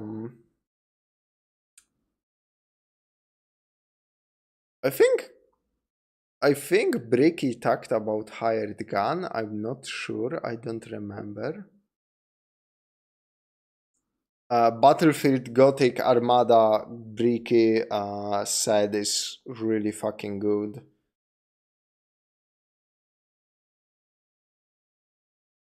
Oh, there's there's also Dawn of War, like the whole series. I haven't touched it. It's like that RTS thing.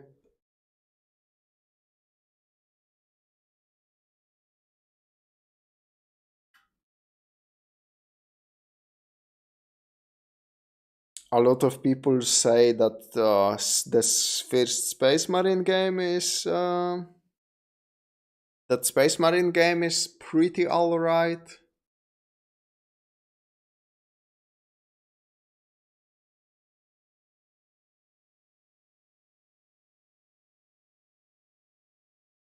And like I saw Fire Warrior on Mandalor's channel, but that shit wasn't good at all.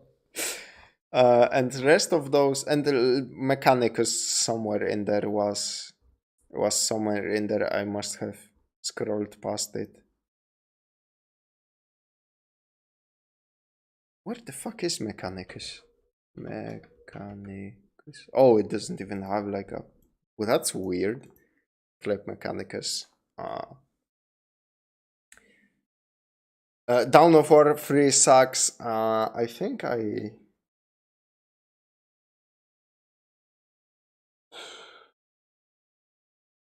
Did I saw something about Dawn of War?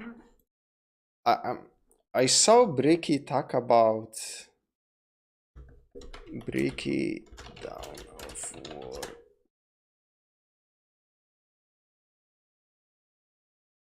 Yeah, I saw this, right?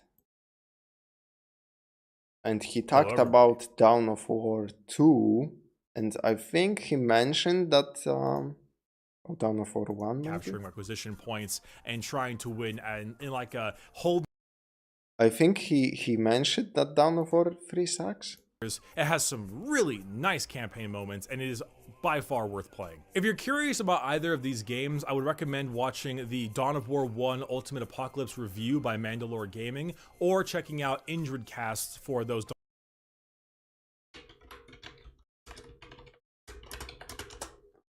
And when it comes to Mandalore, I haven't seen...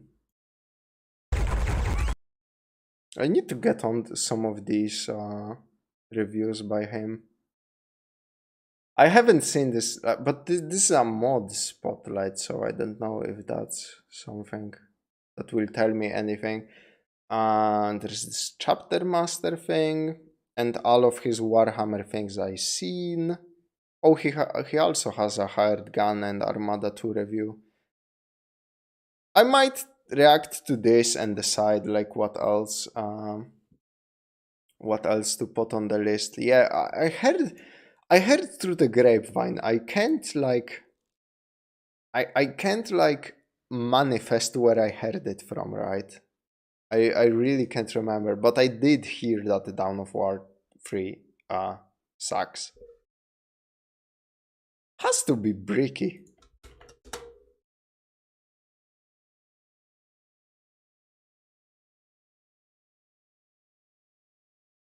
Hmm.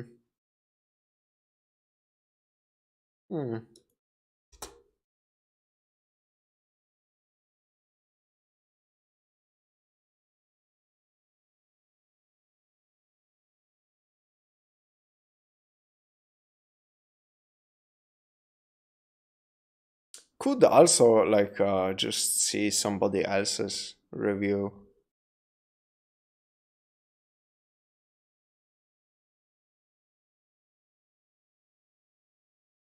This seems interesting. It's actually shocking to me how bad this game is. Holy based.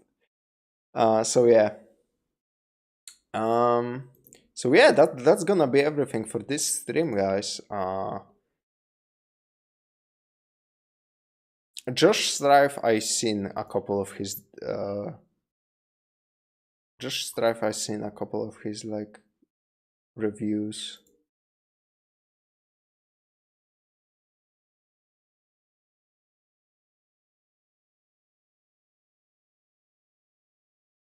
Is this his side channel?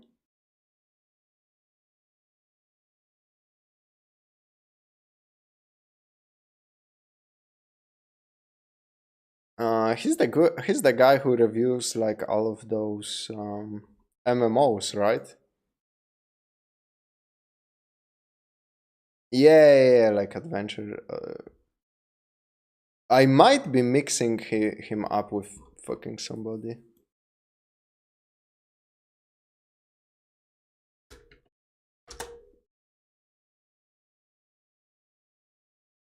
Yeah, there we go. The worst MMO ever series. I watched a couple of those. Sherwood Dungeon was fucking funny as fuck.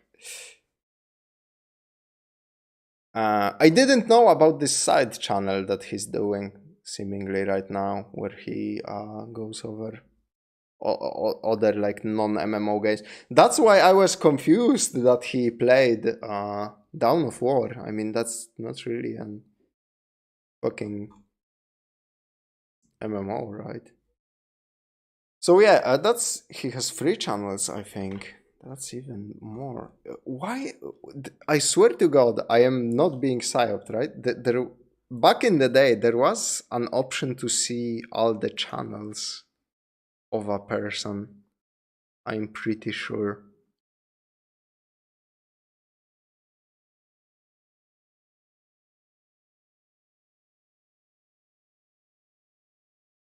And now it seems there is no fucking option like that. Maybe I'm just crazy. Anyway, yeah, that's the download of how it's gonna work. Like I said, I'm gonna like do 1 or 2 streams this week, and then I'm gonna take that week of a break, and then come back 20th of February with a long stream, probably a couple of hours like this one, or at least longer, because I did like once I managed to do 8 hours. Might hop on that when like might hop on that like in the future too. Obviously I could sit here and like stream all day, but there are other things to do. So maybe when there's less like going on. Anyway, thank you for joining me on the stream.